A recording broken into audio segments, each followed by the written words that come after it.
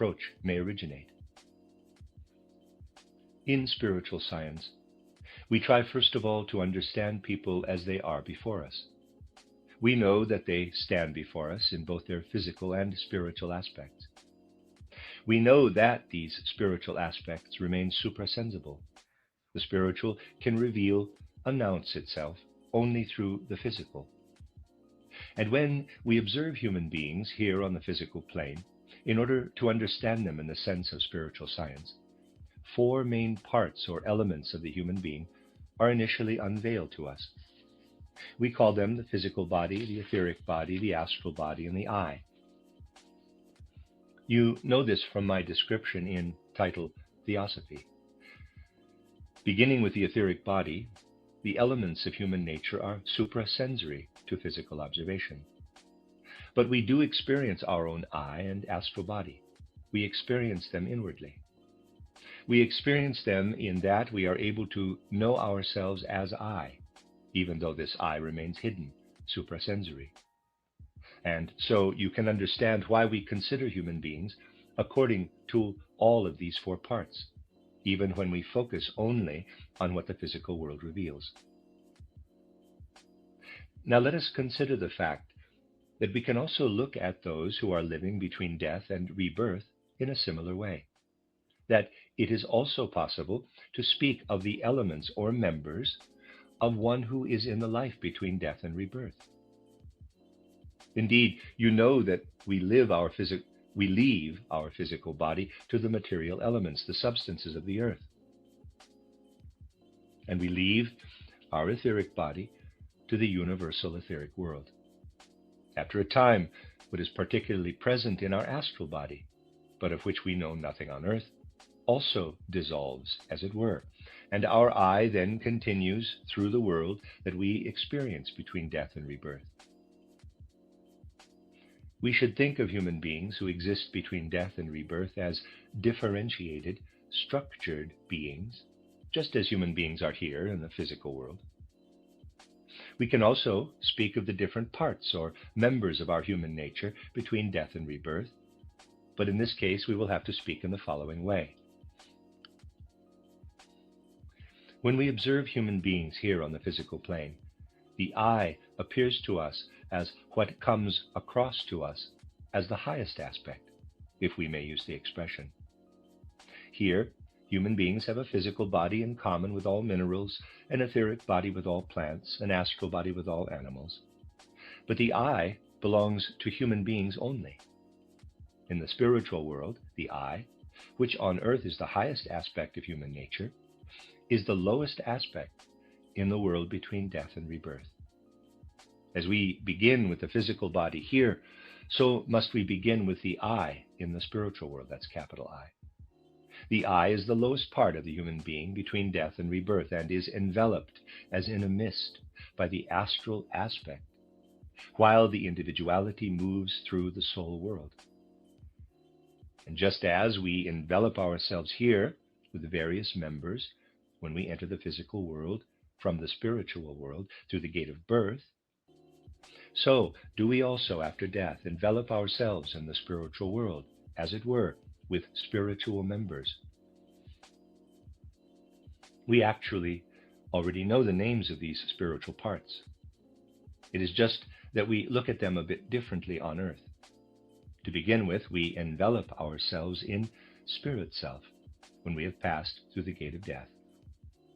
The spirit self is in fact a part of human nature that humans will develop in themselves in the future during the Jupiter stage of evolution.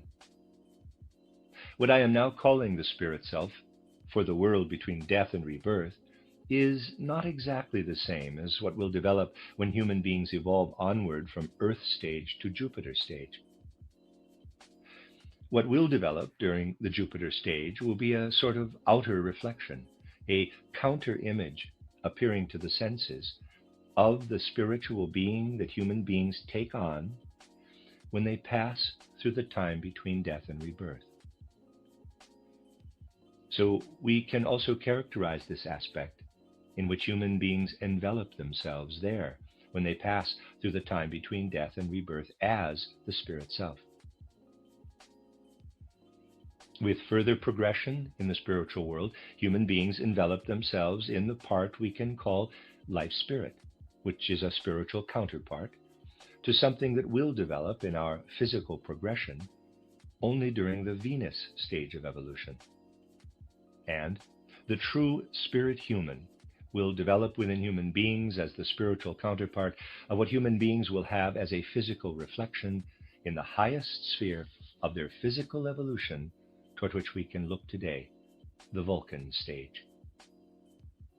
Thus we can say that just as human beings envelop themselves in the astral, etheric, and physical bodies on Earth, so do they envelop themselves in the spirit self, life spirit, and spirit human as they grow into the spiritual world. Now I would like to describe a bit more precisely, out of initiation knowledge, as one might put it, how these things come about. Indeed, you already know much of this. When human beings pass through the gate of death, the physical body is given over to the elements of the earth. This release of the physical body is extraordinarily important for the life between death and rebirth. And although it certainly seems trivial to say that death is actually birth in the spiritual world, even so it is accurate. We must simply become accustomed to making our concepts somewhat flexible, so that with our concepts we do not immediately cling to what the earth presents to us. We are used to forming our concepts only according to what the earth presents to us. We must be able to transform these concepts. Life in the spiritual world is completely different from life on earth. The spiritual experience that human beings have in the spiritual world by stepping through the gate of death is this. The physical body falls away. That is a meaningful and immensely meaningful experience. And the first thing that should be said about this experience is that it relates quite differently, with respect to the beginning of the spiritual life after death, than a person's birth relates to physical life between birth and death. We cannot observe our birth with earthly physical powers of perception. Human beings do not experience their birth here on earth with their physical powers of perception because we do not then have memory. Memory itself begins only later. This is proper for earthly life and must be so. But it is the opposite for the life between death and rebirth. Because the moment, the instant of death, I cannot say of dying, but the moment of death, remains as something the person can look at again and again during the whole progression of the life between death and rebirth. Though we do not remember the event of our physical birth, in contrast, we have the moment of death before us clearly throughout our entire life between death and rebirth. But from the other side, from the perspective of spiritual life, from the other shore, so to speak. Death can be fearful for human beings on earth, and this reaction has a certain rightfulness. It represents the decline of the physical nature of the human being. Exactly the opposite occurs when human beings between death and rebirth look back on their death. Then death continuously shows the triumph of the spirit over the physical. Death then represents the most beautiful, most splendid, most exalted thing that we can essentially ever experience. And being capable of observing our death throughout our entire spiritual life between death and rebirth gives us consciousness after death. We know that we have laid aside our physical body. Just as we gain our self-awareness here in the physical world by having a physical body, the fact that we experience our death and that we always have it before us gives us our self-awareness after death. When we are outside the physical body with the astral body and I, during the time between falling asleep and waking up, we have no consciousness of the physical world. When we awake, we must physically sink into ourselves, and then our I consciousness can blossom again. After death, each time we look at our death, when the whole event, this exalted, beautiful event as seen from the other side, stands before our soul, then consciousness awakens again and again after death. consciousness completely depends on the continuous observation of this moment. Something else is connected to this as well. It is somewhat difficult to speak about these things because, as I said, there are no corresponding experiences here in the physical world. But we must try to characterize these things as they really are. If during our life after death we look back at our death, above all, we have the feeling and the ideational impression that where we died, from then on, there is nothing, not even space. Let me read that again. If during our life after death we look back at our death, above all, we have the feeling and the ideational impression that where we died, from then on, there is nothing, not even space. As I said, it is difficult to describe, but it is so. Nothing is there. And expressed in an outer way, the whole thing from its foundations appears splendid, exalted, because everywhere other than that place, a new world arises for us. The flooding spiritual world surges in from all sides, but nothing is there of the place where we died. To describe these things theoretically in this way might seem grim, but there's nothing grim after death about this perception. A deep fulfillment wells up in the soul from this perception after death. One learns to expand into the whole world and to look back upon something in the world that is as if empty. And from this arises the feeling, that is my place in the world. The place that is made of all the far expanses, and that is mine. And one has the perception that precisely from this emptiness, one gains a sense of the meaning of the whole world. That every single human existence, one has it, of course, first as an explanation for oneself, must be there. Quote, this place would always be empty if I were not there. Close quote. So each soul tells itself. The perception is that each one is given a place as a person in the universe. This perception, which is incredibly warming internally, arises from this observation. The whole world is there, and the whole world has sent forth as out of a symphony the single note that is the person. And this note must be there, or there would be no world. This feeling is what arises from looking back on our experience of death.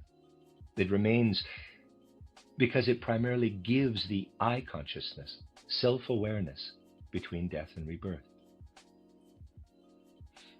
Then there is a comparatively short but sufficient time for a togetherness with the etheric body. For a number of days, everything one has experienced in life, even the smallest events remain. It is all there, together, in a great life tableau. During this time, one has the very intense feeling that the earth on which one has stood keeps moving on, but one's own self remains behind. One begins to stand still. One no longer goes along with the spatial movement of the earth. And because of this, the life tableau spreads out. When we speak of this remembrance of life, we are not speaking of memory in the actual sense of when we have memories by looking back in time. That is not the case here. Rather, it is simultaneous. It is a tableau, a living tableau. And, as I mentioned before, it includes even the smallest events. Then one separates oneself from this etheric experience. The detaching of the etheric body takes place, as we say. One now has an outer form, what one had experienced inwardly with the etheric body.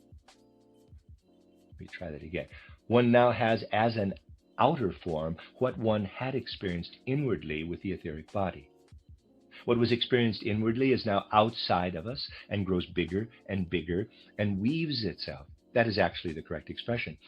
Into the spiritual world one has just entered. But in the spiritual world, the void emptiness of which I have spoken remains.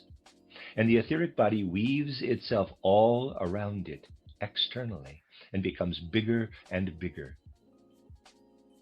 Now, we must hold on to the fact that it would be an erroneous idea. I must admit that I have been convinced that in every case it would be a mistake to think that we could not see what we weave with the universal spiritual world as an etheric body during the life between death and rebirth.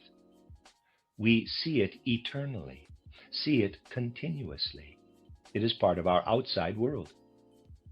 What was in the etheric body until now, what was part of our inner world, is now part of the world outside of us. We look at it. And it is important that we are able to look at it because through it, so much of the outer spiritual world becomes understandable to us as a relationship between what we have woven into it and the entire outer spiritual world. You may remember the lectures I once gave in Vienna concerning the time between death and rebirth, when I said human beings are first of all interwoven in a world full of wisdom. Whereas here on earth we search, straining for wisdom, there we are completely surrounded by the light of wisdom. The wisdom with which we are surrounded overwhelms us there. And it would continue to overwhelm us if we could not weave into the world the wisdom we have taken into our etheric body during life on earth. What we bring dampens down the immense overabundance of light in the universal world ether. And we begin to understand what in the universal world ether weaves through the world and imbues it with soul and spirit. With this is described what falls away from us, so to speak, when we are taken into the spiritual world. Because essentially then, only the I and the astral body remain from the earthly parts of human nature. The physical body has fallen away. In its place, what I have called the void, or emptiness, remains. The etheric body is accepted into the universal world ether. We continue on our way. What we have now given to the world ether as our etheric body, we replace by enveloping ourselves in what we have called the spirit self. It is now more or less an outer member of our being. The undifferentiated etheric presses around us. It envelops us with a sort of spirit self. It would be good to spend a bit of time now on our concept of the human being. We need not talk about the void that remains because it has great meaning only for those who have died, who have experienced it in the way that I have described. But it is somewhat different for the etheric body. The etheric body weaves objectively into the universal world ether. This human etheric body is now inside it. You will understand that to a certain extent the etheric body of a person who dies at a young age is somewhat different in the world outside than the etheric body of a person who has reached old age. Of course, every etheric body has its task, and to wish to die young or to die old should not result from what I will now say. That would be a distorted misconception, the greatest misconception of the matter. But nevertheless, what I have to say now is accurate. The etheric body of a person who dies at a young age could possibly have worked within the physical body and sustained the physical body for decades more. Energy in the spiritual world is not lost any more than it is in the physical world. That is, if the person dies at 20 or 30 years old, a force is present in the etheric body from which the person is released after death that could have sustained the person's physical body for decades more. This etheric force is no longer within a physical human body. It is outside, in the world. Perhaps this can best be understood with an example. I have already spoken to some of our friends about this subject. There was a young child who perished under tragic circumstances at the age of 7 near our building in Dornach. He had gotten some food that evening from our cafeteria, which is near the building. A strange chain of events resulted in the child's going out of the cafeteria and through some bulrushes that were near a road on which a fully loaded furniture truck was passing at that moment. The truck overturned and crushed the little boy. It was a very tragic event. Right after the evening of lectures, after 10 p.m., word came to us that the child was missing. So we searched for the boy. At first we could only see what happened to the furniture truck. The extenuating circumstances were also very strange. The boy had wanted to leave 15 minutes earlier, but was detained by someone who wanted to talk with him. And he had wanted to go through a different door, in which case he would have passed the furniture truck on the right side, whereas he was crushed on the left. Someone told him that he should go out through that particular door. He was directed, literally, to go out that door. And besides that, no furniture truck had driven on that road for years, and perhaps no truck will drive on it for years to come. It was a truck that was bringing furniture to one of our members just that one time. The furniture truck was so heavily laden and fell haplessly in such a way that it could not be immediately lifted. The people who were driving the furniture truck had nothing with them to lift it, and simply left. They wanted to wait until the next day to lift the truck, but of course we had to lift it that night, and we found the dead child underneath it. Thus, in the time after his death, this little boy had been in the surroundings of the building for a while. Now, it is really true that in the time after his death, his etheric body was interwoven into the building's aura. It is surely not immodest to say that whoever, like myself, is involved in the artistic aspect of the building notices how the stimulation one needs to integrate various things artistically into the building comes from this child's unused etheric force. Of course, it might be more congenial to human egotism to ascribe it all up to one's own ingenuity, but it is absolutely the case that what comes to us inwardly originates from outer spiritual influences. And we can concretely verify each of these spiritual influences. Here we are concerned with the boy's etheric body, which was 7 years old, and thus could have sustained the physical body 6 or 7 decades longer. It now exists in the etheric aura of the Dornach building, with the whole immensely wise, constructive force necessary to artistically form the physical human body. And I even dare to say with complete certainty to artists that the art necessary to form the physical body from the etheric body is much greater than any art we practice on earth. Human beings are indeed the greatest artistic creation. And all the impulses that form the physical human body are contained within the etheric body. Artists as well produce impulses from their etheric body when they create artistically. This is just one example. Others can be given in which the supporting capacity of unspent etheric bodies can be seen. Even during this year, dear young friends of ours have passed through the gate of death. And so we see how in precisely this time, countless people are passing through the gate of death at an early age, leaving their etheric bodies, which all could have worked on the physical bodies for decades to come. These etheric bodies, which in addition have been invigorated and strengthened by going through sacrificial death, are present and will be present. In future times, there will be people living on this European soil who will be able to live in a spiritual and etheric atmosphere where these unused etheric bodies exist. And when there are people on earth who understand what lives spiritually, not just as abstract memory, but as true etheric forces, we will be able to have this understanding only through spiritual science. Then they will no doubt feel the inspiring forces of what is present from these etheric bodies. And that is part of the feelings that now weigh heavily on our hearts. We say heavily because when we look at the enormity of what could happen if a good many people became aware of what is sown through the deaths that are now taking place around us in the great events of our time, we see that the number of people who can understand these things is still so small. And it could easily be that through people's lack of understanding regarding spiritual science, as a result of the materialism filling all humanity, people in the future could live on without any hint of an idea of what can come about as a result of these deaths.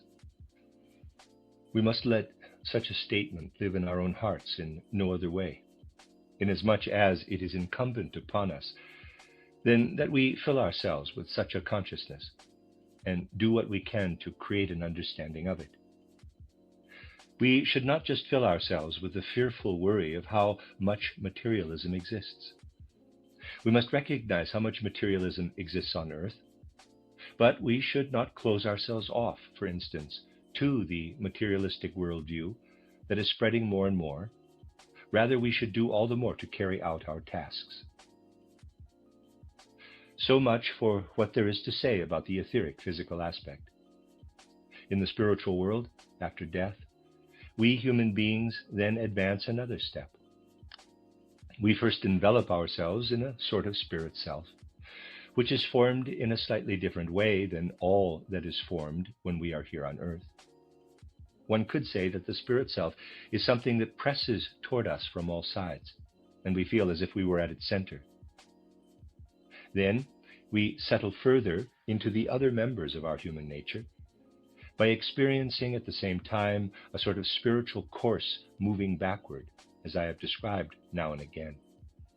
We experience a sort of antithesis to earthly life, but now in a much different way than through the pure tableau I described. We realize how subsequently time proceeds after the etheric body is put aside, and we live on with the astral body and the I enveloped in the spirit self. This spirit self is a sort of driving force. It leads us back so that we experience our last earthly life in reverse, from death to birth. We really move backward. For example, here on earth, if we say something to a person and harm that person, we experience that event in our physical body from our own point of view. We cannot experience it from the standpoint of the other person.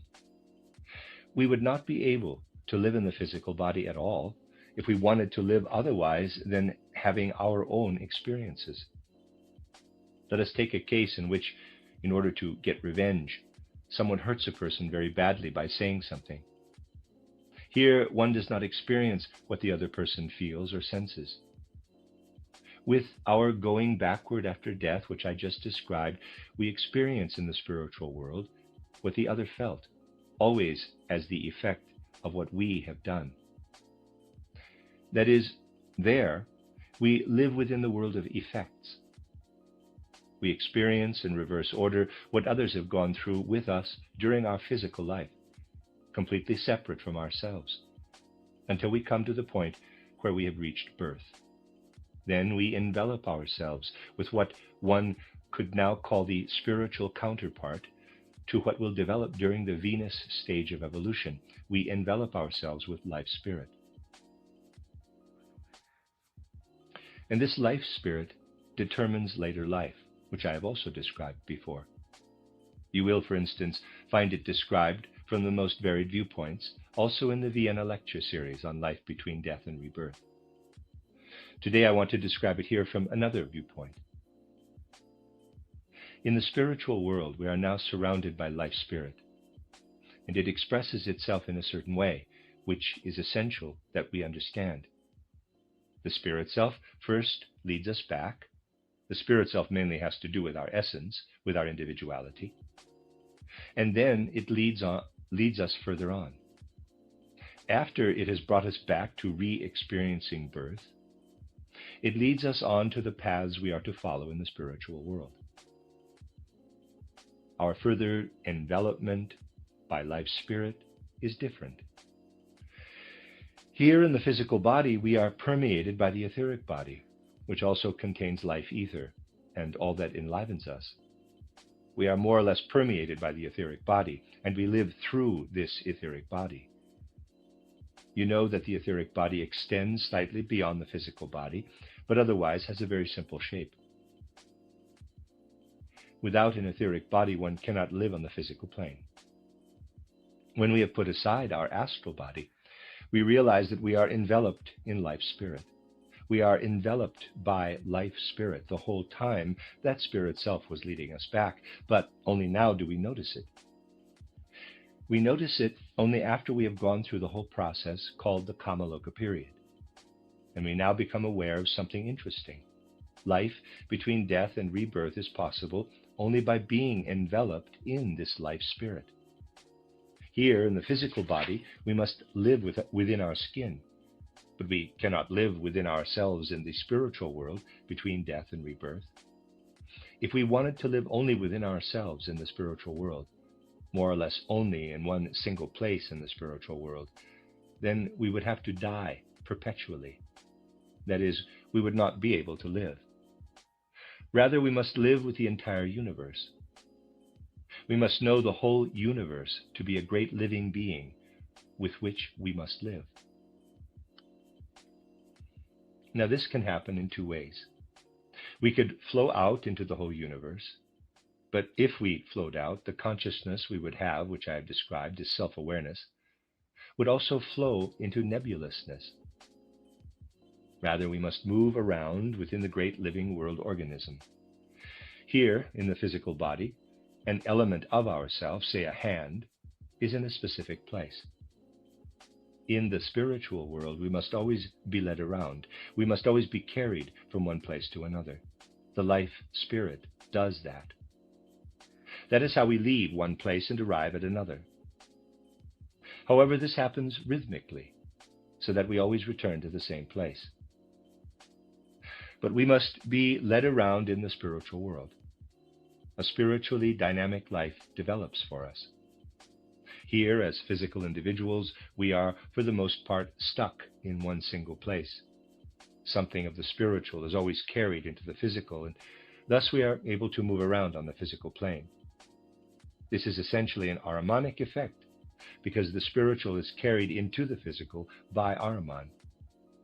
But after death, it is right that we are led into the spiritual through the whole associated world organism, and in this way, we settle into the whole environment surrounding earthly life, whereas here on earth we settle into one place. And while we are led around within this spirit environment after death, from spirit place to spirit place, you can find more details on this in my Vienna lecture series. At the same time, the forces are implanted in us that we need to prepare for our new earthly life, to be drawn toward earthly life again. The first half of the life between death and rebirth proceeds in such a way that we make our way away from our former earthly life. In the second half, we find ourselves preparing for a new earthly life. You see, materialism today essentially creates the opposite out of all things. It misleads people to the worst misconceptions, making them seem not only credible, but almost obvious. When a genius appears, such as Goethe, people take him materialistically. A very thick book was written and published about Goethe, in which all of his ancestors who could be found through research were analyzed in a materialistic way, both physically and mentally, though the materialist looks only at the body. The authors showed how Goethe inherited this from one ancestor, that from the other. Goethe himself said, ironically, quote, "I have my stature from my father, my happy nature from my mother," close quote. Here in Kassel, during a lecture series, I once showed how people take so materialistically what is, in quotes, bequeathed through the stream of physical heredity, including genius in particular. And I have frequently said that this is absurd, laughably foolish, and yet again, so credible. It makes immediate sense to the materialists that certain characteristics are enhanced through many generations and then appear to be bequeathed to the genius. The materialists think that they are speaking of real experiences, but it expresses nothing more than, for instance, that someone who has fallen into the water and has been pulled out is wet.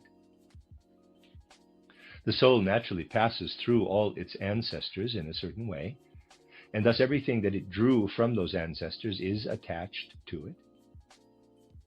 Just as someone who has fallen into water is wet, so too do we have the characteristics of our ancestors as we go through the generations. It would be different if the opposite occurred, if one could prove that genius is bequeathed to one's descendants, but it is not. People should prove that, but they leave that out. They research Goethe's ancestors, but then they neatly leave out his son and his grandchildren. Just look to see if the characteristics of being a genius are bequeathed to descendants. Although there may be cases where the matter is concealed, bequeathing the characteristics of genius to descendants is out of the question. Only if it would manifest would one experience it. But there is no such bequeathing of the characteristic of being a genius. However, something else is the case. When we try to follow a human individuality further back, the individuality enters a physical body at a certain point in time. It comes from the spiritual world, after all. It is this same individuality that brings father and mother together, that plays a part in the father and mother coming together for its creation. Indeed, it plays a part even further back.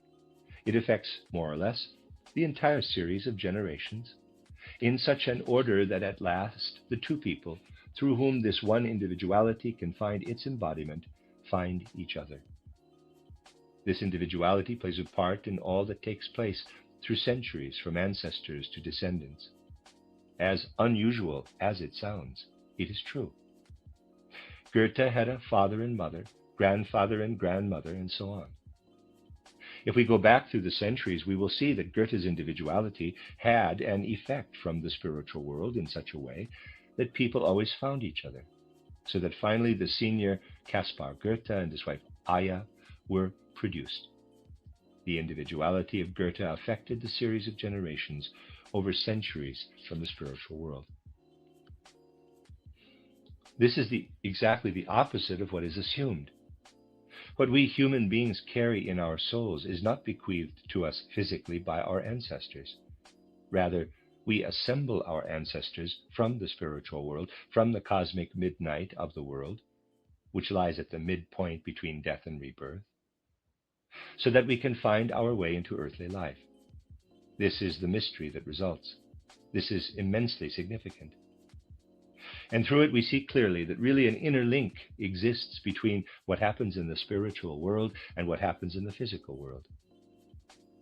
And at the same time we see how uniquely is our spiritual soul life between death and rebirth interwoven with what happens here. This is simply not noticed here. Recent philosophy speaks of spirit in a very strange way. There was a professor in Halle, now seen as a very important light in the field of philosophy, who published a book titled The Philosophy of As If, in which he tries to prove that such concepts as spirit and soul do not represent reality, but that they are useful in humanity's worldview. He says that one should not look at human beings in such a way as to think that they have souls. They move their hands and speak, so we can say that we behold them as if they had souls. Otherwise, let the soul be soul. We deny it. We do not worry about it. But we behold it as if human beings had souls, as if the soul wanted to have an effect on all this, on all of this. This is a comfortable philosophy, but also terribly void of thought. Indeed, whoever tries to put this philosophy to use in tangible, practical life sees that this as-if philosophy is not much good, even as a method. A person such as Fritz Mautner, who wrote a philosophy of language and traced everything back to language, must be examined from the point of view of this as-if philosophy, as if such a person could also have spirit. But if we make this attempt, we find that this method is not much good. We do not say that we can be observed as if we had a spirit. It is not applicable. It is not applicable when no spirit is present. Of course, you know how I mean that. But I only mention this Fritz Mautner because he is someone who completely denies the whole significance of history, and who said most evidently from the standpoint of present materialism that history can never be a science. He said that when a raindrop falls on the earth, one can discover the raindrop's laws scientifically because many raindrops fall according to the same laws. One can compare the individual cases with each other and then find the laws. Contemporary philosophers believe that observing many instances in which the same thing always occurs leads to individual laws. but things happen only once in history. The 30 Years' War happened only once, and so on.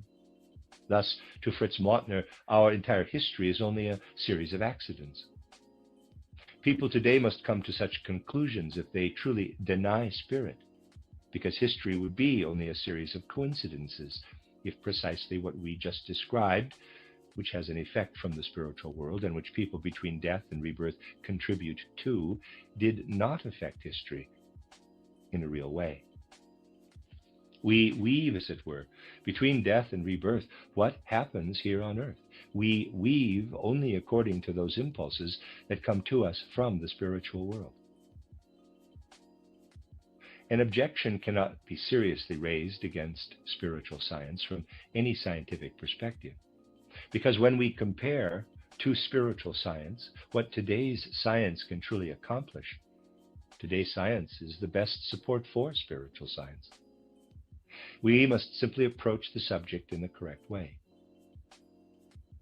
If you take up any book today in which a materialistically minded person voices views, perhaps half psychologically and half physiologically, you will find the following. These people attempt to imagine how humans visualize things by showing the intellectual apparatus, the physical organs, the life of the nerves, the life of the brain. They test this intellectual apparatus and can really show that when some idea takes hold in us, a process takes place in the brain. Thus they claim they can prove to you that without a process in the brain, a thought or idea could not be conceived at all. Then what do you need an autonomous soul for? Only an intellectual apparatus is there. But they also come to something else, these materialistically minded people. Look through the usual textbooks, and you will find that in them, these people show the intellectual apparatus and connect all thinking and visualization with the mechanical processes in the brain and nervous system. But they must deny feeling and will. Feeling and will cannot be explained by bodily processes. Thus they are simply discarded. And today, when you open these books, you will find everywhere that although people have acquired will and feeling through their biases, these are in fact treated as non-entities, as if they do not exist at all. Thus, natural scientists stop short of feeling and will. As we now know, after death, thoughts separate themselves from us, along with the etheric body. This explains how the separated part, which leaves us along with the etheric body, also works on our exterior here on earth and forms the intellectual apparatus. When the intellectual apparatus is formed, then thinking occurs with the help of the intellectual apparatus formed by thinking itself. Feeling and will remain with us in the astral body and the eye. We carry them into the spiritual world. Science does not force materialism on us. Quite the opposite. True science today justifies spiritual science all around.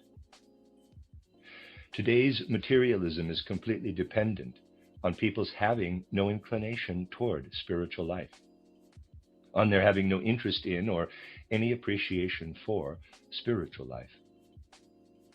Understanding does not have to be missing either. Because truly, when we engage with what the spiritual scientist is able to give from the spiritual world, even for such a period as the life between death and rebirth, it can indeed be understood. We need only a finer, subtler understanding than the coarse understanding modern human beings employ, in many cases, for the outside world. But we also live in a time when materialism has just reached its high point. Spiritual scientists can, in fact, give the exact year in which materialism reached a high point, about 1840, 1841. Since that time, it has already begun to recede somewhat, but there are, of course, major after effects. But this materialism, what does it mean for our concepts about physical human life? It is exactly the most astute minds of our time who are misleading people under the influence of materialism so lamentably, two lamentably gross misconceptions. There is a truly very astute man who is a criminal anthropologist by profession. He has analyzed many criminal brains. He proposed a well-known, important theory on criminal brains. The theory that in most criminal brains, in the greatest number of cases, the posterior lobe, which covers the cerebellum, is underdeveloped, as is also the case with monkeys. Monkeys are distinguished precisely by the fact that they also have a small occipital lobe. That was, of course, grist for the mill, because one could say that when people are criminal, it is a regression to monkey nature. They are born with an occipital lobe that is too small. But think what an enormous consequence that must have for moral life, for people who say that humans have only a physical body. Then such people must say, quote, "What is all this responsibility you talk of? What do you mean you want to morally improve people through this or that educational method? It is all nonsense. Those born with an occipital lobe that is too small, which of course cannot grow over the cerebellum during this life, become criminals. Of necessity, they become criminals." Close quote. And then if this materialistic thinking were realistic, it would also be true. We are not executing people because they have killed someone, but because their occipital lobes are too small. Materialists would have to admit this. They could not live in the world if they did not admit such a thing. People could not be materialistic in this sense at all if they did not admit that they would hang people because their occipital lobes are too small. Anything else would only cover up the truth. But is it the truth? We must speak of the etheric body of the deceased, as we have done today, in the sense that it is also still present. Of this etheric body, which actually expands after death and weaves itself into the general world order, into the general world ether. Now, if we have a young person whose occipital lobe is too small, we cannot just make it grow, because no physical science has accomplished that. But we can set up education in an appropriate manner when we see that there is also an etheric body present, and that part of the etheric body corresponds to the occipital lobe. We can develop the etheric body of the occipital lobe precisely through appropriate education. The etheric occipital lobe is just as effective in life, maybe even in a certain sense more effective, as the physical occipital lobe, because it must overcome a certain force. And the comfort then streams forth from our knowledge that the physical form of an occipital lobe is not the only thing that matters. Rather, if we notice those who have this or that disposition to do wrong, we can develop the etheric lobe of such people, whose occipital lobe is too small, by evoking specific feelings in them. Then we will be able to save them. You see, that is the truth. That is the moral aspect of spiritual science. It too is present. If people were honest, they would see desolation and dreariness arising from the materialistic worldview, specifically in moral ethical relationships. One can see arising from what spiritual science can give us the consoling possibility of actively engaging in what people become. If we can observe at the right moment certain tendencies in a child that could lead to criminal behavior, then we will be able, especially, to develop through a certain type of education the aspect of the etheric that affects the occipital lobe particularly strongly. Thus we could weave this strength into people, which then lives on with them between death and rebirth. This would develop the occipital lobe especially well, even into the physical nature in the next incarnation. We help them not only for this incarnation, we also create the disposition for an especially well-developed brain, which they can then carry through the life between death and rebirth to be incorporated in their next bodily incarnation. Thus, spiritual science engages us practically in life. But it will have to do something that goes beyond what people do today.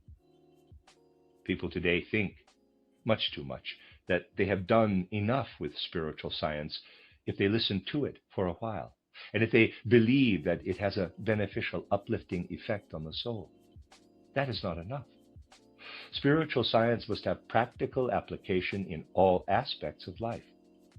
The fruits of spiritual science must come forth in all aspects of life. Pedagogy is especially bleak today because people believe only in what humans are physically. Pedagogy especially must be stimulated by spiritual science. Today there are still many people who say, quote, well, you can tell us a lot about spiritual science, but why should we believe what you tell us? We cannot see it ourselves. Close quote. At best, someone who finds the way, to a certain extent, into the spiritual worlds could see it as it is depicted in title How to Know Higher Worlds. But it is a totally egotistic point of view when people want, above all, to see something practical and believe that by looking at spirit in the same external way as they look at the physical, because they are too comfortable to search for spirit in a spiritual way, that this will somehow carry spirit into the physical world. And if materialism today is connected with egotism, it is, after all, a worldview, then materialistic spiritism is even more egotistic. Because at least materialism goes about simply accepting only the physical world and then satisfying this physical world. Materialistic spiritism, however, tries to have first a sensory view of the spiritual world and second, perpetual satisfaction, and of a physical kind at that. But in its lack of clarity, this spiritism imagines the physical to be spiritual.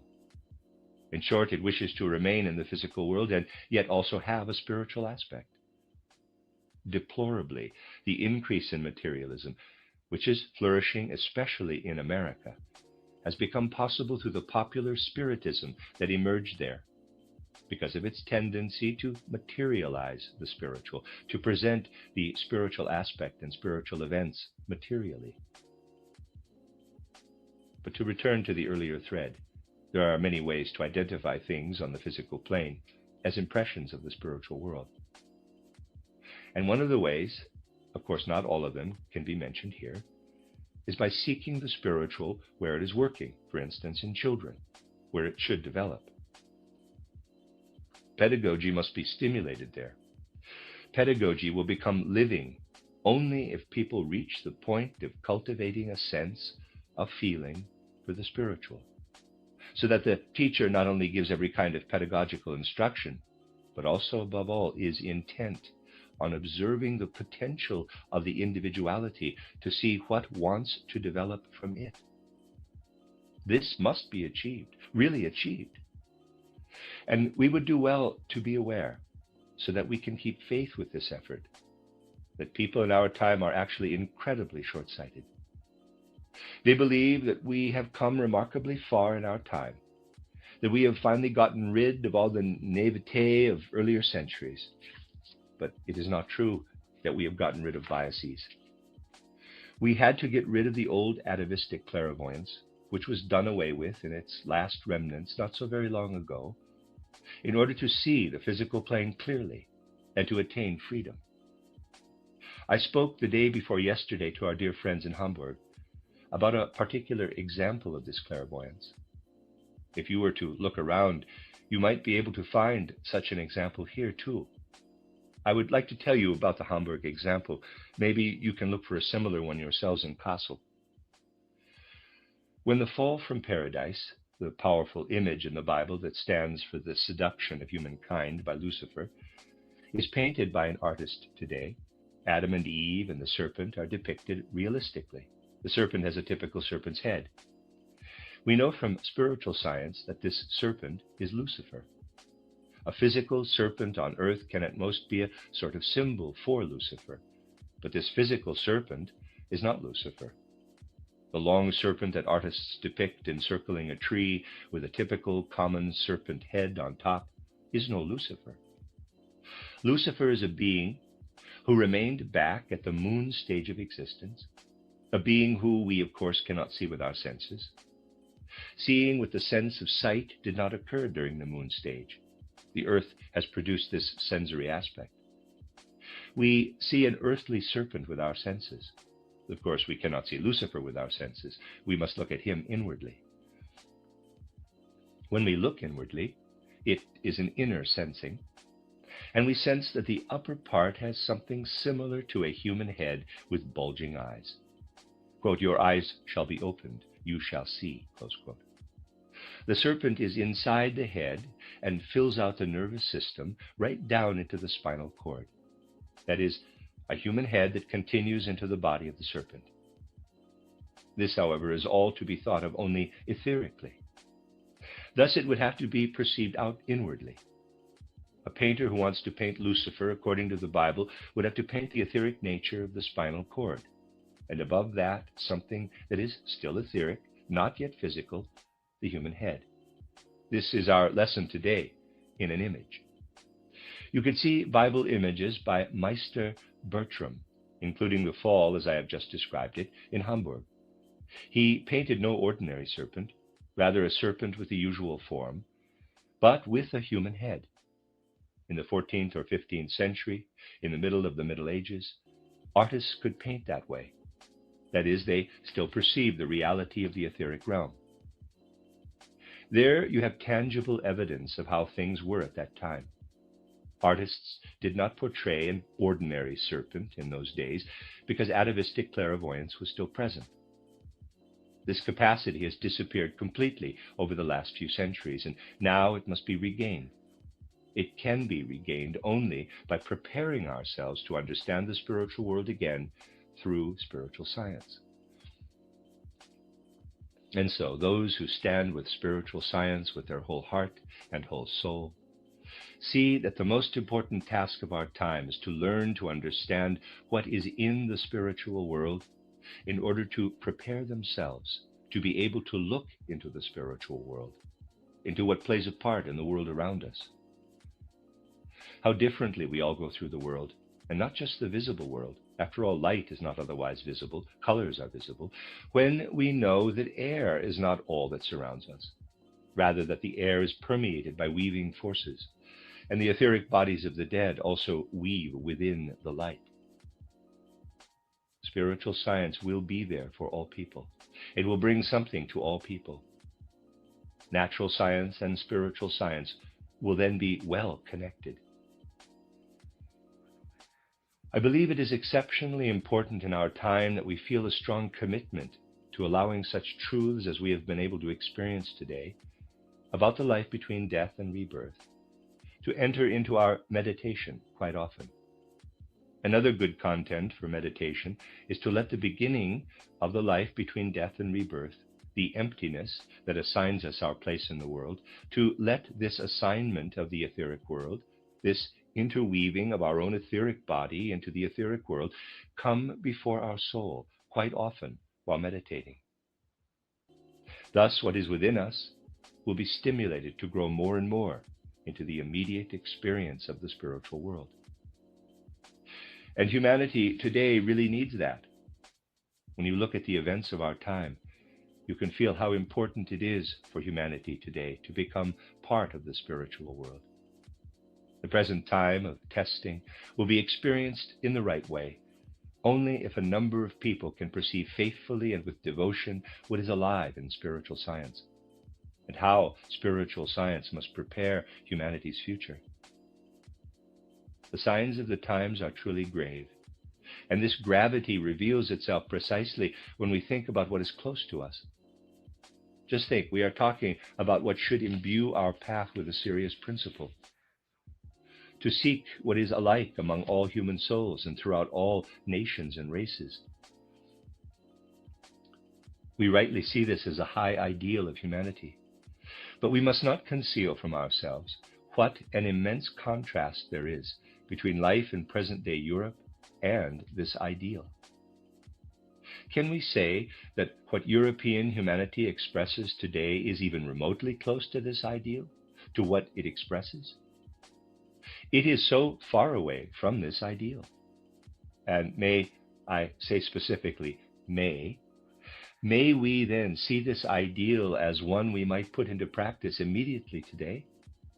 Are we not obligated as Germans to be clear, so that we do not fool ourselves, that given European relations today, we cannot even think of realizing such an ideal in the slightest? We would complete very poorly the mission ordained us specifically as Germans if we simply got carried away today by general ambiguous ideals. Our times require us to unfold something specific within our central European being. And we may see this connected with the karma that has accrued, especially for us. If you look at world events today, you will see that we have been guided rather well in the sense of these great world events. Karma brought about the fact that our movement was first part of the general theosophical movement.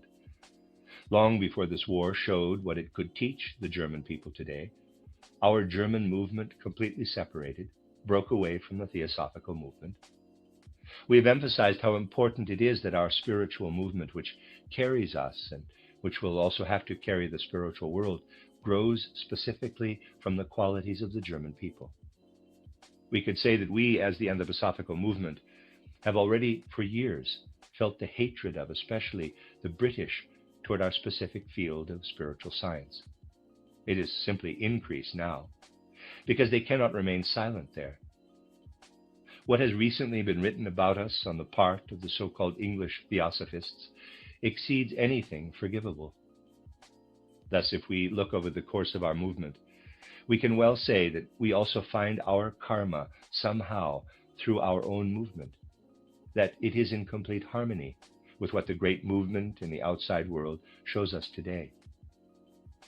Because our karma led us early enough to an independent emphasis on German spiritual life, we may certainly, in all modesty, make karma out to be favorable to us. And we may regard the fact that anthroposophy found its center in German spiritual life as a sort of luminous morning star for our karmic stream. And since the signs of what is now taking place outside in the world appeared to us much earlier, we can derive the belief from this one single fact, that there is something in our movement that has a power for the great general movement of humanity. Let us learn, my dear friends, to trust that the spiritual force latent in our movement is among the best our souls could possibly join with. Let us learn to experience the whole gravity, the whole meaning of thought and feeling and the will impulse, and the whole meaning of the fact that there must be individual souls who understand in relation to the great challenges of our time how spiritual impulses must cooperate with what will play out in our future history here on earth. Let us learn to understand, not just in the abstract, but also in the concrete sense, what meaning and significance the countless dead now flooding the earth have. Let us learn to understand that we must remain faithful to our movement, so that there will be people who can correctly look into the sphere in which the etheric bodies of those who have sacrificed themselves for our time will continue to play a part on the great fields of history and cooperate with those who will walk the earth later in times of peace. Let us learn to understand what it means to find the correct meaning, so that spirituality permeates even what is taking place today on the physical plane, so that followers of spiritual science will give meaning to what arises spiritually from the courage and sacrifice of our time. Let us learn to understand the correct meaning of the words with which we now close these reflections. From the combatant's courage, from the blood of battle, from the suffering of those abandoned, from the people's sacrificial death, spiritual fruit will grow. May souls guide their senses, conscious of spirit, into the realm of the spirits. The end of Lecture 2. You are listening to RudolfSteinerAudio.com. If you are listening to the podcast of this, it is located at RudolfSteiner.podbean.com. Please consider becoming a patron. This is a reading of a collection of lectures by Rudolf Steiner entitled The Connection Between the Living and the Dead, Collected Works, Volume 168, translated by Arya Jackson. This is Lecture 3, given in Leipzig on February 22nd, 1916, entitled The Event of Death and the Time After Death. We live in a time when we are reminded daily, hourly of death, of people passing through the gate of death, of this momentous human life event. Death becomes a life event for people, in the true sense of the word, only through spiritual science, which shows us how the eternal forces that go through births and deaths are working internally within us. These forces create a particular form for us during the time between birth and death that enables us to take on a different form of existence after passing through the gate of death. Thus, death, which from the materialistic viewpoint can be only an abstract end of life, becomes through spiritual science a real event, even if a difficult one, for our whole life. Dear friends, among us have passed through the gate of death primarily as a result of current historic events. Let me read that again. Dear friends among us have passed through the gate of death primarily as a result of current historic events, but also from other causes beyond those. So perhaps it seems especially fitting in our reflections today to give some thought precisely at this time to the death event and the facts of human life that follow after death. Certainly, examinations of the life between death and rebirth have come up again and again in our spiritual scientific reflections, and we have already gathered much evidence of this matter specifically. You well know from spiritual science's course to this point that everything can be presented from only one particular point of view at a time, and that basically we can come to know things more specifically only by having them illuminated from different points of view. Thus, I will add a few things today to what we already know of the suggested subject that may be useful to us for our total worldview. We observe people in a spiritual scientific way, and this is good, standing before us in the physical world as expressions of their total being. We must first of all begin with what human beings present in the physical world. That is why I have called attention again and again to how we can gain something like a guiding overview, as it were, of the total person, if we first take the physical body as our basis, which we come to know from the exterior through sensory observation, through scientific analysis of sensory observation here in the physical world. We then take as our basis the formative body, which we characterize as the etheric body. This already has a suprasensory character and cannot be observed with our ordinary sense organs, not even with the intellect connected with the brain, and is thus already inaccessible to ordinary science. We can say, however, that this etheric body is a construct that was known by Emanuel Hermann Fichte, the son of the great Johann Gottlieb Fichte, as well as Troxler and others. This etheric body is something in humans that can really be grasped only by imaginative perception, because it is suprasensory. It can, however, be seen outwardly with suprasensory perception, just as the sensory physical body can be seen outwardly with sensory perception. Now, we go further in our observation to the astral body. The astral body is not something that can be seen with the outer senses as the physical body can, nor with the inner senses as the etheric body can. Rather, the astral body is something that can only be experienced inwardly. We must be inside it ourselves in order to experience it. Just as with the fourth aspect that we must first of all grasp here in the physical world, the capital I. We build the whole human being out of these four members of human nature. We also know from our observations up to now that what we actually call the human physical body is something very complex. This human physical body was developed over a long period through the Saturn, Sun, and Moon stages of evolution, and has already played a part in earthly evolution from the very beginning of Earth existence until our time. Our bodies have built up a complex history. The physical world really shows only its exterior to us, also to ordinary science. One could say that through ordinary physical seeing and physical science, we know only as much about the physical body as a person knows about a building by going around it outside and never going inside, never finding out what is inside the building or who lives there. Now, of course, those who take their stance from outer science in the materialistic sense will say they know the inner nature of the physical body very well.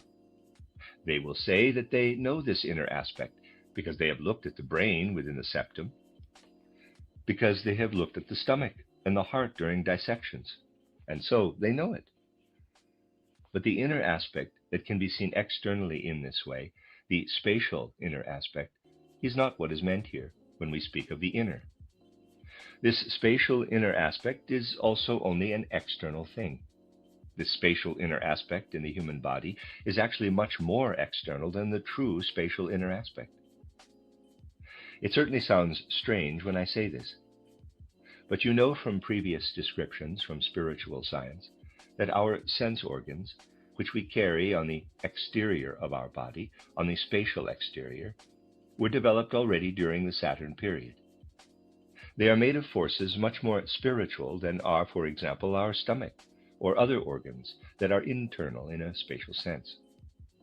Internal organs are made of the least spiritual forces. As strange as this sounds, this fact must nevertheless be pointed out. People speak about themselves incorrectly. This is natural because of living here on the physical plane, but indeed what they express is incorrect. We actually should call the skin on our face the internal, and the stomach the external aspect. We would come much closer to reality that way. We would come closer to reality if we said that we eat from inside to outside. We send food from inside to outside by sending it to the stomach. Then if we said, as we do now, from outside to inside, because the closer to the surface our organs lie, the more the spiritual forces touch them, and the less the spiritual forces touch them, the further into our spatial inner aspect they lie. You can see this easily if you recall what has been brought up in the descriptions from spiritual science up to now. You will know that during the moon stage of evolution, and again during the Earth stage, something split off, and then went out into space from the Saturn, Sun, and Moon stages of evolutions. Something strange happened during this splitting off. We were turned, really turned like a glove is turned inside out, the internal to the outside and the external to the inside. The human face, which is turned outward today, was really turned inward during the Saturn and Sun periods, in its very first beginning, of course, and also during a part of the Moon period. Organs that are internal today were formed from outside during our Moon existence. Since that time, we have really been turned inside out like a skirt. A while back, turning a skirt inside out was commonly done so that clothes could be worn for a longer time. Of course, this is not customary today. When we speak of the physical body, we must also be aware that there is much that is suprasensory about it. Its whole method of construction is suprasensory. It is built from the suprasensory and turns its outer aspect to us only when we see it as a whole. Now we come to the etheric body, which is no longer visible at all to physical sensory observation. The etheric body is very important when human beings have gone through the gate of death. Initially, in the first days, after we enter the spiritual world, this etheric body is of especially great importance. We must learn to think differently in relation to the physical body, really learn to think differently if we want to contemplate correctly what is waiting for us after we pass through the gate of death. Indeed, you know, because it can be observed even from the physical world, that we cast off our physical body when we pass through the gate of death. The physical body is given over to the earthly element through decomposition or burning. The two processes differ only in length of time. Now it could seem for the person who has passed through the gate of death as if the physical body, as such, were simply disposed of, but that is not the case. We can give over to the earth only the part of the physical body that comes from the earth itself. We cannot give over the part of the physical body that originated from old moon existence, from old sun existence, from old Saturn existence. What originated from old Saturn existence, from sun existence, from moon existence, and indeed even from a large part of Earth existence, are suprasensory forces. And these suprasensory forces in our physical body, which show us only their exterior in sensory seeing, as I have just described. What happens to these suprasensory forces when we have passed through the gate of death? Only what was given to our physical body. To this most wondrous structure that exists first of all as structure in the world, only what is given to it by the earth is given back to the earth. What happens to the rest then when we pass through the gate of death? The rest pulls away from what sinks into the earth through decomposition or combustion and is taken up into the whole cosmos.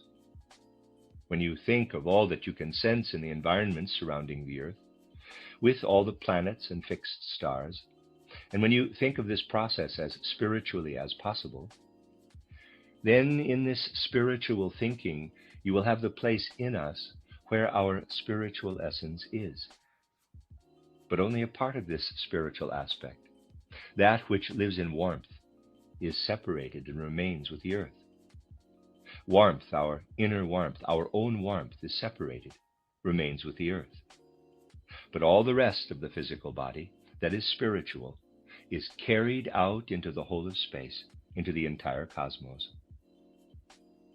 When we now leave the physical body, where do we go? What are we submerged in? Upon our death, we are submerged quickly, lightning fast, into what formed the physical body from all of the suprasensory forces.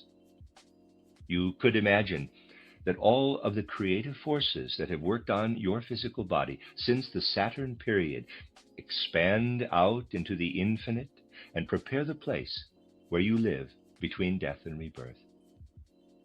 All of that had been simply concentrated in the space enclosed by our skin between birth and death. We are now outside of the physical body, and we have an experience that is important, above all, for the entire life between death and rebirth that follows. I have already mentioned this often. This experience is of an opposite nature to the corresponding experience in life on the physical plane. Here, in life on the physical plane, we cannot look back to the hour of our birth with ordinary sensory perception. None of us can remember or look back on our own birth in this way. None of us has an actual experience of our own birth. We know only that we were born, first because perhaps someone told us, and second because we know that all the people who have come to the earth after us were also born. It is exactly the opposite with the corresponding experience after death. Whereas the vision of our own birth does not stand before our soul in physical life, the moment of death, if we look at it spiritually, stands before our soul during the whole life between death and rebirth. However, we must be clear that this moment of death is seen from the other side of the threshold. If death has something frightening about it, it is only because it is seen here as an extinguishing, so to speak, an end. From the other side, from the spiritual perspective, when we look back to the moment of death, death appears evermore as the triumph of the spirit, the resting free of the spirit from the physical body. It appears as the greatest, most splendid, most meaningful event. And our I consciousness after death awakens from this event. For the entire period between death and rebirth, we have an I consciousness that is not just similar to, but actually a much higher sense than the one we have here in physical life. We would not have this I consciousness if we could not look back and see, but from the other side, from the spiritual perspective, this moment in which we struggled out of the physical aspect with our spiritual aspect. We know that we are an I, only because we know we have died. We have realized our spiritual aspect from our physical aspect. When we do not look back at the moment of death from beyond death's gate, it is for our eye consciousness after death, like the experience of sleep for our physical eye consciousness here on earth. Just as we know nothing of the physical eye consciousness during sleep, we know nothing of ourselves after death if we do not see this moment of dying. Seeing it is one of the most splendid, one of the most sublime moments. You see, even in this case, we must learn to think very differently here about the actual spiritual world than about the sensory physical world. If we comfortably stay only with concepts we have here in the physical sensory world, we cannot accurately grasp the spiritual at all, because the most important thing after death is that the moment of death is seen from the other side. Through looking at the moment of death, our eye consciousness is awakened on the other side. Here in the physical world, we have one side of eye consciousness. After death, we have the other side of eye consciousness. I described earlier where the suprasensory aspect of the physical body is after death, where we must search for it. We must search for this physical aspect as much as we can sense it, as a relation of forces, an organism of forces, a cosmos of forces in the whole world. This physical aspect prepares for us the place through which we must pass between death and rebirth. Thus, enclosed here by our skin in the physical body, in this small body, compared to the whole world, is really a microcosm, really an entire world. It is really just rolled up, if I may speak lightly, and then it unrolls and fills the world, with the exception of a small space that always remains empty. When we are living between death and rebirth, we are everywhere in the physical world with the suprasensory forces that formed the basis of our physical body, everywhere except the one particular place that remains empty. That is the place we take into ourselves here in the physical world within our skin, and that from the spiritual world we always look upon as empty. There we see ourselves from the outside and look into a hollowness. What we look into is empty. Because it remains empty, we have a basic feeling concerning it. This is not a detached looking, like when we stare at something here on the physical plane. Rather, this looking is connected to a powerful inner life experience. When we look at this void, a feeling arises that then accompanies us throughout our whole life between death and rebirth, and which shapes much of what we call this otherworldly life. It is the feeling that there is something in the world that we must fill again and again, and that we attain the feeling that we have a reason for being in the world, a purpose that only we can fulfill. We sense our place in the world.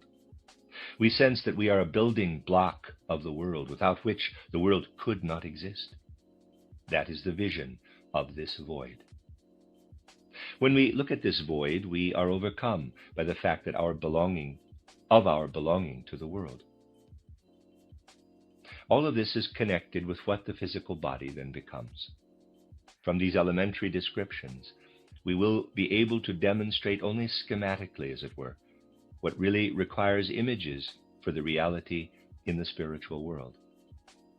But we must have these images first, in order to gradually bring ourselves to concepts that penetrate further into the reality of the spiritual world. We know that we then experience after death a sort of memory that lasts for approximately 3 days. We use the word memory, even though strictly speaking, it is not memory in the common sense. For a few days, we experience something like a tableau, a panorama, which is woven from all that we have experienced in the previous life. But we do not have anything like an ordinary recollection within the physical body. A recollection in the physical body is such that we call it up chronologically from memory. Such memory is a force that is bound to the physical body, a thought in which we call up memories chronologically. The memory after death is such that everything that played out in life is around us, in our imagination, at the same time, as in a panorama. One can say that for days we live within this experience. Events that we have just experienced in the last period of time before our death are there simultaneously in powerful images. And also simultaneously, what we experienced in childhood is there, a life panorama, a life image that shows us in a web woven of ether what happened during that time. Everything we see lives in the ether. Above all, we experience what is around us as alive. Everything is living and weaving. Then we experience it as spiritual sound, as spiritual light, and as spiritual warmth. This life tableau disappears after several days, as we know. But how does it end? And what is this life tableau? Indeed, when we investigate what this life tableau really is, we must realize that everything we experience in life is woven into it. But experienced how? By our thinking during life. Thus, everything that we experience conceptually or with thought is in the tableau. To give a specific example, let us say that you lived with someone during your life, that you spoke with that person. Through speaking, his thoughts were communicated to your thoughts. You received love from him. You let his whole soul affect you. You experienced all of this internally. When you live with other people, you witness their experiences. They live and we experience something of them. What we experience of a person is interwoven into this etheric life tableau. It is the same as what we remember. Imagine a moment when you experienced something with another person 10, 20 years ago. Imagine, remember. After death, you will not remember as we usually remember in life, where everything fades. Rather, you will remember in such a way that the memory will be as alive in you as the experience itself. In the tableau, your friend will stand before you as at the time of the experience. In physical life, our experiences are often quite dreamlike. Strong experiences on the physical plane ease off and lose their strength. When we have gone through the gate of death and have an experience in the life tableau, it is not weakened.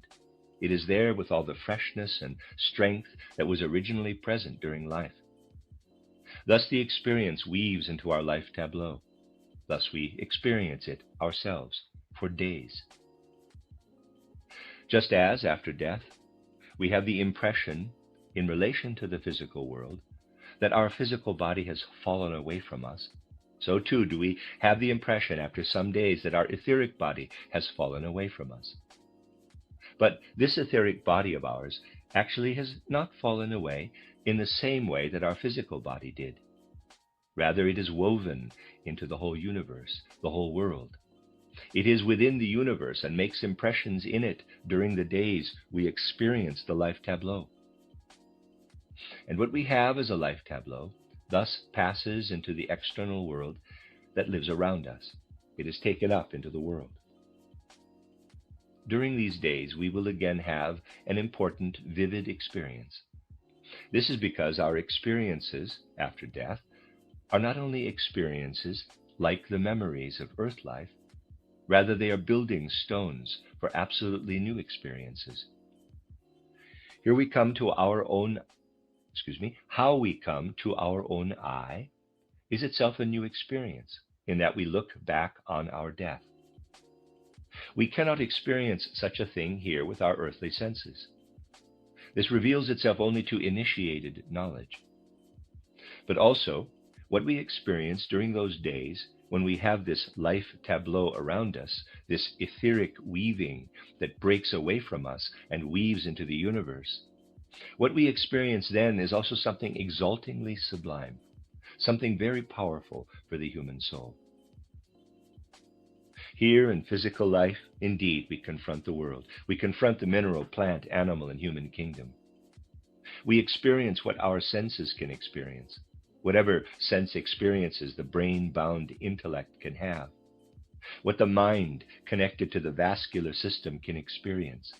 We experience all of that here. And in fact, seen from a higher point of view, we humans here between birth and death are exceedingly large drips, in quotes, forgive the expression, giant drips.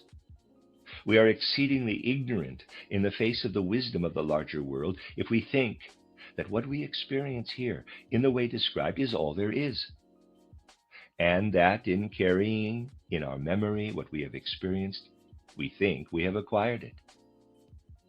We merely believe it to be so.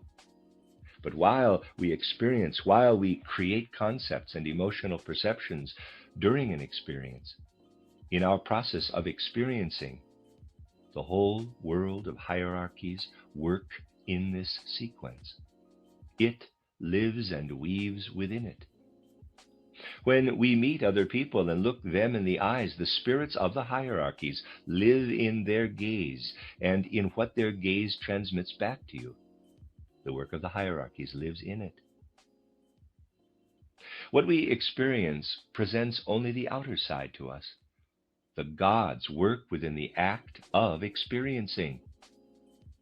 And whereas we believe that we live only for ourselves, the gods are working something out through our experiencing, until they have something that they can then weave into the world. We have conceived thoughts. We have had emotional experiences. The gods take them and share them with their world.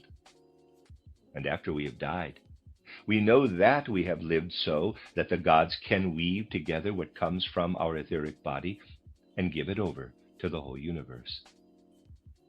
The gods have allowed us to live so that they can spin something for themselves with which they can enrich their world a bit.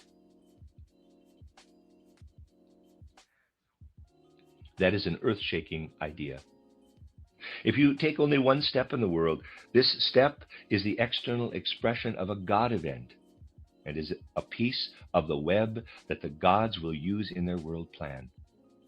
When you go through the gate of death, they will take this step from you and incorporate it into the universe. Our strokes of destiny are also the deeds of gods. And what our lot is for us as human beings is only the outer side. This is what is meaningful, important, essential. And now, what we have gained internally in life by being able to think, by having emotional perceptions, to whom does this actually belong? After our death, it belongs to the world. As we look back on our death with what we now have remaining, with the astral body and the eye, we see what has been woven into the universe and the world. During physical life, we carry within us, as our etheric body, what is later woven into the universe. After death, it spins off and is interwoven into the physical world. We look at it, observe it. As we experience it inwardly, here in physical life, so do we look at it after death in the world outside of us. Just as we look at stars and mountains and rivers outside of us here, so too do we see after death, besides what becomes of the physical body as fast as lightning, what the world has taken into itself of our own experiences. And those of our own experiences that were incorporated into the whole world constitution are now reflected in what we have left, in the astral body and eye, exactly as the outside world is reflected in our physical organs through our physical human body here. And as this is reflected in us, we receive something that we cannot have here during this earth existence, but we will have later during the Jupiter stage in the form of an external physical impression. It is something that we receive now in a spiritual way, because our etheric body is at this time outside of us and makes an impression on us. Instead of experiencing the etheric as we did earlier as our inner aspect, now it makes an impression on us from outside. The impression it makes is certainly first and foremost a spiritual one. It is pictorial. But as something pictorial, it is already a model for what we will have inwardly for the first time in the Jupiter stage, the spirit self. That is, through our etheric aspects being interwoven into the universe, the spirit self is born for us. But this is a spiritual model for the future, and not an outer member, in quotes, of our being, just as we will have on Jupiter, such as we will have on Jupiter. So, after we have discarded the etheric body, and we have our astral body, I, and spirit self. Thus, of our earthly existence, now remain our astral body and our I. The astral body remains with us for a long time after death, as you know, just the same as when it was first of all subject to us as the earthly astral body. It remains with us because this astral body is pervaded by what is only earthly human, which the astral body cannot bring out of itself immediately. We go through a period during which we can finally cast off little by little what earthly life has made of our astral bodies. Here on Earth, we actually basically experience, at most, only half of our experiences, insofar as they touch the astral body. We really experience only half of what somehow takes place through us. Let us take an example. It is the same with good thoughts and good actions as it is with bad actions and bad thoughts. But let us take as an example this bad action. Imagine that you say something mean to a person who then feels hurt about it. You have only what concerns you from this mean thing you said. You have the feeling within yourself concerning the reason you made this remark, that is, the impression on your own soul when you said it. But the other person on whom you inflicted this mean remark has a very different impression. That person has the other half of the impression, so to speak, the feeling of being hurt. This other half of the impression really lives on in the person. The one side is what you have experienced yourself here during physical life. The other side is what the other person has experienced. We must live through all of these experiences again after death by going through our own life backward. We live in reverse through the effects of our thoughts and actions. That is, during the life between death and rebirth, we experience our earthly life in reverse. When the etheric body separates from us and forms the life tableau in which our whole life is displayed simultaneously around us, we look upon it from outside. But this going backward through our life is truly a living through what we have done. When we have gone backward to the point of our last birth, we are then ready to discard the part of our astral body that was permeated with the earthly aspect. Then the astral body separates from us. And with this laying aside of the astral body, a new state of being begins. The astral body always keeps us connected with the earth through our experiences. When we must go through our astral body in this way, not dreaming, but reliving earthly experiences in reverse, we are still in earth life. We are still within it. When we have laid aside, in quotes, not the best words, but there is no other way to say it, because our language does not have a word for it, the astral body, we become completely free of the earthly aspect, and we begin to live in the actual spiritual world. And then a new experience begins. This laying aside of the astral body is really only one side of the experience. The other side is something quite different. When we have laid aside the astral body after going through our earthly experiences, then we feel as if internally permeated with, we cannot say matter, but as if with spirit. Then we really feel present in the spiritual world for the first time. The spiritual world dawns in us internally. Before, we were aware of it externally, when we saw the universe and our own etheric body interwoven in the universe. Now, we realize it internally. Now we experience it internally. And our own I dawns in us internally as a pre-image for what human beings will have in physical expression first during the Venus stage of evolution. It is a pre-image or model of the life spirit. We now are made of spirit self, life spirit, and I.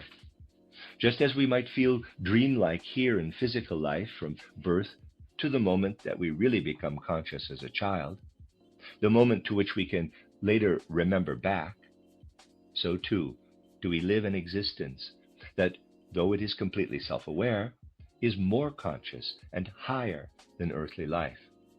But we do not experience a completely spiritual life until we have separated from our astral aspect and have retained from it only what fulfills us inwardly. From this time on, we are spirit among spirits. But now another experience, an important and essential experience, begins. Here, when we work in physical life, we perform various actions, and with them we have experiences. Indeed, we have just spoken of this. But we have experiences not only in the physical world. We also have something else during the experiences, which is simultaneous with the experiences. And I want to use a particular word, even if it is only a very general expression for these simultaneous experiences. One could say we become weary while we experience, worn out. That is indeed always the case. We become weary.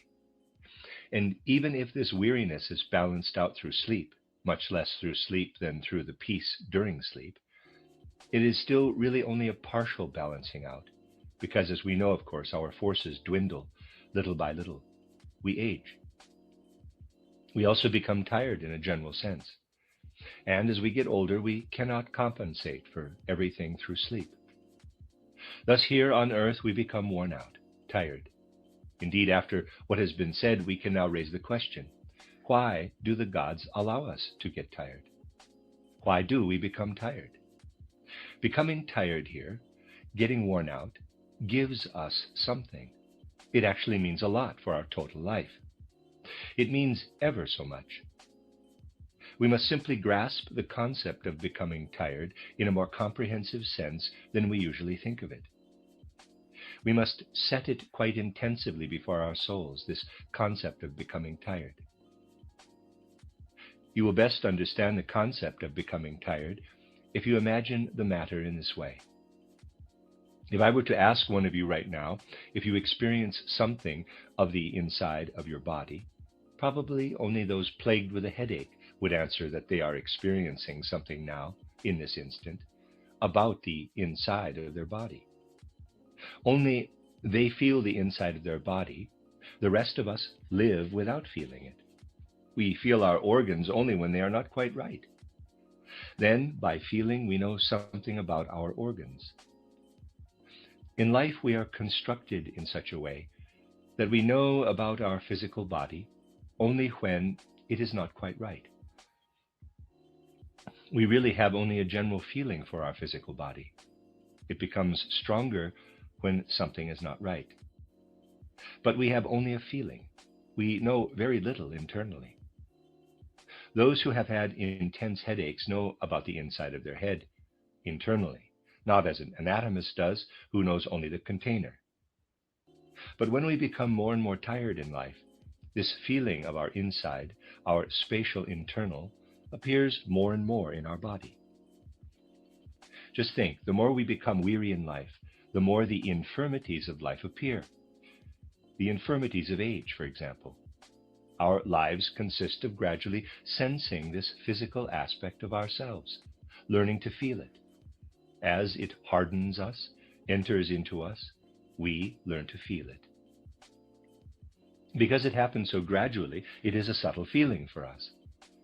We would know how intense it is if we, for example, forgive the simple expression, but it will express to you what I mean, could feel in one moment as sound as a bell, like a child bursting with health, and then immediately after, for comparison, as one feels when the limbs have become frail at 80 or 85 years old. Then we would immediately feel the contrast. But instead, it happens so slowly, we do not notice how we are spun into the experience of the physical, into becoming tired. Becoming tired is a real process, but actually it is not present at all at first, because the child is bursting with life. Then as life progresses, the life force is constantly drained by this becoming tired. Then the tendency to become tired predominates. We become tired. While we become tired in this way, even if it is, let us say, only a slight feeling from within us, something internal actually develops within us. Our life here in the physical world offers us only the external part of deep, significant, exalted secrets. Feeling, which is thus accompanied quietly in life by this process of becoming tired and of sensing the inside of our bodies, is the exterior of something that is woven within us, wonderfully woven from pure wisdom, a whole web of pure wisdom. By becoming tired in life and learning to sense internally, a fine knowledge of the wondrous structure of our internal organs is woven into us. We learn to become tired in our hearts, but becoming tired means that knowledge is woven into us, is constructed like a heart from the universe. We become tired in our stomachs. We make them tired primarily in that we ruin them through food. But even so, all wisdom, an image of wisdom from the cosmos, of the way the stomach is constructed, is woven into us as our stomachs become tired. The way our internal organism is constructed, sublime, wonderful. This formidable work of art forms an image that comes alive only when we have laid aside the external part of the astral body that was tied to the earth. And it is this image that fills us as life spirit and now lives in us. The wisdom about ourselves, about our wondrous internal structure, now lives in us. And so the time begins when we learn to compare, as it were, what now fills us from out of wisdom in the form of life spirit to what was woven into the universe earlier as etheric presence. Now we work on this comparison, on how one can fit with the other, and we create as an image a human being as it should be in the next incarnation. We begin in this way by gradually facing the cosmic midnight, as you will find indicated in the mystery drama titled The Soul's Awakening. Thus, after the cosmic midnight, we carry out a task, which takes place by participating in the creation of the world, in bringing in what we enjoy here. During the life between death and birth, we work, we weave alongside the gods. We help weave part of the gods' images. We can be co-workers for the goals of the gods, in that the gods put us in the world. We may prepare the next incarnation for ourselves. As we do so, not only processes that are egotistic in relation to us take place, but also all other possible processes. And this can arise from the following. Here on earth, winter changes to summer, the sun rises and sets. Everything that is earthly, work, takes place. In the spiritual world is a process that is much higher than that. What, at the very last, leads to our earthly incarnation? What leads to human existence? It is powerful heavenly work that has not only a meaning for us, but a meaning for the entire world. When we are able to gradually experience this wonderful process through spiritual sight, we encounter something astounding. It will indeed seem strange to you when I say it, but the higher secrets will always seem strange at first to our physical sensory way of seeing. What comes before our souls will shake us. The more, the better. These things, as they are, should not come to our souls at all in such a way that we absorb them in a rational, dryly cognitive way and thus remain indifferent. Precisely through these things, we should gain a soul impression of the grandeur and greatness of the divine spiritual world. One could say that were we to put spiritual science forward in a dry way that does not move the whole person and bring immediately an impression of the greatness and grandeur of what pulses and lives through the world as the divine spiritual aspect, then all of us would be born headless. For even after what I have just described, and in spite of everything that we are capable of, the way things are in the world today, we could not bring about the construction of our own head. The human head is such a sublime image or copy of the universe in its structure that human beings themselves cannot construct it. Even with our life's wisdom woven into us, we could not prepare it for the next incarnation. All of the hierarchies of the gods must play a part in it. What is present in your head in this sphere, broken only by the occiput, this somewhat transformed sphere, is a real microcosm, a real impression of the great world globe. Everything that lives outside in the universe lives within it. Everything that is active in the various hierarchies works there. While we construct our next incarnation from the wisdom collected as a result of our becoming tired as we aged, all the hierarchies influence this activity in order to incorporate into us what then becomes the head as an impression of all the wisdom of the gods. While all of this is taking place, our physical hereditary line is making itself ready through generations on earth.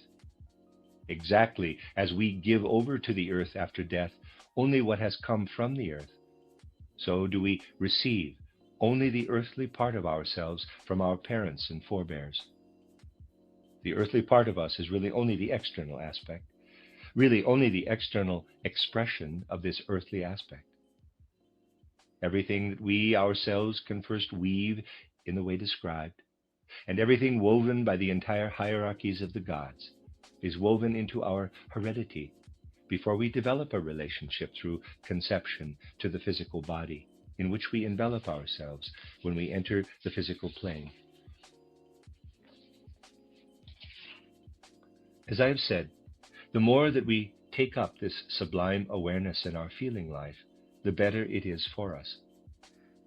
Just imagine, we use our head, but we generally have no idea, at least to the extent that we are living with only a materialistic consciousness, that whole hierarchies of gods work to form our head, to form the spiritual basis for the head, so that we can exist at all.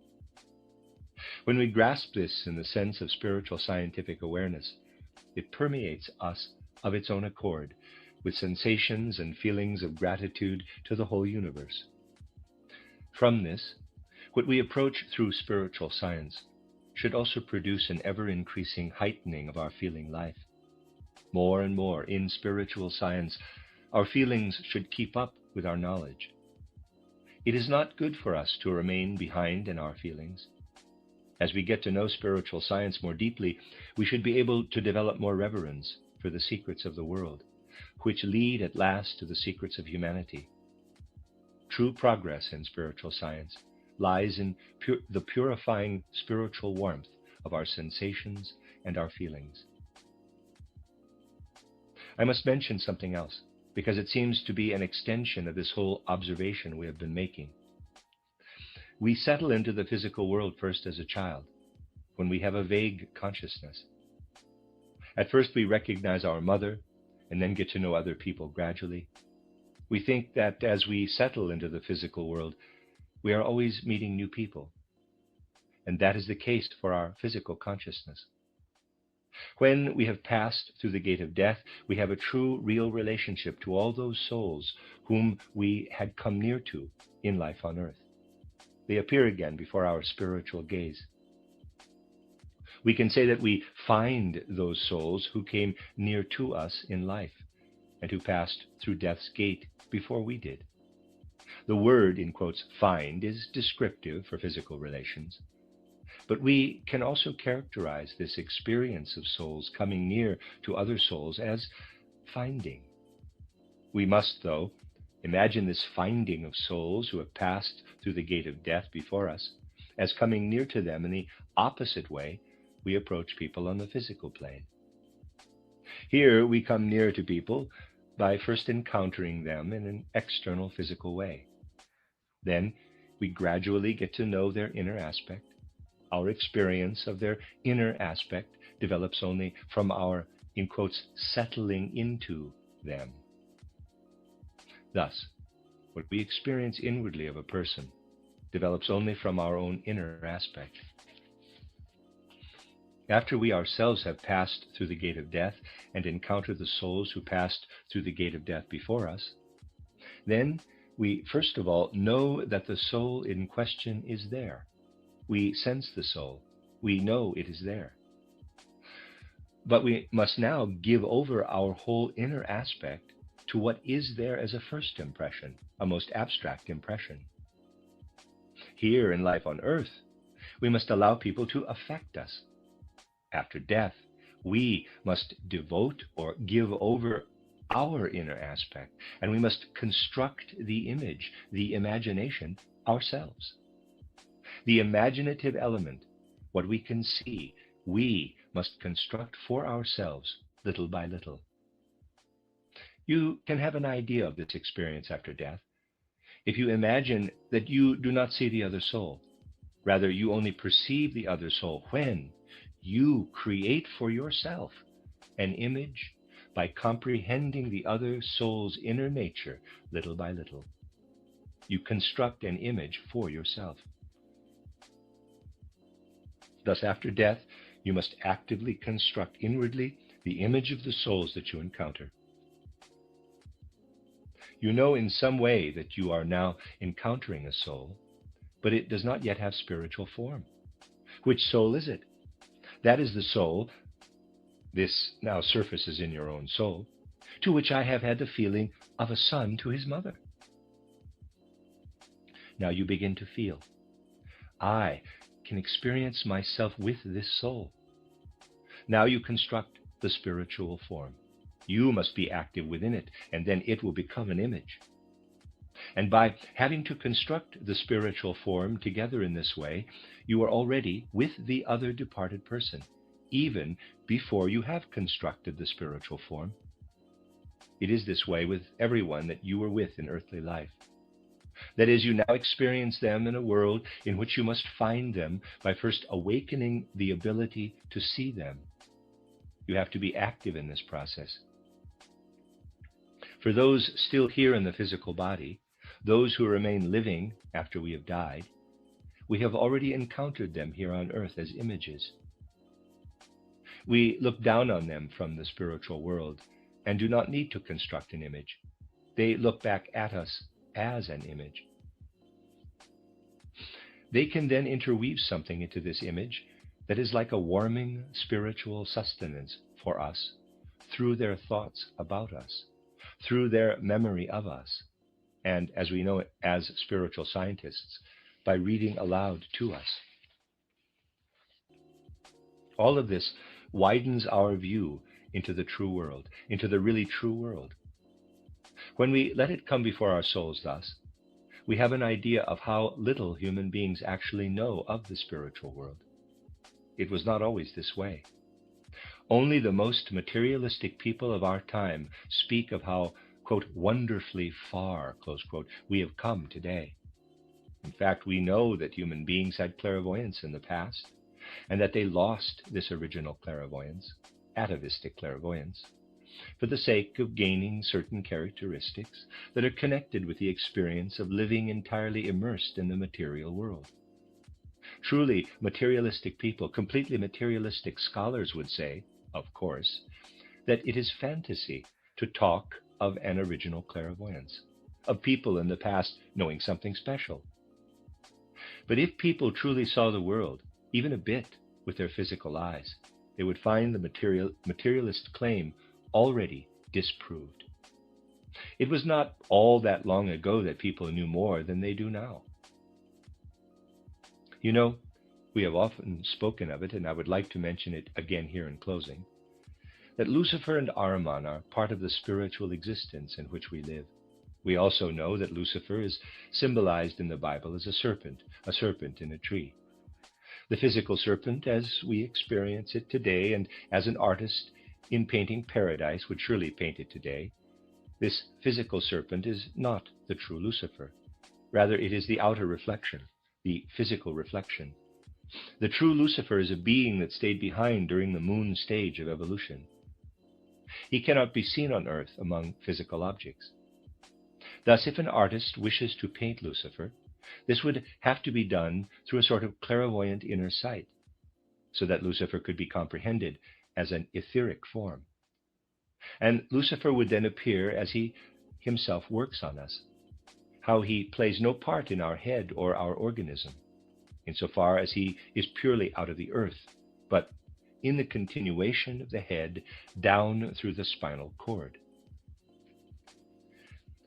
Lucifer must be painted this way if one is to paint him, according to his etheric form, with a human head and a snake-like continuation in the human spinal cord.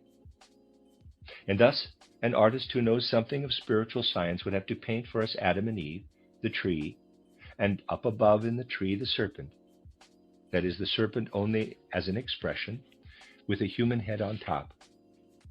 If an artist painted something like this today, we would accept that it was painted from spiritual science, of course. In the art gallery in Hamburg, there is a painting from the Middle Ages by Meister Bertram that depicts this scene in paradise in this way. In this painting, the serpent is in the tree, as I just described it, painted correctly. You can see the picture there. People today, however, do not go about in the world with their eyes open, but blindfolded. It has also been painted this way by other artists. Perhaps there is something similar in Leipzig. What follows from this? People in the Middle Ages knew about this, knew it to the degree that they even painted it. This means it was not so long ago that people were first forced entirely onto the physical plane. And what informs us today from the material world as the course of the spiritual history of humanity is essentially nothing more than an outright lie. One is led to believe that human beings have always been the way they have become in the last few centuries, whereas it was really not so long ago that they saw into the spiritual world with clairvoyance. But they had to abandon this ability to see the spiritual world, because they were not free. In order to obtain full freedom and eye consciousness, it was necessary to give up this sight. And now, we must find our way again into the spiritual world. Hence, spiritual science prepares something important, something essential, this living into the spiritual world again. And we should bring before our souls again and again the necessity that there are a handful of people who live today in the material world and are led by their karma to take on the most important tasks of humanity for the future. We perceive that these people have, through their soul life, to perform most important things. Without being arrogant, we must show in all humility and modesty how great the difference is between a soul that is trying to find its way gradually into the spiritual world and all of the others today who have no idea and who have no desire to have any idea of the spiritual. We must not simply, it must not become simply a deplorable, painful feeling for us. Rather, it must be a feeling that motivates us to continue working, that motivates us to be true to our work in the stream of spiritual science, to which we have been led by our karma, our fate. At our last gathering here, I also mentioned that when people pass through the gate of death, before having completely lived out their life, what was given to them as etheric body force is not yet completely used up. If a person passes through the gate of death at a young age, the etheric body could have affected the physical body for decades to come. This force is not lost. Rather, it is still there. I have also already mentioned that because death daily and hourly approaches humanity in such great numbers at present, many etheric bodies that could have supported physical bodies for a longer time in the physical plane are consigned to the spiritual etheric world and continue to hover. And these forces, which could have taken care of the physical body for decades more, become spiritual forces that participate in the spiritual evolution of humanity. Thus, a time will come in which the forces within these etheric bodies can be used for the spiritual advancement of humanity. This will come about only if, after today's terrible events have gone from this earth and peace has arrived once again, the souls here on earth, who still move on this earth in physical bodies, are able to understand that all those who entered the spiritual world in the past have their etheric bodies there and can radiate their forces into evolution. This must be understood by the souls here on earth, and these souls will be able to participate in this spiritual advancement, which is possible for the future, precisely because of so many sacrificial deaths. Think what it would mean if spiritual science were to disappear now, and no one understood all that is being prepared in the spiritual world through their sacrificial death. The entire sum of these forces would fall to spiritual beings that would use them for a purpose other than what they should be used for, according to the resolve of the rightful, further developing gods. This possibility, however, admonishes us, even from the events of our time, to be fully present with our consciousness to everything that the spiritual world is, because these current events too have a spiritual side. What is present outwardly in blood and death and casualties is the external expression of inner spiritual events, which must, however, be understood in the correct sense. This is what I want to remind you of again and again with the closing words of our reflections today. From the combatant's courage, from the blood of battle, from the suffering of those abandoned, from the people's sacrificial death, spiritual fruit will grow. May souls guide their senses, conscious of spirit.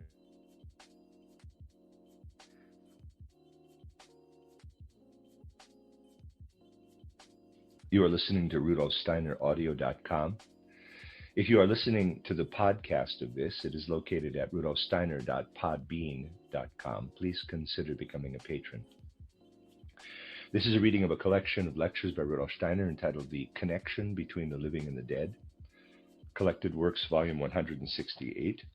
And this is lecture number 4, entitled How Can Today's Poverty of Soul Be Overcome? Given in Zurich, October 10th, 1916. What we seek as spiritual scientific truths should not be just a dead knowledge for us, but a living one. It should be knowledge that can really find its way into our life, into all aspects of our life, and at the most important points in our life. Spiritual science today is often taken in quite abstractly, and people, especially those who have little understanding of spiritual science, may even come to a sort of detached knowledge that initially proves to be unfruitful for life, and they then have the following impression. Quote, what does it matter that we know human beings are made of so and so many parts or members, and that humanity has evolved through different cultural epochs and will continue to evolve, and so on, close quote.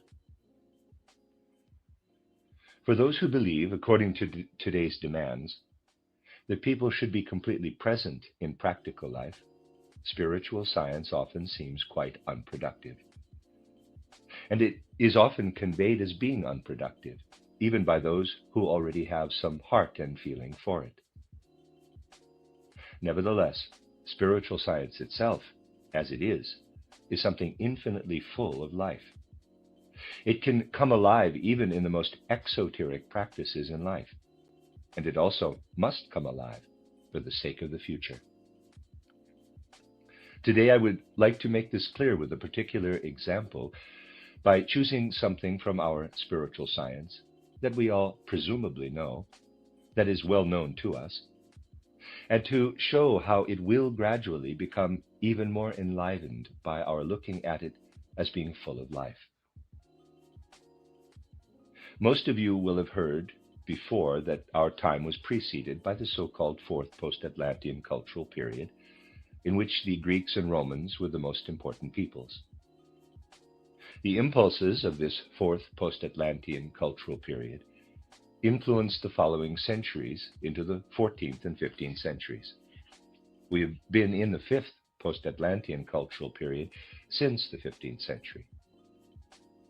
We have been born into this period in our current incarnation, and human beings will live in this fifth cultural period for many centuries to come. We know, furthermore, and have often let it flow through our souls, at least most of us have, that humanity particularly advanced outer culture and outer work during the Fourth Post-Atlantean, the Greco-Roman cultural period, which developed the so-called intellectual or mind-soul at that time. Our task now is to develop the consciousness soul. What does it mean that the consciousness soul must be developed? Understood correctly, what was just introduced in abstract form will constitute the fate of humanity for our entire Fifth Post-Atlantean cultural period. The different peoples of this fifth cultural period must work together to give expression to the consciousness soul. This shows in all life's conditions and circumstances. If we look at life rightly, the truth is confirmed for us everywhere that our time represents the actualization of the consciousness soul. Human life was entirely different in the Greco-Roman period. Then, at the level at which humanity stood in the Fourth Post-Atlantean period, humanity was given the power of reason and the power of the feeling soul, in German Gemüt. Reason is something that includes many things. We no longer look at it so exactly today. The Greeks and Romans were dependent on their reason in a different way from people of today's fifth cultural period. As part of their natural state of evolution, the Greeks and Romans received reason to the extent they needed it. Just as today, natural dispositions develop as human beings mature, in a certain way, natural reason developed then in them. This was very different from the way it is today. People then did not have to develop natural reason in the same way as is necessary today, and which will become more and more necessary in our fifth period. It developed then as a natural ability. People either had reason, if they developed in natural conditions, or they did not. If they did not, it was something pathological. It was also exceptional. It was not usual. It was the same with the feeling soul, which developed in the way appropriate to the Fourth Post-Atlantean period. When people encountered each other, they knew how to adapt themselves to the other person. History does not tell us much of such things, but it was so. In this respect, there is a particularly great difference between the people of the earlier centuries up through the 15th century and the people of our time. The people of those early centuries did not pass by each other indifferently, as is often the case today.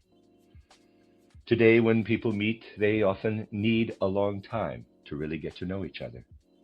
We each have to learn about the other person to begin to trust each other until we gain each other's trust. What is achieved today only after long acquaintance, and even then is often not achieved, was achieved instantly when people met each other in the Greco-Roman cultural period. Individualities coming together developed relationships very quickly. They did not need to exchange thoughts and feelings for a long time. A person's mind worked in a much more spiritual way into another person's mind. Relationships were made very quickly, insofar as they served the well-being of the two people involved, or insofar as this was necessary in some way for a number of people who formed a group. Today we can correctly identify the colors of plants with our senses, but in the seventh post-Atlantean cultural period, people will no longer be able to do so without effort. Instead, certain circumstances will be necessary to even become acquainted with nature. Just as we can recognize plants immediately from the first impression today, and not just through closer contact, so it was then in relation to other people. We must remember that this kind of mind connection between people was completely appropriate for that fourth post-Atlantean period. However, it sufficed only for the simpler living conditions of that time. Today, a much different web of feeling connections extends over the world than was the case then. Just imagine that most of people's relationships in the fourth cultural era, by far, were based on personal encounters, and that whatever people had to work out together was worked out through personal encounters. Printing, which belongs to the fifth post-Atlantean cultural era, has enabled impersonal contact with others, and this will be increasingly so in our time. Modern transportation brings people together in such a way that relationships are formed quickly and might actually not be beneficial at all. Thus, through these modern means of interaction, people encounter each other much more impersonally in the world. As a result, the constitution of human beings now is such that it does not receive as fully developed either the mind with its ability to work instantly, or the intellect with its penetrating effect, as was the case with the intellectual or mind soul. Rather, humanity is being developed by the consciousness soul, making us much more separate and individual, leading more to egotism and to awareness of our isolation within our own body. Because of our consciousness soul, we are now more separate as individuals, hermits who wander through the world, than we were with the intellectual or mind soul. The fact that people have closed themselves off has already become the most important characteristic of our time, and will become so more and more. The consciousness soul leads us to closing ourselves off from the rest of humanity, to being more isolated. Thus, it is quite difficult to get to know others, and especially to become close with them, to become familiar with others, and to develop trust requires a lengthy process of first getting to know the other person. So, what then is all of this supposed to achieve? We will best be able to understand this if we contemplate thoroughly a certain spiritual scientific truth, which tells us that the way we come together today is not coincidental, truly not coincidental. Our life path brings us together with certain people, and does not bring us together with others. Today, because we have entered a period in human evolution that in a certain way has brought the earlier karmic developments people have experienced to a high point, whom we meet is completely based on the effects of each person's karma.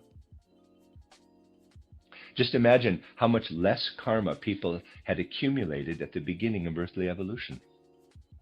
Every time we incarnate, new karma is formed.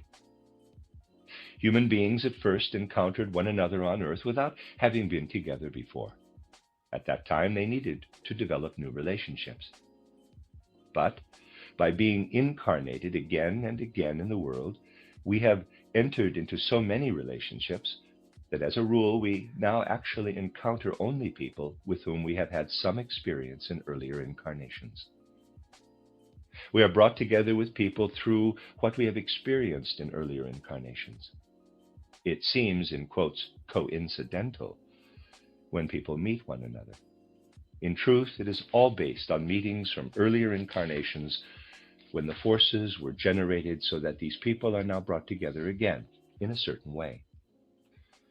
Now, the self-contained consciousness soul that must develop in our time can develop only when we give less attention to what plays out person to person in the present, and allow the things that rise within us mysteriously as a result of previous incarnations to take effect. In Greco-Roman times, it was still the case that when two people met, each person immediately made an impression on the other, and the impression had a very strong effect. Now, so that the more isolated consciousness soul in people can develop, it should be more like this. One person meets another, and what emerges as a result of previous incarnations should gradually become more effective. This takes longer than immediate acquaintance at first sight. It implies that people, little by little, let what they have experienced with the other come up instinctively, feelingly. That is exactly what is called for today, that we get to know each other gradually, so that the sharp edges of our current outer personalities are smoothed down. For in this way of becoming acquainted, in this smoothing down of our individuality, lies the rise of still unconscious, instinctive reminiscences, the consequences of our previous incarnations. And only when people thus enter into a relationship with others from out of their own inner being can the consciousness soul develop, whereas the intellectual or mind soul develops through the insightful getting to know one another of an outer encounter. In this way, individuals are correctly integrated with each other. What I have just characterized for you is only just beginning in the fifth post-Atlantean era. As this era progresses, people will find it more and more difficult to relate to each other correctly, because bringing ourselves into relationships correctly requires inner development, inner activity. These difficulties have already begun, and they will spread ever further and become more and more intensive. How difficult it has already become today for people who have been brought together through karma to understand each other immediately. Perhaps because of other karmic circumstances, they do not find the strength to develop an instinctive feeling for all the karmic connections that come from previous incarnations. People are brought together. They love each other. This is the result of certain effects from previous incarnations. But other forces work in opposition when such a reminiscence comes up, and people go their separate ways again. Those who meet in life in this way are not the only ones who must test whether what rises within them is really sufficient to establish a lasting relationship. It is also becoming more and more difficult for sons and daughters to understand fathers and mothers, for parents to understand their children, for siblings to understand each other. Mutual understanding is becoming more and more difficult because it is becoming increasingly necessary for people to really let arise out of their inner being what exists there karmically. You see what a negative perspective this opens for the fifth post-Atlantean era, the difficulty in people's mutual understanding of each other. However, this difficulty necessitates that we squarely face this requirement of evolution, that we not wish to live on dreamily in the dark, because this requirement of evolution is absolutely necessary. Were it not imposed on humanity that getting to know one another is so difficult in this era, the consciousness soul would not be able to develop, and people would have to live together according to their natural dispositions.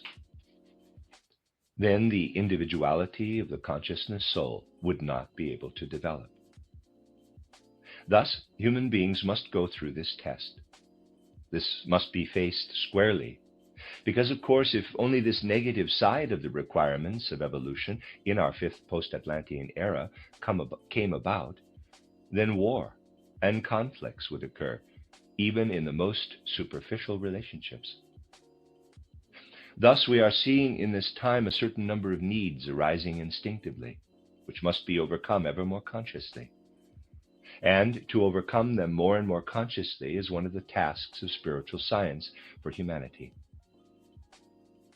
I need only mention one term, and it will immediately dawn on each of us that a remedy is being sought for the difficulty of mutual understanding that is necessarily arising. I need only mention the term. More and more, a sense for social understanding must be awakened in this fifth post-Atlantean era, and awakened consciously, because we live in the age of the consciousness soul. That one term summarizes needs that were by no means present to the same degree during the fourth post-Atlantean era. Whoever is able really to study the structures of Greek and Roman cultures knows that individualism was not such a predisposition within humanity then as it is now in European, or even in the European-dependent American peoples. You will grasp this particularly if you compare human beings to animals. Parenthesis, in order to compare, we will use a radical example, close parenthesis. Why does an animal species live together within certain boundaries? Because it is predisposed to do so as a result of its group soul, its species soul. Animal species are born with a group soul. That is a matter of course, but they cannot grow out of it. They remain in it. Human beings must grow beyond the group soul. Every single person must develop individually, and especially in the present day, the consciousness soul is one of the essential parts of this individual development. There is certainly still a trace of the group soul aspect in Greek and Roman cultures. We see that people were also still within a social order that had a definite form, even though its structure, its form, came about largely through moral forces. But these forms are being dissolved more and more in the fifth post-Atlantean era. The trace of the group soul aspect, which still remained in the fourth era, no longer has meaning in this fifth era. In its place, however, social understanding must arise consciously. That is, all that comes from a deeper understanding of the truly individual human essence must arise. Only spiritual science can develop this true understanding. When spiritual science develops more and more from the abstract to what is concrete and full of life, within the circles that follow spiritual science, a very special sort of knowledge of and interest in humanity will be awakened. There will be those who have certain capacities to teach their fellow human beings about how people have different temperaments and dispositions, how the person who has a particular temperament should be understood, how another person who has a certain disposition, a certain temperament, must be understood differently. Thus, people with this particular social talent will teach other people who are ready to learn. Quote, there is this type of person, there is another type of person, and we must look at the one person thus and the other person so. Close quote. Practical psychology, practical knowledge of the soul, but also a practical knowledge of life will be developed. And through this, a true social understanding of the evolution of humanity will result. What has appeared until now as social understanding? Abstract ideals have appeared, the most varied abstract ideals about world and national happiness, this or that form of socialism. If we really tried to introduce into the world such social ideas as are appearing here and there, we would soon see that we cannot accomplish it. Social understanding is not in any way about founding societies or sects with certain agendas, but about spreading knowledge of the human being, practical knowledge of human nature. This means knowledge of the human being that enables us to correctly understand nascent, developing human beings, to understand children correctly, and the way they each develop with their own individuality. Through this, we learn to become part of life in such a way that we develop correct, lasting relationships, relationships that can really become fruitful for life. This comes about through the correct karmic effects within us, when, because of karma, we come face to face with a person with whom we are supposed to have a particular relationship. Practical knowledge of the human being a practical, effective interest in humanity is what this depends on. Humanity today has still not come very far at all in this way. It is still very limited in its progress. So how do we react when we meet a person today? We may react with sympathy or antipathy to the person. Go anywhere in the world and see how this is the only reaction in most cases. Even when we meet many people, our reactions are completely controlled by this one point of view, quote, I like him, I don't like her, close quote, or quote, I like that about her, I don't like that about him, close quote. Preconceived notions. We imagine that a person should actually be a certain way, and when we see anything different in a person, then we make a judgment about the person. Until this sort of thinking stops, of thinking of others as sympathetic or antipathetic based on our prejudices, on certain personal preferences that we have about human nature, and until the attitude spreads of taking people as they are, we will not be able to make strides in true practical knowledge of human nature. Just think how very often today two people come face to face under these circumstances, and some antipathy arises in one of them. One does not like the other. Then everything that the one person does in relation to the other is colored by this dislike. Through this, a karmic relationship is very often totally wiped out, completely put on the wrong track. And it can be put right only in the next incarnation when these people come together again. Sympathies and antipathies are the greatest enemies of true social interest, but this fact is seldom even noticed. Those who know what true social understanding means for the advancement of humanity observe at times with a terribly heavy heart the effect teachers can have in a school.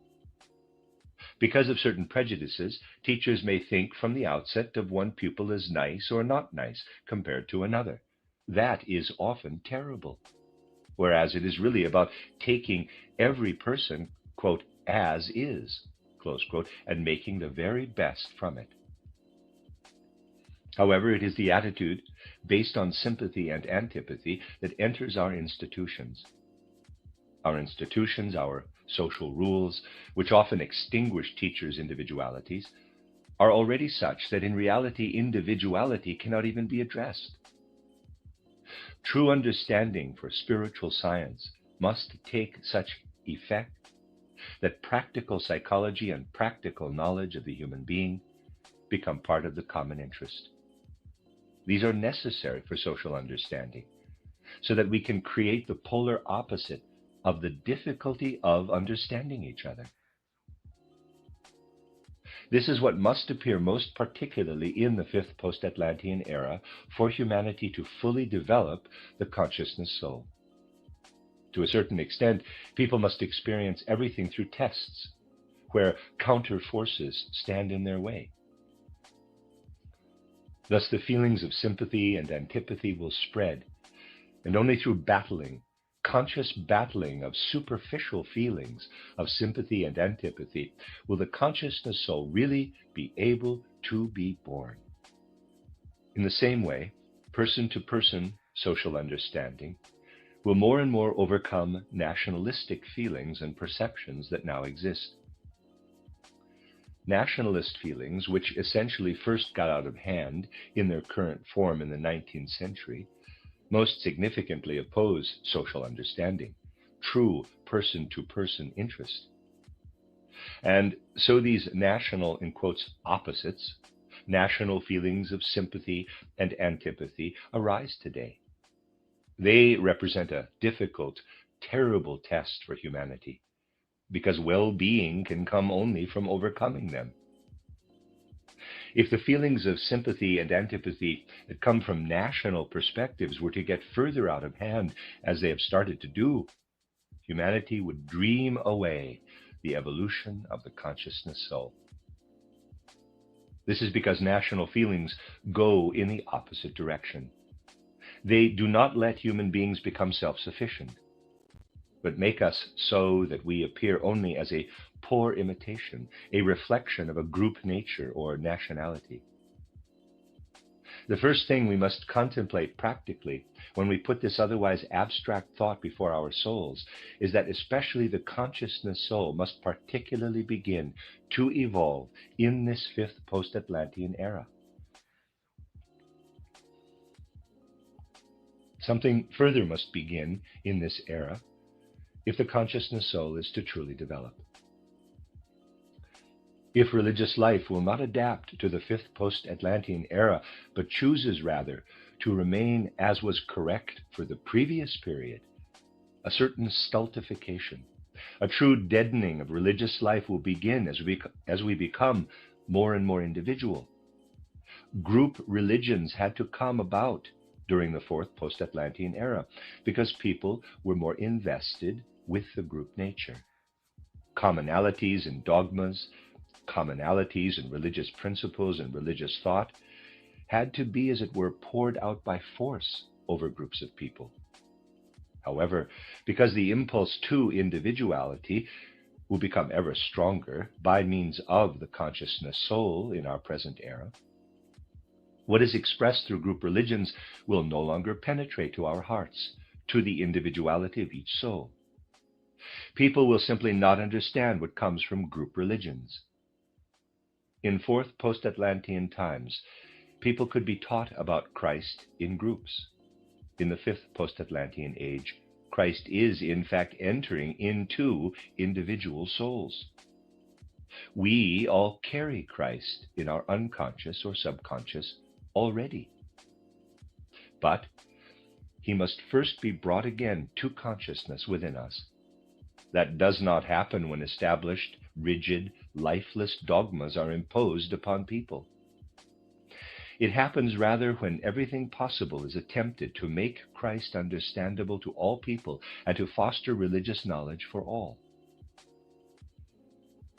Thus, more and more tolerance must come about, directly in relation to the thinking of religious life.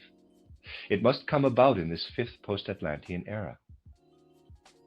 The situation in the fourth post-Atlantean age was still such that those who worked for religion imparted a certain number of dogmas, of set principles to their fellow human beings. This must become much different in the fifth post-Atlantean era. It is quite a different matter now. Now, because people are becoming ever more individual, religious life should support the attempt to become completely free from dogma, should really bring before people the things that can be explained, can be described to others without dogma. This will come about more from personal inner experience, so that people can individually develop their own free religious thought life. In reality, the religions with dogmas, with specific set dogmas and tenets, will kill religious life in the fifth post-Atlantean era.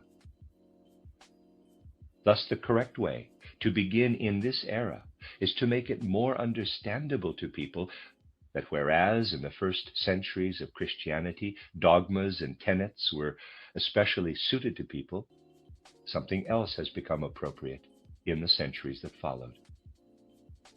But there are also other religions. One attempts to describe the nature of other religions, and one attempts to clarify various views concerning Christ. In this way, we bring to each soul what will deepen it. But we do not try to shape their souls ourselves. We allow them to have their freedom of thought, particularly in the field of religion, in order to further develop this freedom of thought. Just as social understanding is necessary on the one hand, as I have described it, so on the other hand, freedom of thought in the field of religion is a basic requirement for the development of the consciousness soul. Social understanding in the field of social existence. Freedom of thought in the field of religion, of religious life. What we are attempting to do is to increasingly understand religious life, to penetrate it, and thus be able to get along with our fellow human beings, even if each person develops their own religious life. This must be considered ever more because it is one basic requirement for the fifth post-Atlantean era, something that humanity must consciously acquire for itself. Specifically, in the age of the consciousness soul, the Ahrimanic forces directly attack this freedom of thought most of all.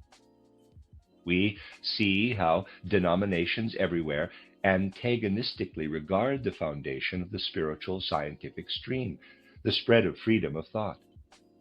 We see how much slander and libel are directed at spiritual science, for the simple reason that spiritual science is trying to examine the birth of the consciousness soul with full, light-filled understanding.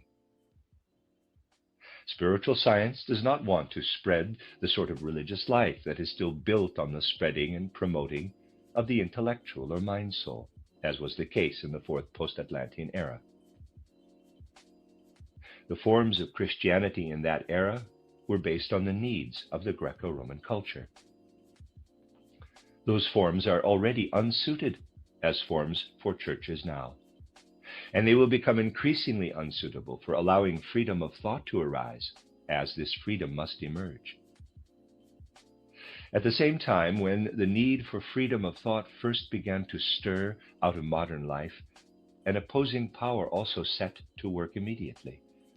This could be called the, in quotes, Jesuitism of the different religions, though much is included in this term that must be described in detail separately. This was actually brought to life in order to provide the strongest resistance to the freedom of thought that is a necessity of life in this era. And it will become increasingly necessary to eradicate this Jesuitism, which is opposed to freedom of thought in all areas in our era, because the freedom of thought radiating from religious life must continue to develop in all areas of life. But since this freedom of thought must be acquired independently, humanity is essentially being put to a test, and the greatest difficulties crop up everywhere.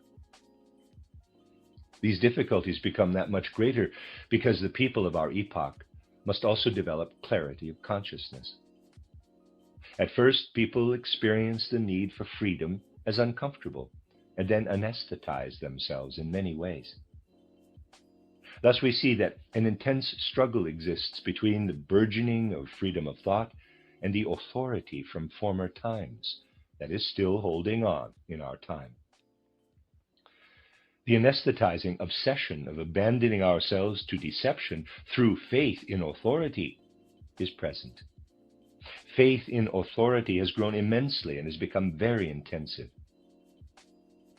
Under its influence, human beings have developed a certain helplessness in regard to exercising their faculty of judgment. In the fourth post-Atlantean era, healthy understanding was provided to humanity as a natural gift. Now we must acquire it, develop it ourselves. Faith in authority holds us back. But we become completely caught up in this faith in authority. Just think how people appear helpless compared to creatures that have no power of reason. Animals have many instincts that lead them in beneficial ways from sickness back to health, whereas humanity today works hard against common sense regarding sickness and health. In this way, humanity today submits completely to authority. It is not easy for modern humanity to even form an opinion regarding healthy living conditions. Certainly, all sorts of organizations and such make laudable endeavors, but these endeavors must all become much more intensive. Above all, we must understand that we are continuously moving toward a faith in authority, and that entire theories are formed that are themselves the foundation of views that strengthen this same faith in authority. In the field of medicine, in the field of jurisprudence, and in all other fields as well, people declare themselves incompetent from the start in acquiring an understanding, and they simply accept the word of science. This is indeed understandable, given the complexity of modern life, but people will become increasingly more helpless under the influence of the power of such authority. Systematically cultivating this authority, this disposition for authority, actually is the principle of Jesuitism. And Jesuitism in the Catholic religion is only one specific example of the results, which also appear in other fields, but which we simply do not notice. Jesuitism first began to uphold the power of the papacy in the field of ecclesiastical doctrine, which carried over from the fourth post-Atlantean period into the fifth. But the papacy is no longer suited for the fifth period. This same Jesuit principle, however, is also carried over again and again into other areas of life. Today we can see Jesuitism looming even over the medical field, which is essentially nothing other than Jesuitism transferred from dogmatic religion. We see how from a sort of medical dogmatism, doctors strive for an increase in the power of their status as doctors. And that striving for power is the essential thing about the Jesuit-like aspiration for power in various other fields as well. This will become ever stronger. People will become increasingly more constricted by what authority imposes upon them. And well-being for our fifth post-Atlantean era will consist of asserting the right of the consciousness soul, which wants to develop against this Ahrimanic opposition, for this is indeed what it is. This can take place, however, only when people really desire to develop understanding and a healthy ability to exercise judgment. In our time, we do not receive, as we do our two arms, natural understanding at birth, which was comparatively still the case in the fourth post-Atlantean period. The development of the consciousness soul requires freedom of thought, but this freedom of thought can thrive only in a very specific aura, in a very specific atmosphere. I have pointed out to you the difficulties present in our own era because it is moving in a very specific direction of development, toward the development of the consciousness soul. But this consciousness soul, precisely because it must develop as a consciousness soul, must have opposition. It must endure tests.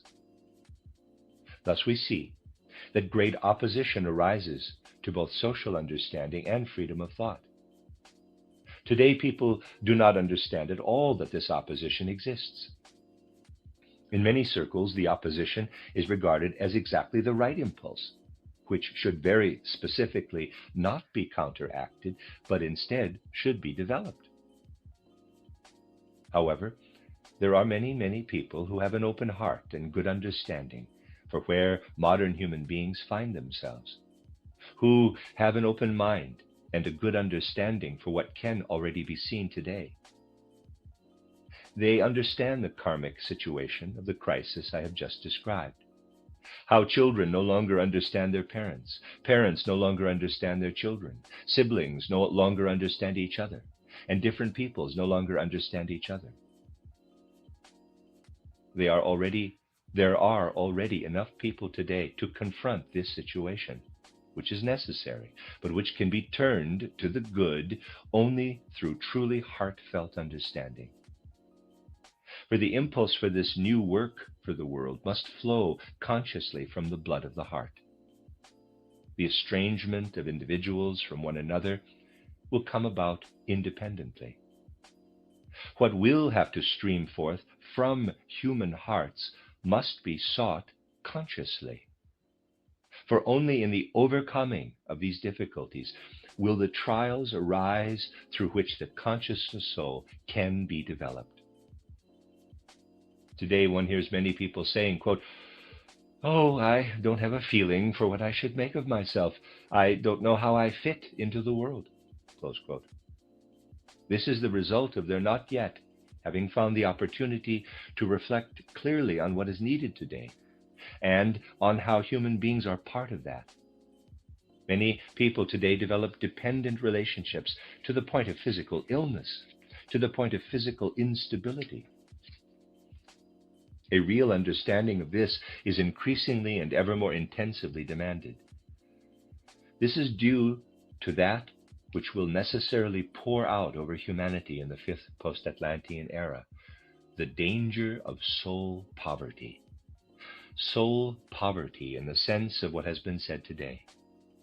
Many people see what I have described and feel it is necessary, really necessary, for people to come to social understanding on the one hand and freedom of thought on the other, but few are willing to take the correct measures. People often attempt to promote what is necessary for social understanding with all kinds of idealistic sounding phrases. So much is being written today on the necessity of individual treatment for the young, growing human being. What elaborate theories are being conceived in all possible pedagogical fields? That is not what this is about. What should be spread widely and in an understanding way are what I would like to call positive natural histories of individual human development, as many descriptions as possible of how a human being has developed. Wherever we can, we should say how person A, person B, and person C have developed, and enter lovingly into the details of an individual's development taking place before us. This is necessary above all: a study of life, the will to study life, and not simply to follow a program, because theoretical programs are the enemy of the fifth post-Atlantean cultural period. When societies arise, they should arise in accordance with the fifth post-Atlantean cultural period, so that the people who come together in these societies are of main importance. And what can result from the mutual association of these positive-minded people can indeed come about.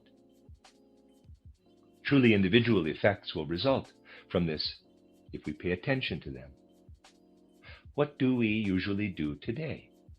First, we pass statutes and regulations. Indeed, this can be a very good thing and is maybe even necessary, since outer circumstances demand outer regulation. But we must be clear in our field that all talk of plans and statutes is only a concession to the world. That the issue is really that living together individually must arise from people with a positive attitude, so that mutual understanding is attained. Then the possibility will present itself in this fifth post-Atlantean era, we have hundreds of years ahead of us, that the understanding of individual development, of development that is full of life, will issue forth from the circle of those who understand it into the wider world, which today ties up everything into paragraphs like a Spanish boot, into sections or laws or something similar. Thus, teachings that sound as if they are healing are popping up everywhere from the pulpits and from other speakers' platforms, which are supposed to instruct us about life. We see teachings appearing everywhere that simply ooze with abstractions, and in which people are presented with all manner of ideas and ideals. This cannot be what genuine change is really about. Rather, it is a matter of penetrating concrete, real life with understanding. Now, how can this be done? Some argue, and of course absolutely rightly so, that we can't learn to judge everything that comes from authority today. Just think, they will say, what someone has to learn who wants to become a doctor. It is right that this person should learn it. We cannot learn that and learn what a lawyer learns and also learn what artists learn and so on. We simply cannot do it. Of course, we cannot do that without question. But we do need to be able to learn all of these things. But we do not need to be able to learn all these things. We need only to be able to judge. We must become capable of leaving authority to its work, but also of judging authority. We will not learn to do so by really going into every single speciality, but rather by acquiring the ability to judge from a foundation that can develop our understanding, our power of judgment comprehensively. This can never come from material understanding of each specialty, but rather from comprehensive spiritual knowledge. Spiritual science must be the central knowledge, because spiritual science will not only give clarity to the relationships in human evolution, it will also, because of the nature of its thoughts and ideas, develop healthy understanding in us, which today must be brought up from great depths, just as it had to be brought out in the Greco-Roman cultural period, the fourth cultural period. The way of developing concepts, developing ideas, which is necessary for spiritual science, is different from other sciences. It does not enable us to become an authority in every field, but rather to become discriminating. And we will realize more and more why that is so, because there are mysterious forces in the human soul. These mysterious forces will bond the human soul and the spiritual world by our delving into spiritual science and by being discriminating when we encounter authority. We will not know everything an authority knows, but if the authority does a particular thing in an individual situation, we will be capable of judging that. We must particularly emphasize this as something that must be brought about through spiritual science, so that it does not just teach people, but also enables them to exercise good judgment in this regard. That is, it first gives them the possibility of freedom of thought, first fosters independent thought in them. Spiritual science does not make us into physicians, but if we penetrate spiritual science correctly, spiritual science enables us to judge what is brought into public life by physicians.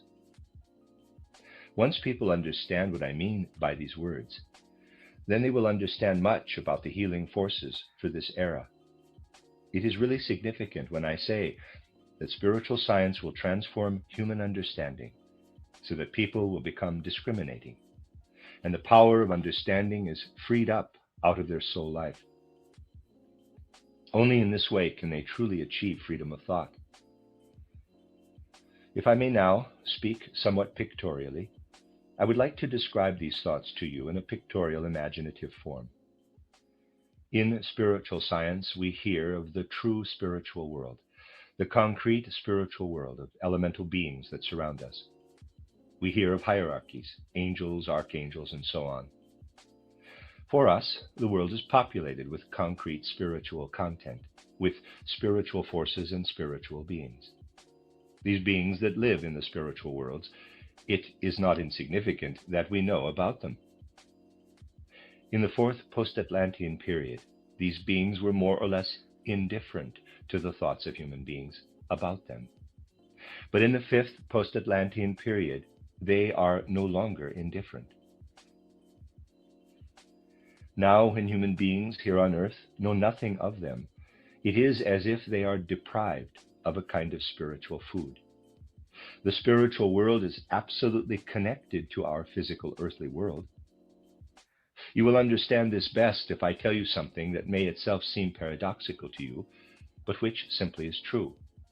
After all, although many things cannot be said today, some truths must be spoken, because people should not live without these truths. You see a correct point of view for the people who live here on earth is to know that Christ entered into earthly life through the mystery of Golgotha, and since then he has been part of earthly life. And from a certain perspective, one can see Christ's coming as fortunate for earthly life. But now, put yourself in the position of the angels. And this position is no invention of mine. This position is what comes to light as something real for the true esoteric researcher. Put yourself in the place of the angels. They experienced something different in their spiritual sphere. They had the opposite experience. Christ went away from their sphere to go to humanity. He left their sphere. They must have said among themselves, quote, Christ went away from our world through the mystery of Golgotha, close quote. They have just as much reason to feel sad about Christ leaving their realm as human beings living in a physical body feel Christ's coming to them as beneficial. This is a real thought process. Anyone who really knows the spiritual world knows that there is only one way for the angels to find solace, which I have expressed like this. Human beings down on the earth, in their physical bodies, live with Christ thoughts, and those Christ thoughts shine up to the angels like a light. They have shown up to the angels like a light since the mystery of Golgotha. Human beings say, quote, Christ has permeated us, and we can develop in such a way that Christ will live within us, not I, but Christ in me. The angels, on the other hand, say, quote, Christ went away from within our sphere, but he shines up to us like so many stars in the Christ thoughts of individual people. We recognize him there. He has shone from earth since the mystery of Golgotha, close quote. There is a real relationship between the spiritual world and the human world. And this real relationship is also expressed in that these spiritual beings that inhabit the spiritual world around us can look in with pleasure and satisfaction on the thoughts that we have about their world. Only when we are able to think of them can they help us. Even if we do not reach the point of seeing into the spiritual world with clairvoyance, they can help us if we know about them. Help comes to us from the spiritual world when we study spiritual science. It is not just that we learn the knowledge, but the beings in the upper hierarchies themselves help us if we know about them.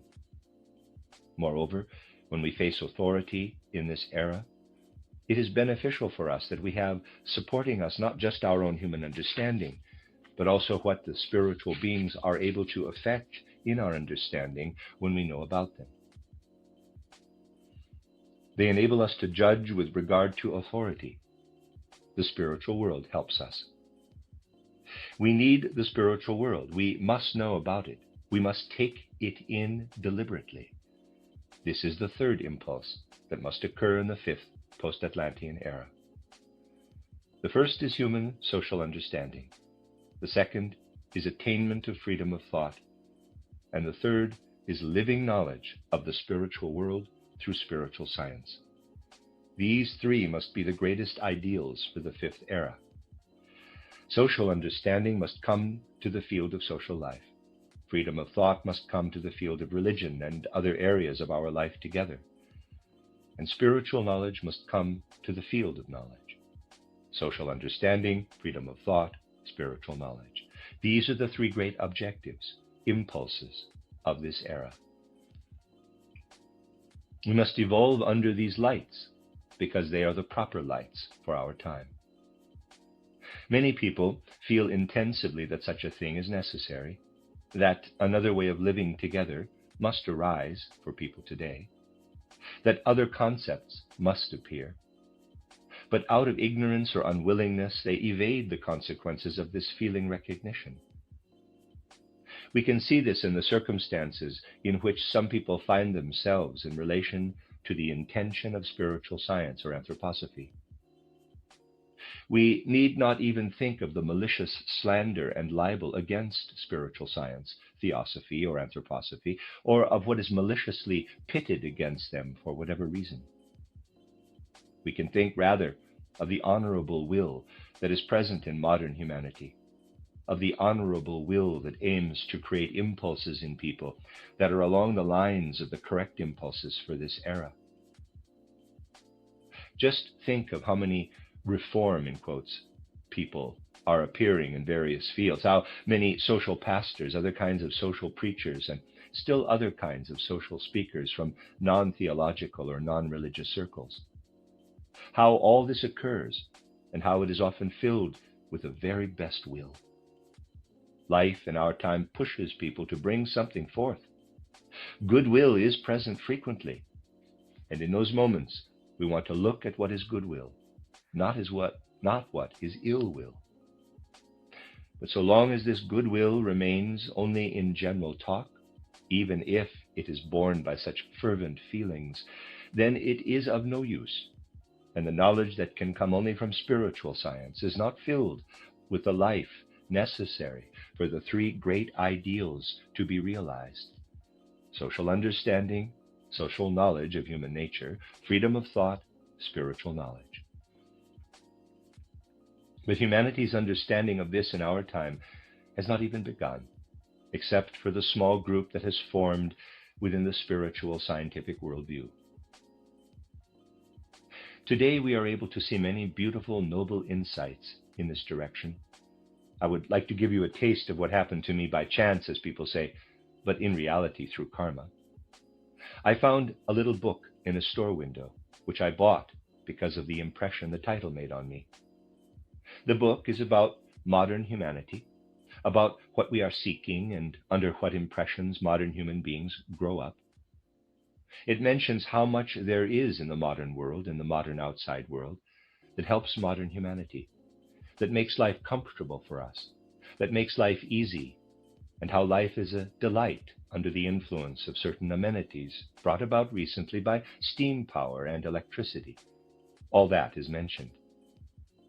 But then something profound is emphasized: that although modern humanity has entered a more frenzied, more eventful life than was the case in earlier times, our lives have become richer. All of this is mentioned with a certain joy, with a certain ardency.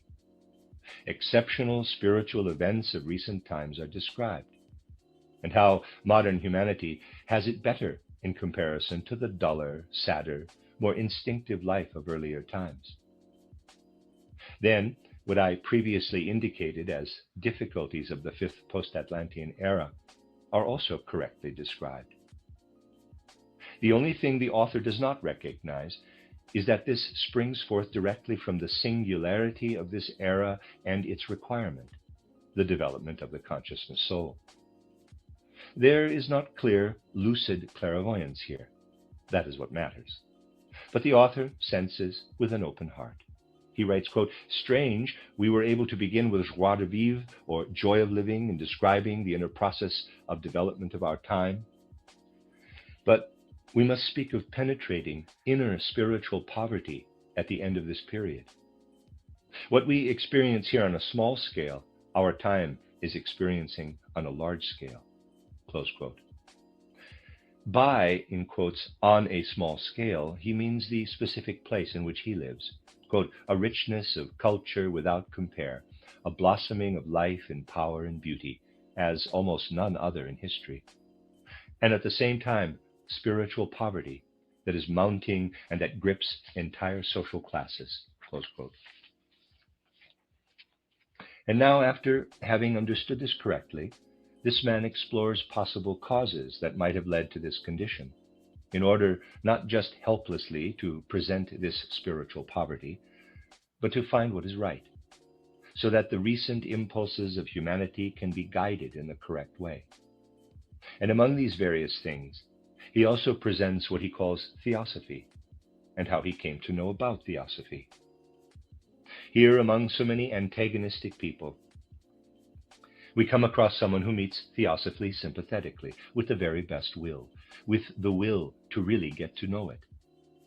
He did acquaint himself with it, and therefore we take him under consideration.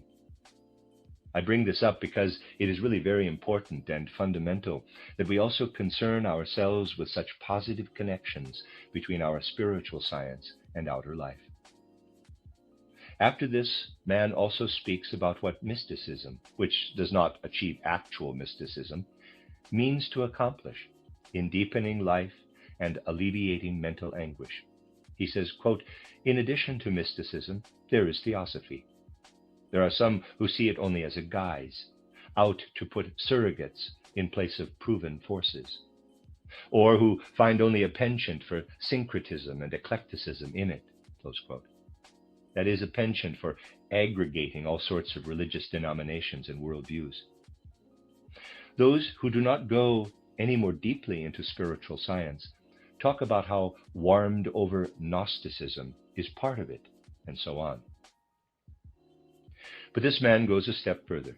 He says to those, quote, "who find only a penchant for syncretism and eclecticism in it, corresponding to their individual tendencies, and throw it together with less lucid concomitant phenomena in contemporary life with superstition, spiritism, visionaries, symbolism, and similar expressions of spiritual child's play that put people on edge with their secrecy, close quote, that this is not true. Quote, it wrongs this movement when one does not acknowledge the deep inner connections and values that come to expression in it. Close quote. Thus, here is a sympathetic person.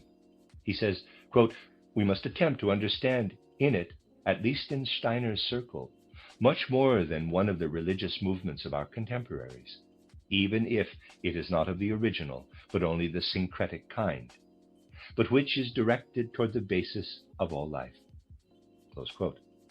I hope he will also come to the originality of it, given how much goodwill this man has. Quote, we may judge it as a movement to fulfill humanity's suprasensory interests, and thus as a surpassing of realism, which clings to the sense aspect. We may recognize in it, above all, a movement that points out to people the moral problems that they are confronted with for the purpose of self-consciousness, and that aims to work toward inner rebirth from a painstaking attention to self-education. Close quote. As I said, I am not reading this out of some foolish sentiment. It is not insignificant, given what else is said about anthroposophy, for us also to become familiar with such judgments. Quote, one need only read Steiner's introduction to title Theosophy to see how seriously one is shown the work on moral purification and self-refinement. Further, it is a reaction to materialism in its speculation directed at the supersensory, admittedly. Close quote, parenthesis, and here is something to which I ask you to pay particular attention, close parenthesis, continue quote.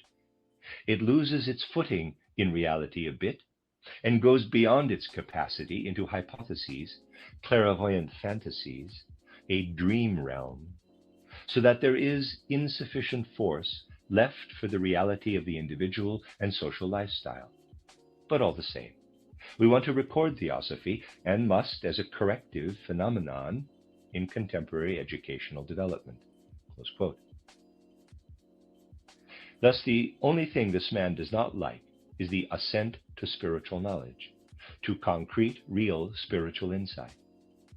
That is, he wants to have the impulses for human moral perfection that can flow from Theosophy, in his view as well, but he does not yet recognize that this can come, here in the fifth post-Atlantean era, only from true, concrete, spiritual knowledge. He does not recognize the roots. He wants to have the fruit without the roots. He does not recognize the whole interrelationship. This man is extraordinarily interesting because he studied my book, Theosophy, with dedication, as one can see. But he failed to see that the one does not exist without the other. He would like to chop the head off this book, but keep the body, as he sees the body as something of value. This is connected with what I described to you earlier. Such people already understand that social understanding and freedom of thought are necessary. But they do not yet want to acknowledge that the third ideal, spiritual knowledge, must form the basis for our era. That is what they cannot yet come around to. To inspire understanding for spiritual knowledge is one of the most important tasks of the stream of the spiritual scientific worldview. Many people call ascending to the spiritual worlds fanciful. They do not recognize that loss of knowledge of the spiritual world has been brought about directly by materialism, and the lack of social understanding associated with it by the materialistic life and life ethos of recent times. It is precisely those who are sympathetic whom we must study to see how it is still difficult for people today to recognize the necessity of definite spiritual worlds. Thus, we must try all the more to gain understanding for such impulses as those of which I have spoken in today's lecture. The little book I've been talking about is titled The Thought World of the Educated, Problems and Questions. It had already been published in 1914 in Hamburg by the Rauhe House Agency. It reproduces a lecture given by Professor Dr. Friedrich Mahling at the 37th Convention for Inner Mission in Hamburg on September 23, 1913. As I said, it came into my hands entirely by chance a few days ago when I saw it in the window of a bookstore, and I can only wonder that no one in our circle noticed it. It could have fallen into someone's hands, since it has been published since 1914. It is actually necessary to concern ourselves specifically with the various threads running back and forth between many different fields. It is necessary to concern ourselves with one issue that we find so often, that of the vile railing against and ridicule of our movement. But we can also concern ourselves with the cases when honest understanding is sought, as in this case, when we can learn directly from the difficulties that people who are seeking honest understanding have today. This is exactly what I wanted to base today's lecture on, to show what the three great ideals should be, the concrete ideals for the fifth post-Atlantean era: concrete social human understanding, freedom of thought, spiritual knowledge.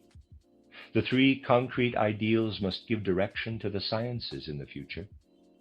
They must purify and cleanse life, must give impulse to morality, must provide orientation and direction, must penetrate life, must foster life in the widest scope within modern humanity. But the first two challenges will not be fulfilled, social understanding and freedom of thought, if spiritual knowledge is not added to them as the third aspect, because the consciousness soul must be developed. The spirit self, which must be developed in the sixth post-Atlantean cultural period, is the highest level of this consciousness soul. It will not be developed if human beings do not prepare inner independence, which is achieved through the development of the consciousness soul. This is what we must also take into consideration in our spiritual scientific pursuit, that what we recognize as abstract truths really have magic powers, which we must unleash only in order to shine a bright light on all life.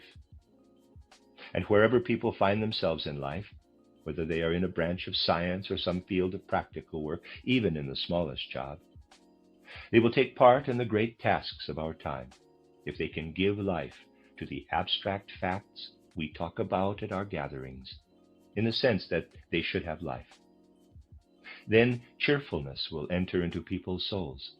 Cheerfulness that is not just carefree superficiality, but that is also connected to the seriousness that supports life, that increases our powers, that does not just enable us to enjoy life, but makes us into competent workers in life.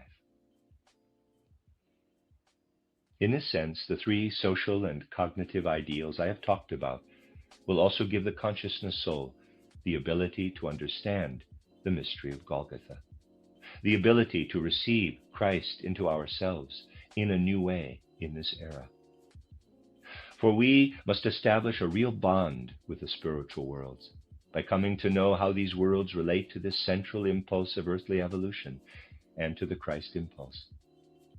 Only then will the Christ impulse become an influence on the thoughts that have been able to shine into human souls in earth existence from the spiritual world since the mystery of Golgotha. Thoughts that can light up in human souls as bright, comforting stars, as I have described. Thoughts that themselves light up the world of the angels, who have lost the Christ from their spheres, so they see him shining back to them from the sphere of human thoughts. No, spirit knowledge is not something that may be described as fantasy.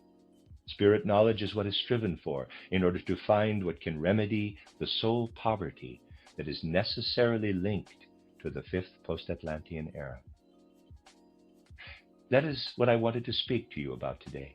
I hope we will see each other again in this city in the not-too-distant future. Until then, I hope that we remain connected in thought and also continue our work here in the spirit of our movement. The end of Lecture 4, translated by Arya Jackson.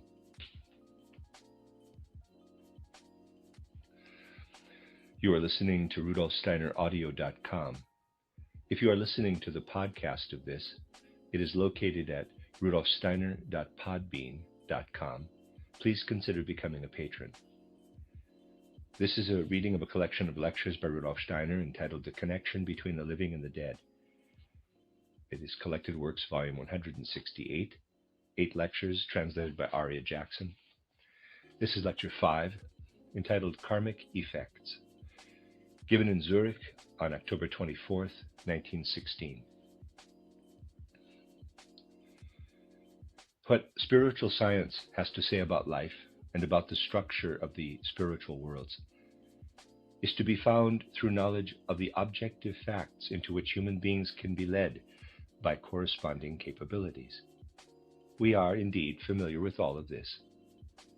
Thus, if the issue is to justify or defend spiritual science in the world today, we cannot base our defense on anything other than indicating how people come to insight into the spiritual worlds by developing certain capacities, and then explaining how these capabilities arise from a corresponding formation of living relationships in the spiritual worlds. An objection based on human wishes or desires can never be made in relation to the facts that come to light in this way, although it is often almost a matter of course. It is still good to point this out. Just as little could an objection be made in relation to the facts of the physical world, which are observed with the senses. Although this is obvious, one often hears objections to certain spiritual scientific statements, objections that stem directly from human wishes or desires. Something along the lines of, quote, "If spiritual science has that to say about the spiritual worlds, then I do not wish to become familiar with spiritual science, because if it really were so in the spiritual worlds, I could never get used to such a form of the spiritual worlds." Close quote. As fundamentally absurd as such an objection is, it has been said. But it appears not only in this very obviously absurd form. It also appears masked in all sorts of dismissive attitudes that are held in relation to spiritual science. Even if some insight or other of spiritual science could never be supported by the claim that the world had only one meaning, that the spiritual world were like such and such, one can nevertheless know how things really are in the spiritual world. One can never say anything about the structure of the spiritual worlds based on such assumptions. But on the basis of real insight, one can turn it upside down and indicate what spiritual science and its results can mean for human life. 2 weeks ago, I demonstrated for a particular subject what the spiritual scientific ethos means specifically for our time in relation to the great challenges of this age. Today I would like to make a few other points that will go somewhat more deeply into what spiritual science can be for humanity, and in particular, what it can be today for those who will study it more deeply. I would also like to point out the resistances spiritual science can meet from today's culture, and which resistances one must be armed against.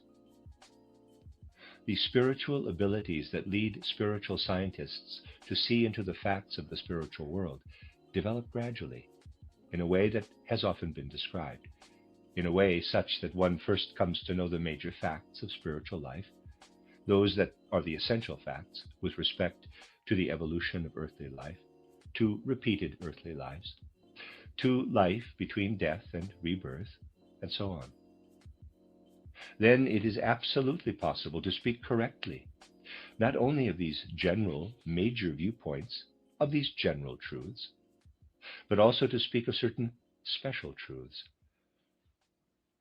And when we become more and more familiar with such special truths, then spiritual science becomes more valuable for the individual, concrete human life. Human life must at first be an enigma for outer physical view, because if it were not an enigma, human beings would not be subject to a development that makes us ever more capable. Our abilities, which are produced especially in connection with the soul, must come from our own efforts.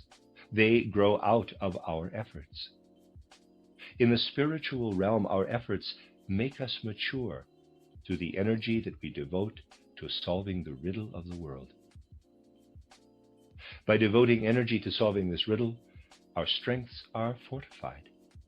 We become ever more capable in life, and we truly become perfected also within humanity's evolution. We need not worry about that life will lose its interest for us when someone partially solves the riddle posed by the physical world and is able to look into the spiritual world, because life poses riddles in every realm. Upon entering the spiritual world, one finds still other riddles of life. We also gain something in relation to the physical world, specifically from the experiences we have from the experiences we have solving certain human and life riddles from within the spiritual world. We gain trust and experience through the solving of the deeper human and world riddles that are revealed only in the spiritual world itself. One particular riddle is what human beings experience between birth and death as destiny. A great deal is packed into this word destiny. Yesterday in the public lecture, we were able to touch on how the matter of destiny is resolved through repeated earth lives. Those are general viewpoints, but we can also talk of specific circumstances. Let us take as an example someone losing a dear relative. Let us say that the relative dies at a young age, so that the one who remains behind has a long time on earth to pass through without this relative. By quickening such a thought within ourselves, we see at once before our spiritual sight that this is a matter of destiny for many people. Now, the point is that spiritual science can truly shed light on such a matter of destiny. Certainly, each case is fundamentally different, but precisely by studying individual cases in a spiritual, scientific way, we can have a glimpse into the mysterious course of human life. One could, for instance, consider the following experience. A person dies young, is taken away from his or her relatives. Yesterday I said that the relationships that have developed between these people by their coming into contact with one another here through their physical bodies are much more extensive than what is expressed through those physical bodies. A much wider circle of unity develops when two people have lived together 10, 20, 30, or 40 years. A much wider circle of forces develops between the two people than can unfold within the physical world in those years. When we turn a spiritual, scientific eye to such relationships, we then often see that what connects with the relationship requires, through its inner nature, continuation. The one who remains behind here must bear the loss. If we express it abstractly, this person has physically lost sight of a dear human being unexpectedly, and the hopes for a life together here in the physical world are torn away as a result. The foundations for life together have been cut off. This is all part of life experience, but it is also part of what is, as it were, added to the experiences we share together in the physical body. The fact that sorrow and pain follow our experiences together in the physical body affects in the relationships that could have begun only in the physical body. Just as what we experience of each other daily, when we face each other in physical bodies, pours forth into the karmic line, into the advancing stream of evolution, so too is what we experience under the impression of loss added to what we experience daily. All experiences and feelings we experience are added to the accumulation of experiences we have in life in the physical body. This is looking from the viewpoint of the one who remains behind in the physical world. The viewpoint of the one who has crossed into the spiritual world is somewhat different. After crossing into the spiritual world, the one who has crossed is no less present with the person who was left behind. Indeed, it is clear to those who are truly able to investigate the spiritual worlds, in specific cases such as these, that for the one who has crossed over, the conscious togetherness with those who have remained behind is a more intensive, more inner togetherness than could have existed in the physical body. But one sees that very often this increased inner togetherness is there to properly complete the circle of changing relations that formed here in the physical world. Through true positive investigation, one often makes the following discovery. One sees that people have met here in physical life, and through this a certain circle of unified interests has formed under the threshold of consciousness. Given the conditions of their lives, if these people had been together here in the physical world for a longer time, the relationships that would have developed on the basis of karma would not have been able to be deepened intensely enough. For those remaining behind, with whom the departed had been close, the one who passes through death's gate can often bring about a karmically necessary deepening during their remaining time on earth. A deepening that could not have been brought about through circumstances of life had the departed soul not passed through death's gate. The one who has passed is now with the thoughts of those souls on earth, penetrates, flows through the thoughts of those souls. Thus, correct fulfillment of karma often involves pain borne on this side, and on the other side an intensive togetherness with the thoughts of the ones who remain behind. One other thing results if we follow the second soul, the one who will pass through the gate of death at a later time, as that soul enters into relationship with the one who died earlier. We notice that much is arranged differently according to the difference in time between the two deaths. When we enter the spiritual world, it is not the same to meet a person who died at the same time we did, to take this extreme case, as one who died 15 years earlier. If the one we meet has already spent a certain time in the spiritual world, then the experiences he has had in the meantime are now in the soul that we meet, and so that soul affects us in a different way. A karmic bond is made accordingly that could not have been made in the same way through other conditions. We must see all of what we experience in this way with a person who is close to us as being completely based on our karmic relationship. I have said many times that even if this knowledge cannot assuage sorrow and pain, for us to know what happens when everything fits together, what happens when everything interacts, it still must be said from a certain viewpoint that life takes on its true meaning only when seen as a whole in this way. The point is that we develop all the relationships in which we find ourselves during a human life, so that not only this life, quote, comes into its own, close quote, so to speak, but also all the contributions that we must make in the following earth lives for this earthly evolution come into their own. What is begun with the painful loss of a relative or a friend or any other person close to us will appear in its continued effects in the next earthly life. And in a certain way, all of these effects are already contained in their causes. No loss occurs in human life that does not correspondingly put us in the correct succession of earth lives. Perhaps this will not give relief from our pain in specific cases, but from this viewpoint we will become able to reclaim an understanding of life. By talking about such things, we can learn something directly from looking at actual cases. Another specific case that I would like to mention is the ending of a person's life through misfortune. One can presume from the outset that there is a great difference between the case of a life ending by a person's being run over by a railway train or dying of unnatural causes in some other violent way, and the case of a life's being complete at an old age or ending because of illness.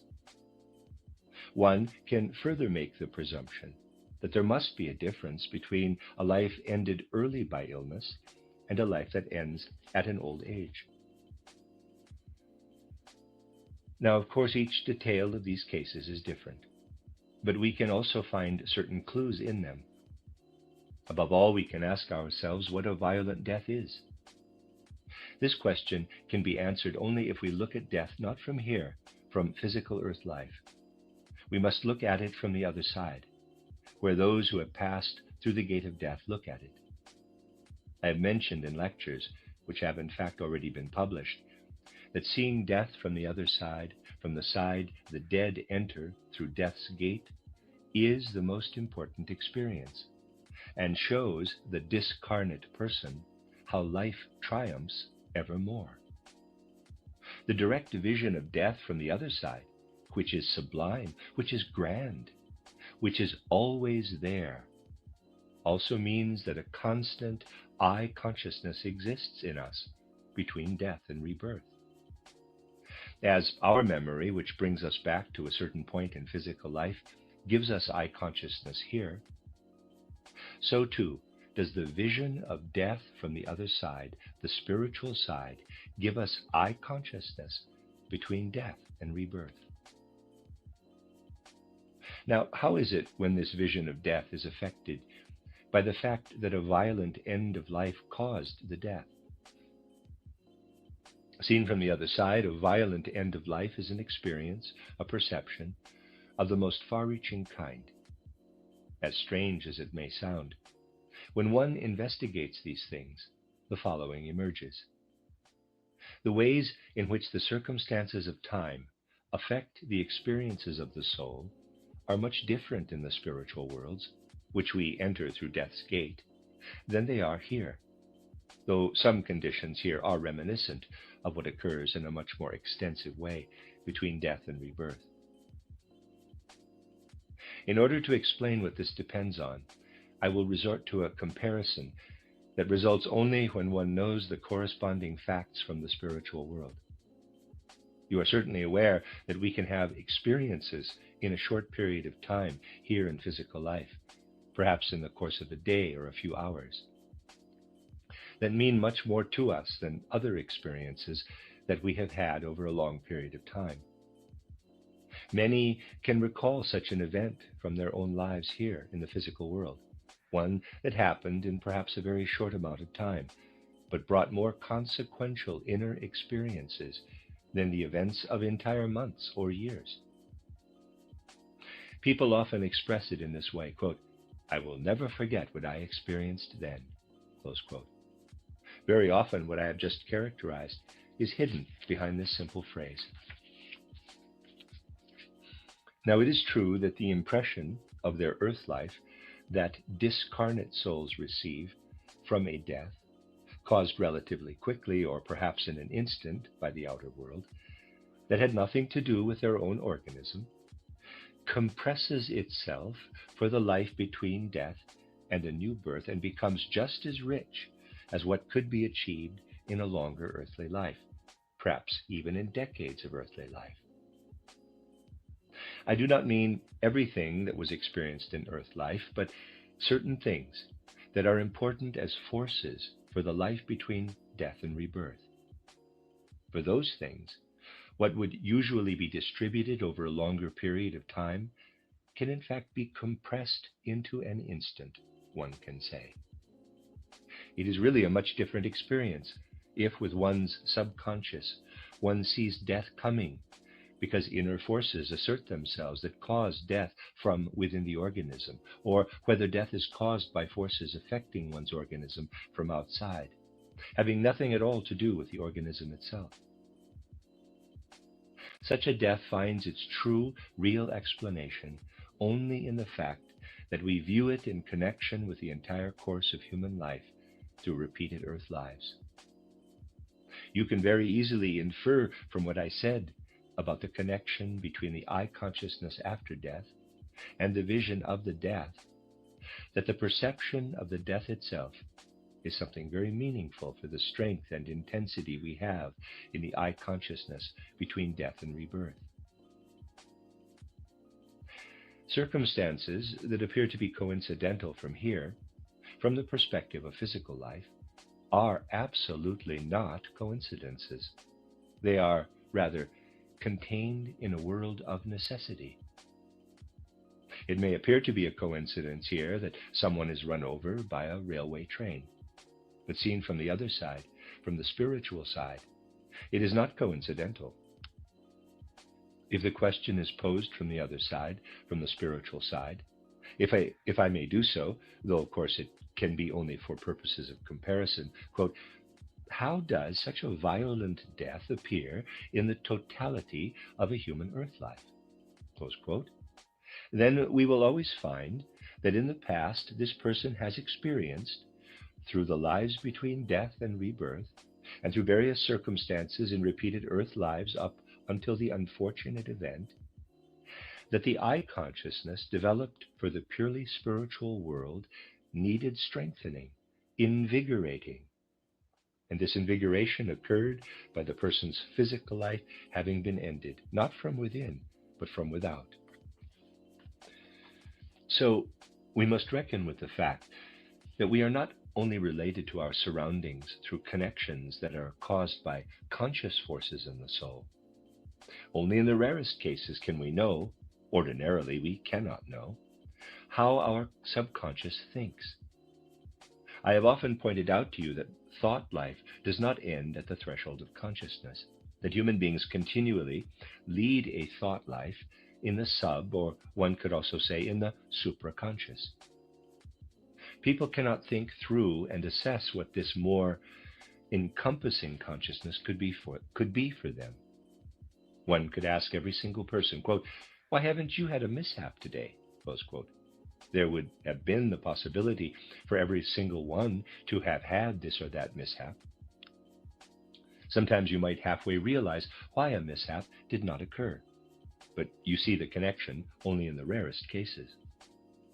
One time, you may have a certain disinclination to do something and go somewhere a half hour later than expected, and later notice that something happened along the route that could have happened to you had you gone that half hour earlier. The subconscious was working here, and it delayed you. Such effects of the subconscious are constantly present. They are just not perceptible to human beings. For anyone able to observe the circumstances of the world from a spiritual viewpoint, it is completely clear that those who meet with misfortune were not protected from it by the good genius that takes effect in the subconscious. Rather, they meet misfortune by being driven to it through the necessity of karma. If this misfortune had not occurred, what I described would not have been able to happen. The strengthening of the I consciousness in the way I indicated, which was necessary for them. People live into the circumstances in a certain earth life into which they are placed through birth. However, they live into these circumstances after having observed during the last life between death and rebirth that in a certain way their I lacks strength. A drive to strengthen the I lives within them and leads them to those circumstances that cause their misfortune. You must see the matter in this way. You see from these examples that life gains meaning when we look at it from this viewpoint of spiritual scientific awareness. As I have often pointed out, people do not think enough about the changes that have taken place comparatively recently in our soul evolution.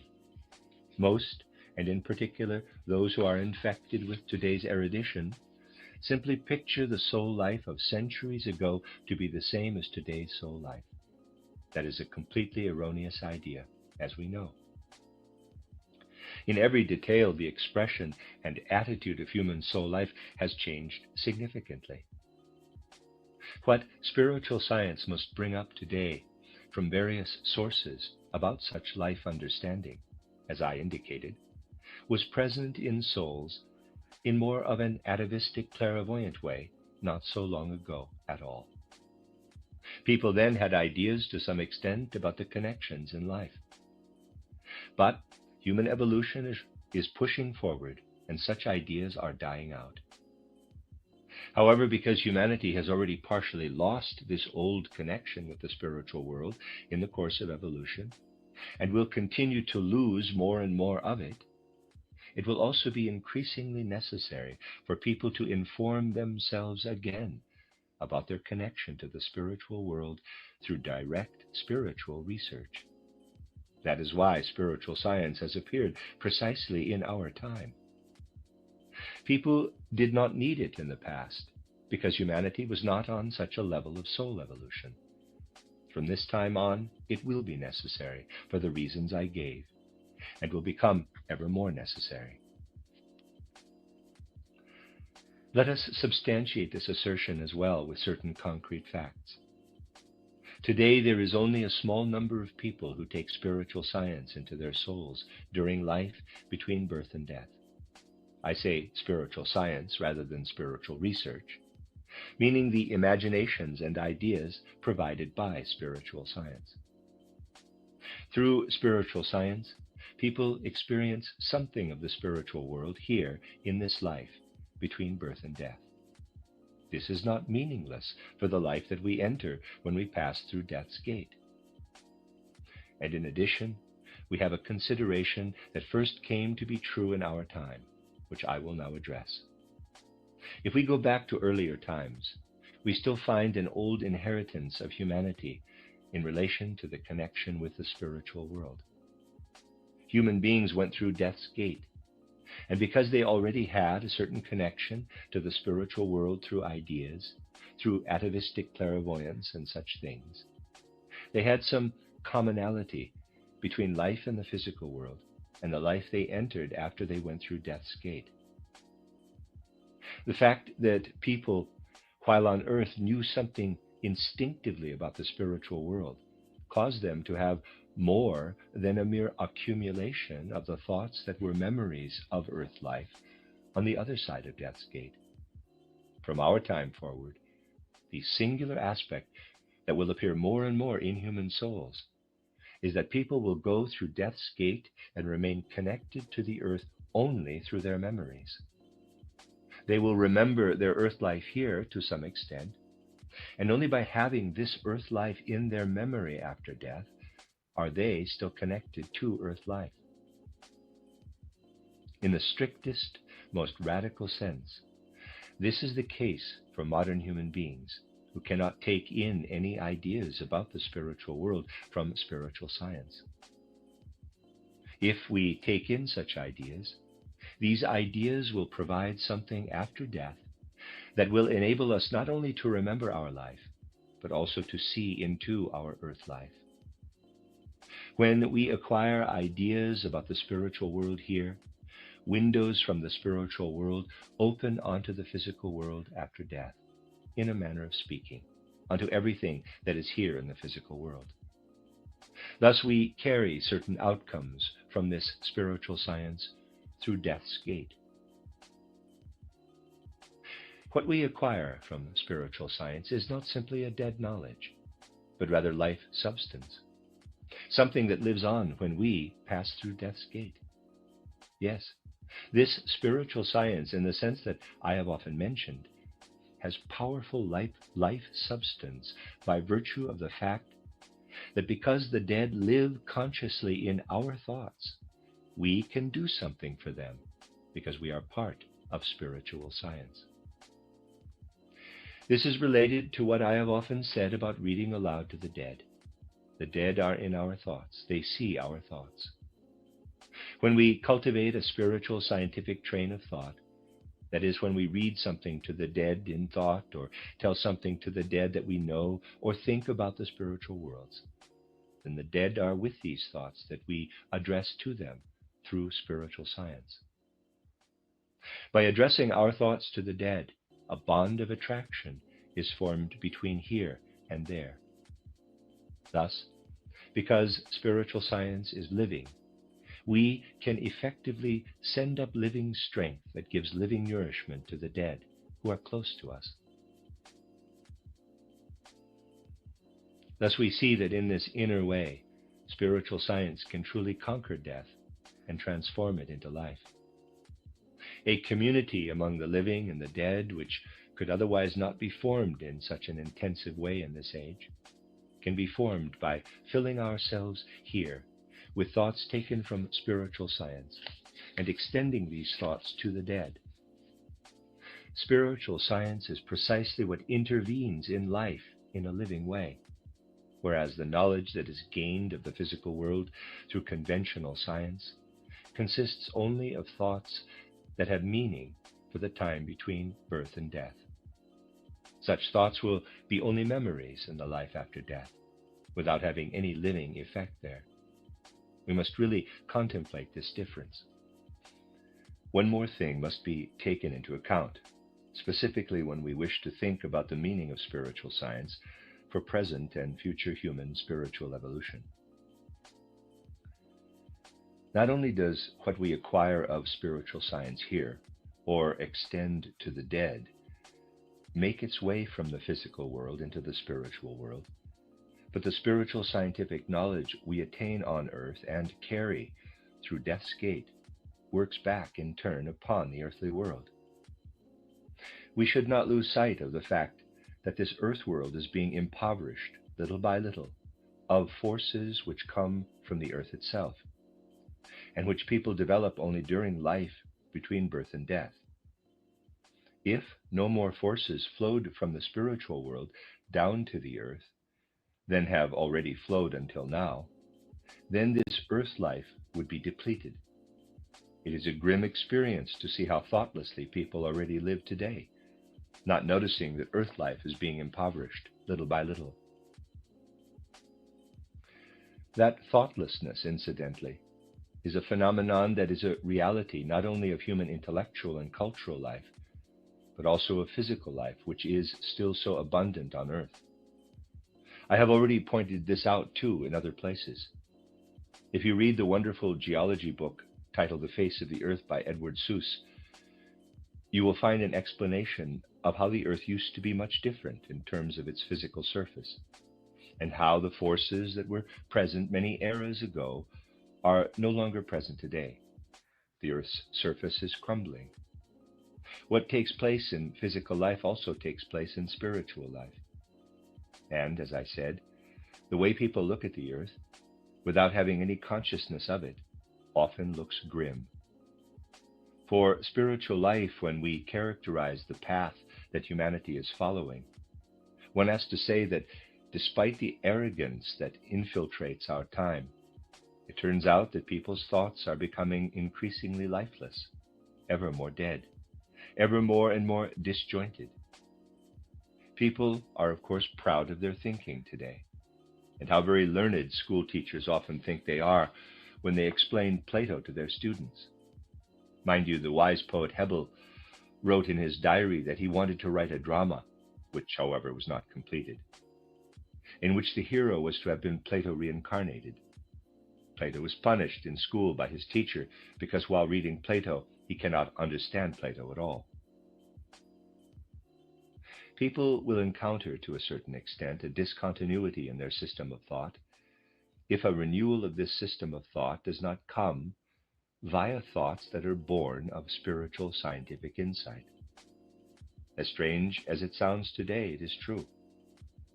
The intensive power that people need to correctly form thoughts so that they have the constancy of truth weakens, because people are supposed to become independent to attain their own power. Thus I could say that in a manner of speaking, the gods have withdrawn the spirits that earlier inspired our correlation of thoughts. We must bring life back into our thoughts ourselves. But we will bring life into our thoughts only if we are not too arrogant to take up within ourselves the life that can flow from spiritual science. Just as it is with thinking, so it is with feeling, and so it is with the impetus to will. This human impetus to will is going to become more and more obstinate. We could almost use this word for it. Separating ourselves more and more from shared humanity, if this great encompassing impetus of the soul is not inoculated, this impetus of soul that can come to be only through seeing the spiritual connection of physical things. With this, I am telling you serious truths about the development of humanity's future. These truths must be penetrated by those who deal with spiritual science. Spiritual science should not just be dead material that satisfies our curiosity. Rather, spiritual science should be something that aims to intervene in the constellation of things that human beings will encounter in the future. But in this, we must see which systems of forces must weaken and be replaced by others. I said that humanity's earthly forces would weaken if no influx of life comes from the spiritual worlds. What we gain from spiritual scientific knowledge and carry with us through death's gate gives us not only the power to shape our life between death and rebirth, but also the power to enable spiritual forces to come to earth. More and more people who are living on earth must be able to receive what comes down from spiritually permeated souls after they have gone through the gate of death, what they have taken with them and has been transformed in the spiritual worlds. Thus, one way to affect the spiritual world from the physical world, that is, to have an influence on the dead, is by reading aloud to the dead, but by directing thoughts of spiritual science to them. In contrast, a way to affect the physical enrichment of Earth evolution is to be receptive to what has been achieved by those souls during their sojourn in the physical world, carried through death's gate, and come down transformed from the spiritual world. This can happen because it is a singular fact that spiritual substance gained in physical life creates a form that undergoes metamorphosis in the spiritual world. The physical world can then receive what has been acquired in this changed form, which flows into the physical world in this metamorphosed form. We work on our own karma for ourselves, so that this karma is fulfilled in repeated earth lives, always between birth and death. But shared human karma is made up of both the currents of life that flow here on earth and the currents of life that stream from the spiritual world. Between death and rebirth, we work on this shared human karma with the powers that we develop beyond our own needs. Thus we see how spiritual science is necessary, how it is necessary that human souls work on it, not for the healing of individual human souls alone, but for the healing of the entire progress of humanity on earth as well. We work on our future earth life from the spiritual world, as I said in the public lecture yesterday, by settling into our hereditary connections through the generations before our birth. But we also participate in preparing for future earth lives, what concerns not only ourselves, but also all of humanity. We should very specifically penetrate the thoughts that I am expressing in this way. We should meditate on them because they are the kinds of thoughts that transport us into a vital spiritual and soul relationship with the surrounding world. And now, as a counter-image, I would like to show you how the world today judges what spiritual science discloses, and how the world sides with the disposition that brings about what I described as thoughts drying up, becoming discontinuous, becoming disjointed. This would look different in other areas. Precisely those who often have big words to say today about various issues, and who, through their arrogance, reject every connection with the spiritual world, as these are imparted through spiritual science, contribute directly to this hopeless situation that we already see approaching today. and specifically in regard to the world of thought. Allow me to give an example. Again, a new popular collection has been published. So many popular collections have been published today, through which humanity can experience what people have uncovered in the way of wisdom. They say, quote, "It is a great delight to put oneself in the spirit of the times," close quote, and, quote, "we have made such great progress," close quote. There is a great deal of such material today. I want to point out to you a small volume from the collection on the questions of religion today. These questions of religion are treated quite peculiarly. First, arrogantly claiming all today's wisdom, they show how people cannot be satisfied if they are able to believe only what natural science investigates, if they thus have only a naturalistic philosophy. And then they show how people cannot declare themselves to be satisfied with reaching what the editor of this little book calls their religious philosophy, if they have a purely moral philosophy. This religious professional criticizes in a very sharp way the pure philosophy yielded by moral demands. He claims that the pessimism into which much in our time is degenerating is not ungrounded. It comes from a living tragedy of life itself. This was actually experienced in every time period. And this religious professional calls attention to the way that pessimism has asserted itself over knowledge in different time periods. People believe that through their thinking, they can come to realize that one cannot know anything, that striving for knowledge can basically never be satisfied. As an example, he actually cites important sources that we should certainly listen to, such as Pliny the Elder, the great Roman natural scientist, who said, quote, "Humans are beings full of contradictions, the unhappiest of all creatures.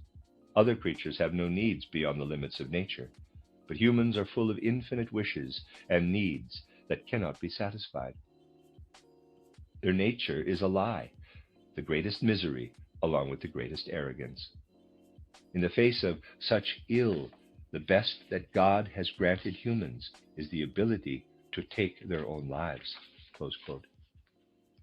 Such sayings can be cited from many, many people. Seneca, the wise Seneca, says, for example, quote, "Many learned people are tired of always seeing and doing the same things. They don't exactly hate life, but they have a feeling of disgust about it, which is increasingly gaining ground under the influence of philosophy. They ask how much longer will it always be the same? This unbearable inevitability of getting up and going to bed, of being full and getting hungry, of being cold and becoming warm again. Nothing has an end. Everything is part of an unending circle. Everything is fugitive and pursuer at once. Day follows night, night follows day. Summer flows into fall, fall must give way to winter, and even winter's might is broken. Everything goes in order to come back. I see nothing new. I do nothing new of which I do not become weary," close quote. So said the wise Roman philosopher Seneca. Our religious professional believes some truth to be in it, but this is less interesting to him. Then he calls attention to the pessimism that has come about by people's surrendering more to their feelings. For example, he claims that is where Buddhist pessimism comes from. Quote, "Life is suffering," close quote. They look at life and add up the suffering and pain, the ill, and on the other hand add up the happiness and joy. The former is greater, thus they are pessimists. They look at life overall as an evil. Schopenhauer and Edward von Hartmann did so as well. Again, our religious professional believes that people have good reason for this, but that too does not interest him further. He is more interested in ethically based pessimism. He says that it is completely warranted to look at life without being able to penetrate it with what we call, quote, "God's kingdom," close quote, with what we call the essence of religious confession. And thus our religious professional states two things. One is that human beings select the challenge of being bound to follow a moral law, either in the sense of Kant or Schleiermacher, a law that is very seriously obligating. But on the other hand, human beings are subject to their nature, their drives, tendencies, and desires. And now our religious professional states that human beings can never completely overcome these drives and desires, but they should follow moral law. Moral law gives strict commands. A conflict will inevitably ensue. It must be present in life, and it is. This is warranted pessimism. One must interpret life pessimistically if it is looked at only from the standpoint of ethical challenges. This is life seen from the standpoint of ethical challenges. How humans are situated between these ethical challenges and their natural life. But even when we look at individual ethical obligations, we will see how pessimism is warranted, because according to this religious professional, people often feel that they are in the middle of ethical conflicts in decisive situations. Our professional cites such ethical conflicts for important personalities. Allow me to read just one example. Luther, says our religious professional, quote, who recognized his destiny as no other has, and saw right before his eyes the path he had to follow for the reformation of the church and of people, got into this dilemma, close quote. He calls the incompatibility of obligations a dilemma, quote, at the moment when he was confronted with the question of whether he should approve or reject Philip I of Hesse's double marriage. You see, this was the most difficult of all conflicts for him. If he rejected this marriage and acted in the pure interest of human dignity, then he would have to abandon one of his most important achievements on the path to fulfilling his reformative destiny, close quote. Because if he had not approved this double marriage, the magnanimous ruler would not have accepted him anymore, and according to this religious professional, nothing would have come of the Reformation. Quote, however, if he allowed the marriage and thus left this one way open, then he must have said to himself that it would be a thorn in his soul that he would always feel. This was a difficult dilemma, and whoever has no understanding for such struggles and instead moralistically passes judgment on them is no just writer of history. Close quote. Such struggles, however, when obligations collide, cannot be avoided in the important issues in human life, according to our religious professional. That accounts for the warranted pessimism. Thus, for our religious professional, if we see it clearly, the world absolutely appears in such a way that from the standpoint of nature and from the standpoint of morality, pessimism is fully justified. Our religious professional now turns in his way to religion and says that he must turn to religion so that all false paths that could be followed will be avoided. Buddhism, he says, tried to avoid the conflicts in life by actually overcoming existence, overcoming physical and spiritual existence, tried to remove them, as our religious professional believes, to unreal nirvana. Plato wanted to remove life conflicts by overcoming matter with knowledge. Our religious professional says that Buddhism wants to do away with all existence, and Platonists want to do away with matter. Mystics, he says, reject individuality. Our religious professional counts as mystics all those in the world, besides those whose ideas have gotten into his head, who assert that they strive to reach the spiritual world. In summary, Buddhists reject existence, Platonists reject matter, mystics reject individuality. None of those are viable paths for our religious professional.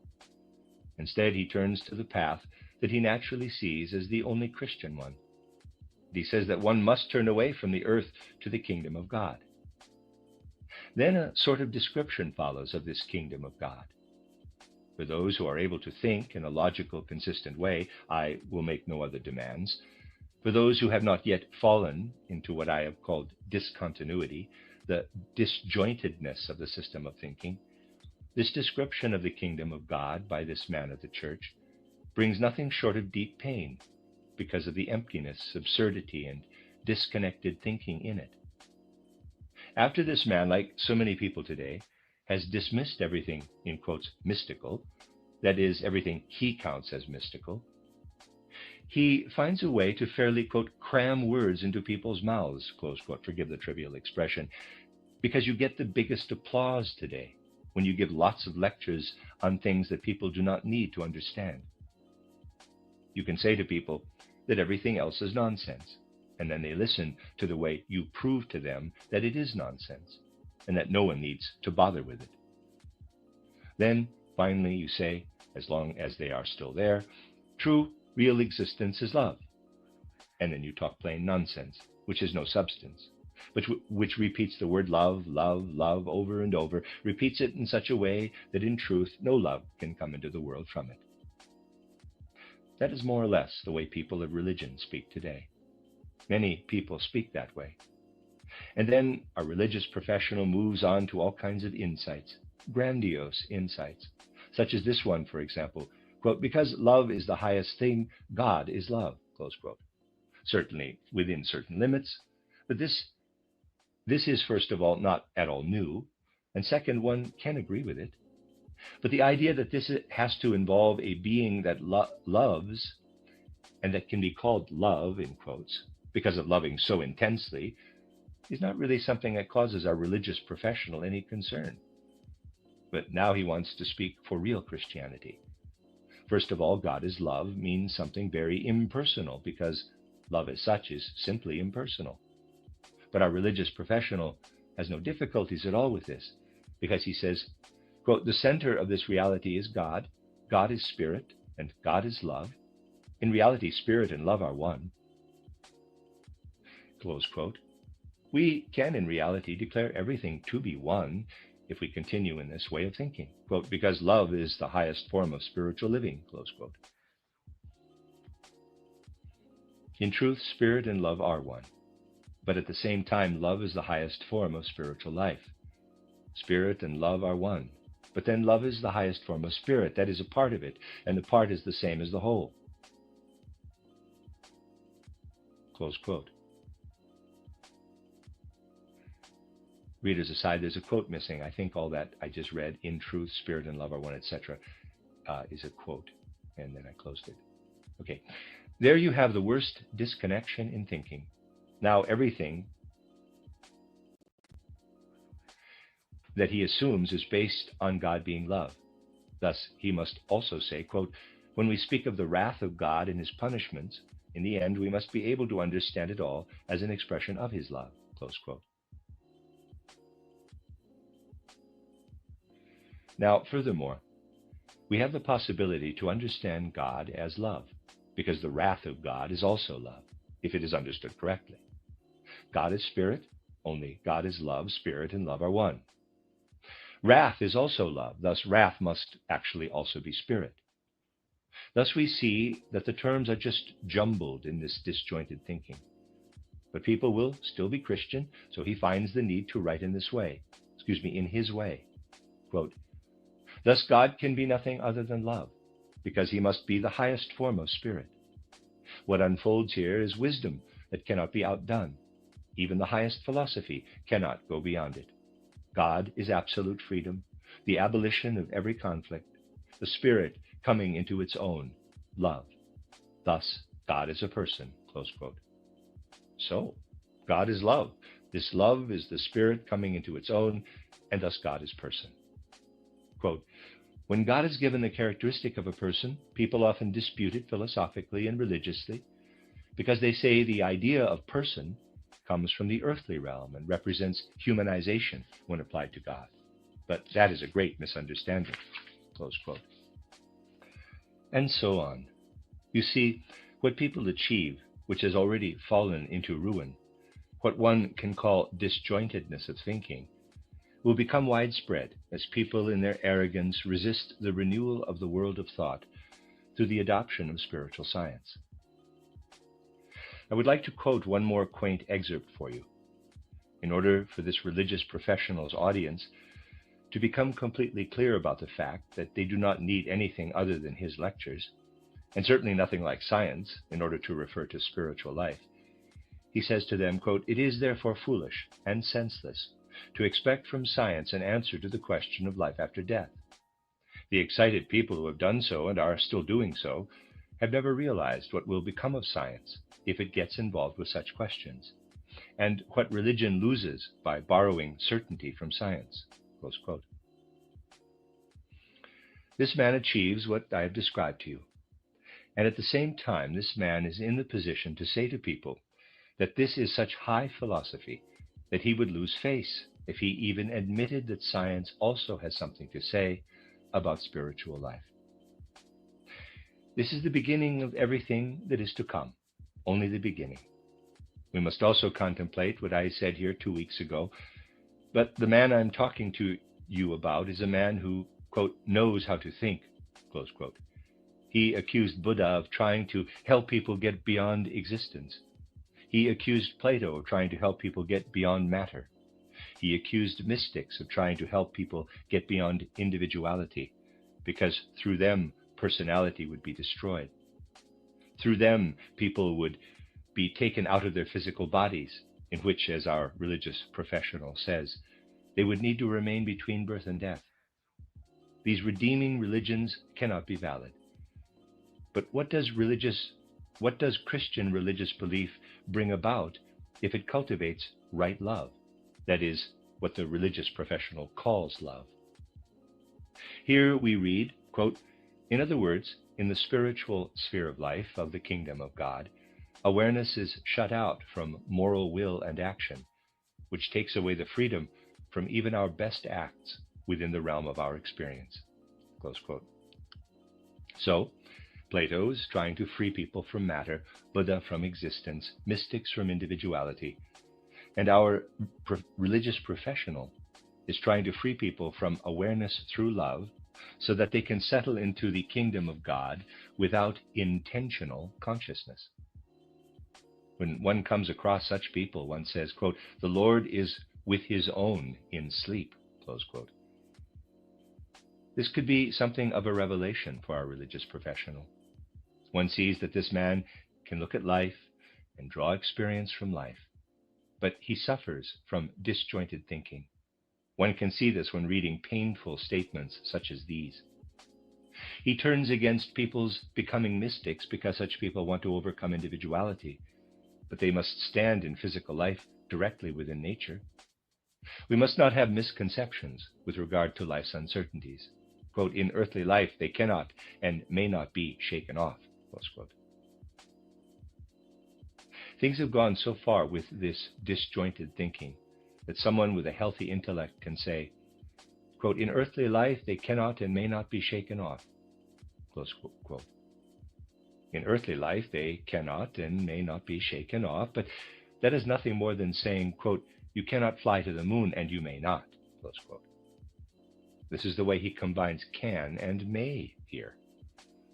We must be able to see the great corruption of such thinking in details such as these. Or when the man speaks of inner life, he says that he wants to confine Christian life only to what he calls the kingdom of God. Nature should not be conceived in a spiritual way, because human beings are placed within nature, but they do not know how. And so human beings should stay in nature, though not knowing how they came to be there. Thus he says, quote, that is for Jesus, the kingdom of God, provided that all symbols and images are stripped from it, close quote. What Jesus said in the form of meaningful symbols and images about the kingdom of God is repugnant to the religious professional. He gets rid of them. Quote, the highest world is the one Jesus places above the moral world order. It is the one he speaks of unceasingly. People can enter here without giving up their relationship to the order of nature, but also without abandoning their affiliation with the moral world. Everything is transfigured here. The conflict that has arisen between the world of nature and the moral world ends here. It is resolved by love. The relationship of humans to nature is a necessity that we cannot change, and no moral resolve helps here. Human beings must enter the kingdom of nature through birth. No one is asked if he or she wants to be born, close quote. This is the way a religious professional assists people in understanding the world. And then he goes on to say, they, human beings, quote, become forces of a mechanical necessity, forces of a highest mandate, which they do not understand, born into the fate of this physical reality, close quote. That is Christianity. Human beings become, quote, forces of a mechanical necessity, forces of a highest mandate, which they do not understand, close quote. born into the physical world. For this man, mechanical necessity, necessity of the machine, is the same as, quote, forces of a highest mandate, close quote. That is expressed, that is spoken in the world today by those who feel called, and who are called by the world to bring true Christianity to the people. And that enters the world in such a way that we can read straight away in the foreword, quote, this little book consists of 12 speeches that I gave last winter to more than 1,000 attendees, close quote. He declined to name the city. It is truly necessary for those of us who seriously wish to study spiritual science to turn our attention to what is actually alive in our time.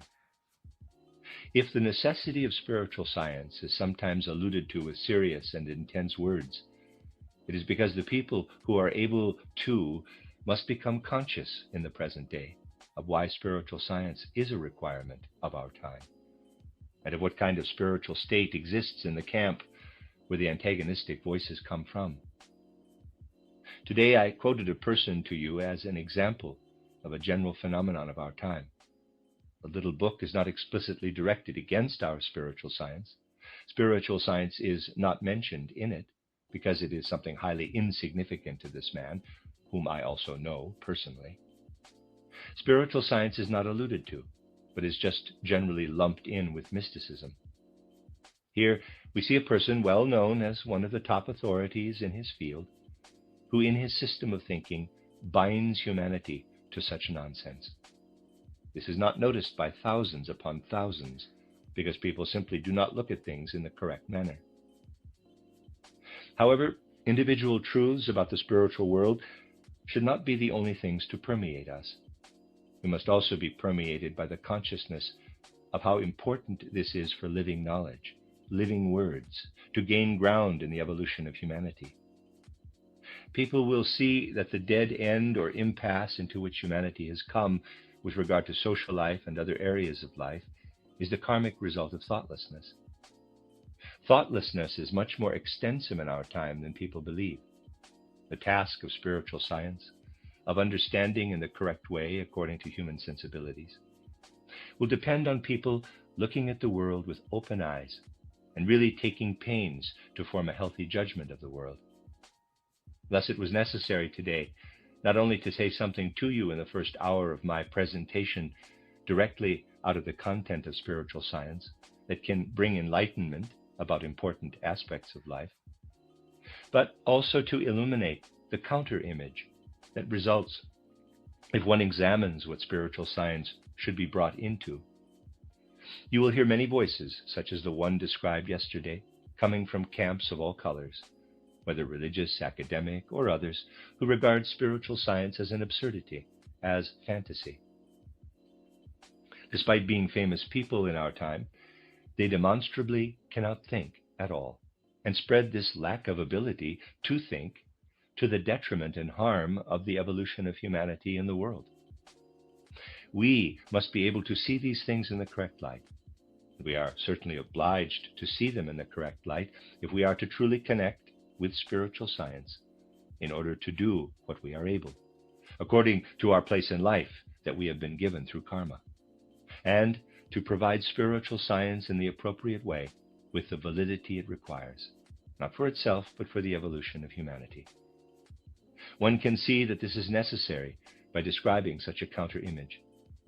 Many such descriptions could indeed be given. The end of Lecture 5. You are listening to RudolfSteinerAudio.com. If you are listening to the podcast of this, it is located at rudolfsteiner.podbean.com. Please consider becoming a patron. This is a reading of a collection of lectures by Rudolf Steiner entitled The Connection Between the Living and the Dead, Collected Works, Volume 168, translated by Aria Jackson.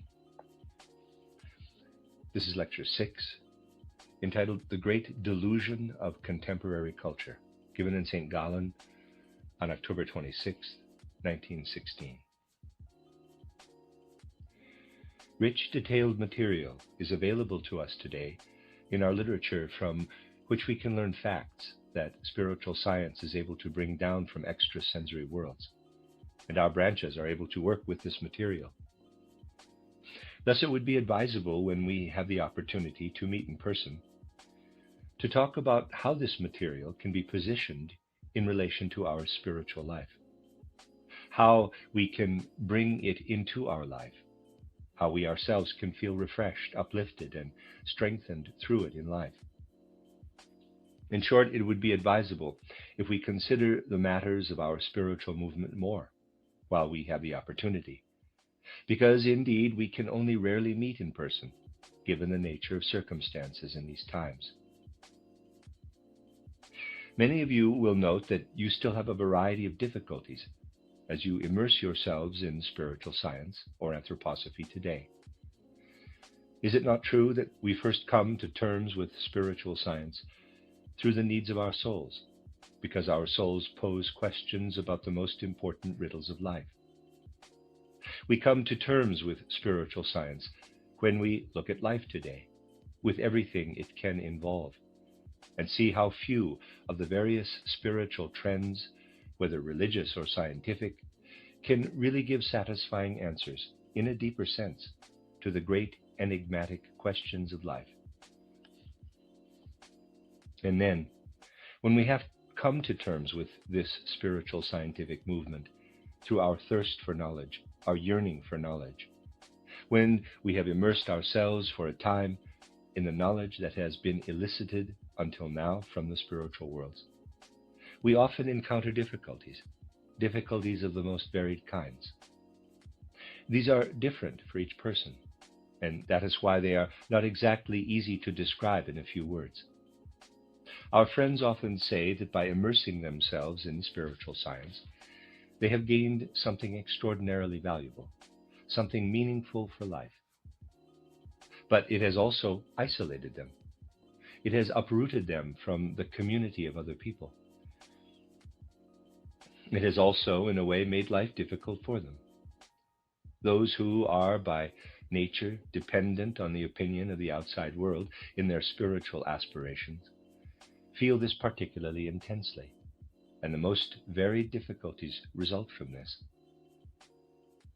For other friends, something akin to a state of worry, one might say, occurs after they have immersed themselves in spiritual science for a time, something that frightens them, that makes them frightened by all sorts of questions, how to cope with life, and so on. Many of you have had to ask yourselves similar questions. Such questions are often questions of feeling and perception. I would like to begin today's contemplations with such difficulties of the inner soul life. We sometimes do not correctly understand the true connection between these perceptions, which can be different for each person, the real connections. We must always bear in mind that those of us who feel attracted to anthroposophical truths make up only a very small handful of people today. We are in the middle of the struggle for existence that is waged outside of our circle, which means that are sharply different from ours. And those who reflect, even just a little, on all that anthroposophy is trying to be for life, will be able to observe how entirely different the goals of thinking, feeling, and willing under the influence of anthroposophical ideas are from the goals that the great majority of people set for themselves today. Because thoughts and feelings are actual facts, we should understand that our little handful of people, that is, every single one of us, is thus part of a comparatively small life group that is, one can say in most cases, completely opposite to the thoughts, sensations, and feelings of the rest of humanity. Even if the life difficulties that arise for us take on the most varied forms and do not immediately show connections to what I have just described, they are indeed connected. And we must attempt to bring before our souls the way we can cope with such difficulties, with the difficulties that arise when we remain true and devoted to the cause of anthroposophy, but collide with the rest of the world. As I said, things become blurred. and they do not always show their true colors. We have to effectively introduce to our own souls a remedy in order to find greater inner harmony, despite the opposition of the outer world. And with this remedy, we must make our souls strong, so that they grow and overcome what often arises in our souls in the form of frightening things, disharmonies. The remedy is a clear, true understanding of the relationship to the rest of humanity that those who declare support for or are interested in anthroposophy find themselves in, our relationship to the rest of humanity. To think clear, incisive thoughts about this purifies our souls in such a way that we can also be strong when contradictory outer forces plague us. If one thinks about the matter within a limited horizon, one could say, quote, "But what good does it do me to become really clear about what divides anthroposophy from the rest of the world? My life conditions will not change by doing so." Close quote. To think in this way would be a mistake. Although life conditions may not change from one day to the next through clear thinking that produces understanding, nevertheless, the strength that we gain from such clear thinking, in the way I just indicated, gradually strengthens us in such a way that our life conditions do in fact change. It is just that we sometimes do not find the opportunity to develop really clear, incisive, and therefore strong enough thoughts of this kind. With regard to what we would like to gain for ourselves through spiritual science or anthroposophy, and what we would like to gain not just for ourselves but for the world, we must bring before our souls as one of these clear thoughts that in today's culture humanity lives in a terrible, more or less conscious or unconscious lie, and that the effect of this lie is immense. This is actually saying something very meaningful, and I want to bring more clarity precisely to this point. As a truly thinking person, with a fully healthy understanding, one can hardly look at what exists today in the form of general culture in the so-called cultivated world without being clear that much is missing from this culture. That, above all, this culture lacks sufficient impulses for life. Instead, in our time, there are many widely dissipated ideals, as people call them, for which all sorts of societies and associations are founded that put on programs through which this or that ideal is supposed to be expressed. It is all very well intentioned, such that one can say that those people who form associations, large or small, from all the circles and strata of life, under the impression of this or that ideal, want what is good from their point of view, from their viewpoint. And the convictions of these people should be respected fully. But for the most part, these people live under the restrictive influence of a certain constraint that comes from unconscious timidity, unconscious spiritual cowardice, in regard precisely to the most important thing that humanity needs today. We say the most important. What humanity needs today is spiritual knowledge and the introduction of certain spiritual insights into our lives. That was, in fact, a major question in the course of the 19th century.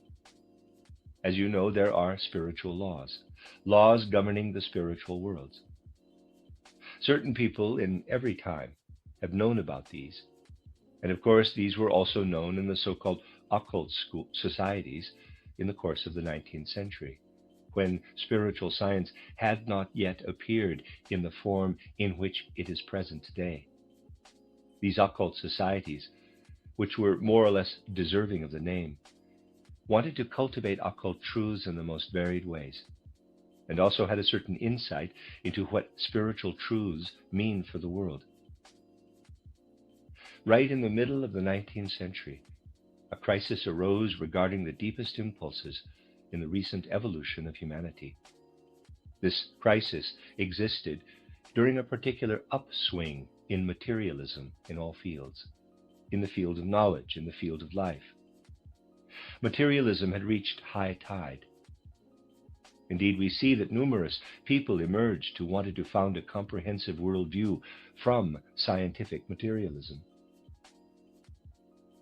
But this theoretical materialism was not the most corrupting thing. Rather, it was practical materialism, the materialism that settled into ethical and social life and into people's religious feeling, that led humanity to a crisis in the course of the 19th century. And as a result, from the middle of the 19th century on, those who knew something about these occult societies directed their attention to how they could remedy this spreading materialism. In certain circles, people had spiritual scientific insight, just not insight of the kind that can be effective on its own, nor in the form that, in all modesty, we strive for. Those who had a traditional or in some other way outmoded spiritual scientific insight into the evolution of humanity ask themselves, quote, how can we remedy what is dawning over modern humanity like a disaster as a result of materialism, close quote. And they said to themselves, quote, we will remedy it by giving people proof that just as sensory facts surround us, so too do spiritual facts and spiritual beings, close quote. But people were accustomed only to experimental thinking and to outer experience and perception. And so these people with spiritual scientific insight and concerns such as those I mentioned did not know what to do other than to prove the spiritual world in the same way that we prove natural processes of the outer sensory world. They tried everything. And we saw movements arise in the 19th century that focused on convincing people of the existence of a spiritual world. The most primitive of these movements was the Spiritist movement. Although scholars today have difficulty coming to terms with the comparatively transparent methods of our spiritual science, truly brilliant scholars of the 19th century studied Spiritism very seriously. Spiritism has the characteristic of having an outward effect through something that can be placed before the outer senses, such as a chemical or physical experiment. For the most part, this method, which attempts to reproduce natural science as spiritual science, is already bankrupt today. I say for the most part. And we will see more and more that it must become bankrupt, because you cannot show people how to grasp spirit with their hands, figuratively speaking. Thus, much of what has been done by all sorts of occult machinations of certain so-called occult societies in the course of the 19th century and up until the present time has actually brought disrepute to spiritual scientific study rather than supporting it. Therefore, we see that even in the most well-meaning people who have insight, namely in a social respect, but also in other ways, in regard to practical aspects of life conduct, there is still much that needs to happen from the present onward and into the future. For people who have such insight, we see how they almost feel a certain shock when someone says that the most important impulses needed in the present and near future must come from true spirit knowledge, from the insight that true spiritual forces and spiritual beings surround human beings, just as sensory facts and sensory beings do. The people who mean well in regard to humanity's progress get a real shock. Let me give you an example. We can learn quite a lot from examples that have to do with overarching life phenomena. If we turn our attention to a large movement, then we can clearly see in this large movement the things that we all come across daily on a smaller scale. A quite important man, one who is truly serious-minded in regard to humanity's impulses toward social progress, was murdered in Paris on the day before the outbreak of this disastrous world war, Jean Jaurès. Jean Jaurès was surely one of the most serious personalities directly active in the social efforts of our time. Readers aside, I don't know my French. I'm pronouncing this Jaure with a grave, S as Jaure. My apologies. End of readers aside.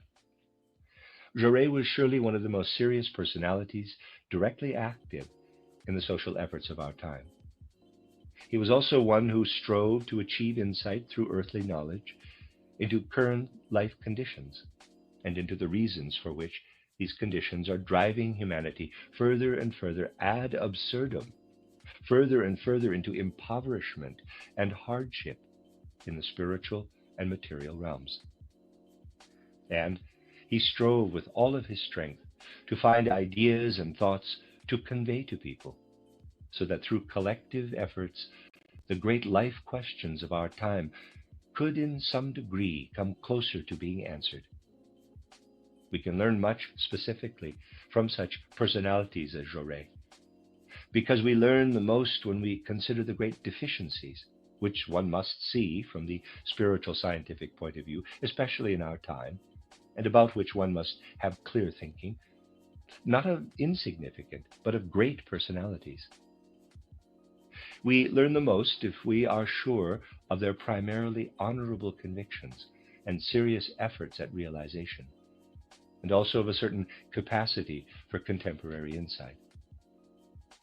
We gain so much more when we analyze people whom we respect and highly esteem in regard to the damages of our time, rather than people for whom we have less respect because we cannot ascribe to them goodwill and good dispositions in the highest sense.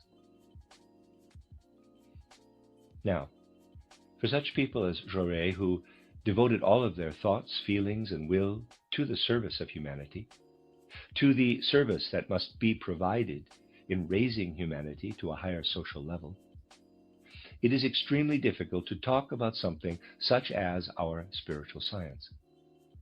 And he is truly no exception. We see the best people of our time in this difficulty. And precisely these very talented people would be able to effect what they wish to effect for humanity only if they could say, quote, everything that I can achieve with my usual cognitive and scientific means provides me only with impulses that are too weak to really be able to seize life. I must recognize that all these impulses that I wish to convey to humanity as I go along are without a base. I must first create a base for myself. I must penetrate and permeate what I have believed until now with the more solid foundation of spiritual science. I must recognize spiritual facts, true spiritual facts. Close quote. You see, for someone who thinks all sorts of thoughts and forms ideals of how to assist human progress today, but does not recognize such spiritual facts, it is the same as for someone who is in a garden with many plants that are beginning to show signs of death, and who does this, does that, does a lot, and makes an effort the whole time, but achieves nothing. Oh, one plant gets a little better, another a little worse, but overall, the plants don't get better. Why don't things get better? Maybe some sickness has taken hold of the roots, which this person does not check or consider. That is exactly the case with the social efforts of people such as Jaure. They make an extraordinary effort, and they find a great many splendid things on the surface. But they do not penetrate into the roots, because the roots of human life today are missing the recognition of a true spiritual world. And people establish so many seemingly well-founded social insights that will in truth be fruitless for humanity if they are not based on the insights that can come only from spiritual science. Thus, a real advance for today's humanity will only be possible if the most important part of spiritual science for our time can be recognized, namely the reality of spiritual beings and spiritual forces. The acknowledgement of this, however, presents people with a real difficulty, especially the best intentioned of people. Let us think clearly about this fact, that these people, those with the best intentions, have difficulties precisely with the most important aspect of our subject, the acknowledgement of the spiritual world as such. Over in Zurich, I pointed out an example that illustrates this particularly well. There is a man who has spoken very positively about our spiritual science, and also had what he said printed. This man once had the courage to speak in front of a very learned audience that looks upon what lives within our spiritual movement as no more than pure foolishness. But this man cannot help but stop right before the most important aspects, before accepting the spiritual world. What does he say? Quote, "We must rather try to understand it, this spiritual movement, or at least the circle around Steiner, as a religious movement among our contemporaries, even though it is not original but rather syncretic. But even so is directed toward the basis of all life. We may judge it as a movement for the satisfaction of people's extrasensory interests, and thus as surpassing realism, which clings to the sensory. Above all, we may recognize in it a movement that points people to personal reflection through the moral problems they face, and that aims for working toward inner rebirth out of a painstaking attention to self-education. One need only read Steiner's introduction to title Theosophy to see with what earnestness people are pointed toward the work on their moral purification and self-refinement." Close quote. I am reading you these words because I want you to see, with a truly clear awareness, how the outer world relates to our endeavors. You see that this is a well-meaning person who even so sees our movement as syncretic. He does not recognize, does not know what a completely new movement it is, that it is based on something new to the world, on the new natural scientific movement, which is its foundation. He has a well-meaning attitude toward our movement, but cannot give any information about it because he does not understand it. And if we really take in this whole lecture that he gave, titled The World of Thought of the Educated, we see that this man thinks that spiritual education of the human being is necessary in our time, and he sees in our movement an attempt to promote this spiritual movement for humanity. But then he says, and this is characteristic, quote, "Further in its speculation, directed toward the suprasensory, it is a reaction to materialism. However, in doing so, it loses touch somewhat with reality and goes as far as hypotheses." Close quote. He believes that true spiritual insights are hypotheses, not knowledge. Quote, "It goes as far as clairvoyant fantasies, a dream world, so that it no longer has adequate power remaining for the reality of the individual and social art of living." Close quote. And later he says, quote, "But after all, we want to and must note Theosophy as a corrective phenomenon in current educational development." Close quote. You see, even though he judges it in such a well-intentioned way, he feels compelled to stop before getting to all of the things without which our movement cannot even be imagined, and before the primary thing we contribute, suprasensory facts. Without human beings achieving a relationship to suprasensory facts, humanity cannot be saved from the dead end in which it finds itself today. But even well-meaning people believe that this movement leads to a dream world, that it does not have, quote, "adequate power remaining," close quote, precisely in relation to the social art of living, even though our movement specifically seeks to have solid ground under it, and without which all other social ideals have nothing to stand on. As I said, this is not ill will based on mistrust. Rather, it is mistrust sprung from unconscious timidity, unconscious despondency in relation to the acknowledgement of spiritual facts. This is a clear lack of insight, and it is clear that it is this lack of insight that spiritual science specifically can do something about in laying a foundation for social striving. And so, People such as Jaurès, because of the thoughts they assimilated from their upbringing and education, find themselves in life today without the possibility of recognizing that everything that occurs physically is dependent on the spiritual world. They cannot see that human beings can intervene in life within the sphere in which they work, for example, in relation to social life, that they can really intervene only if this is made possible for them by knowledge of the spiritual laws with which the spiritual world can be brought into the physical. And the fact that such people are faced with this impossibility, that this is truly a contemporary phenomenon, widespread among the most enlightened people of our time, brings significant, though unconscious, but no less significant for it, delusions into our time. These grand delusions can be found everywhere. Let us take the case of Jaurès, since his is a typical case. There stood a person before the rest of humanity who sought an improvement with all the means of social awareness, and he correctly recognized that it would only lead people to a dead end. There stood a person before the rest of humanity who, in order to attain the necessary insights in this field, had really made himself familiar with all the historical facts. He had studied history and wished to learn from the facts of earlier times what could happen in the present, and thus how errors could be avoided. Now Jaurès, in all of his striving, becomes unable, as others do, to recognize a spiritual world in a truly real way.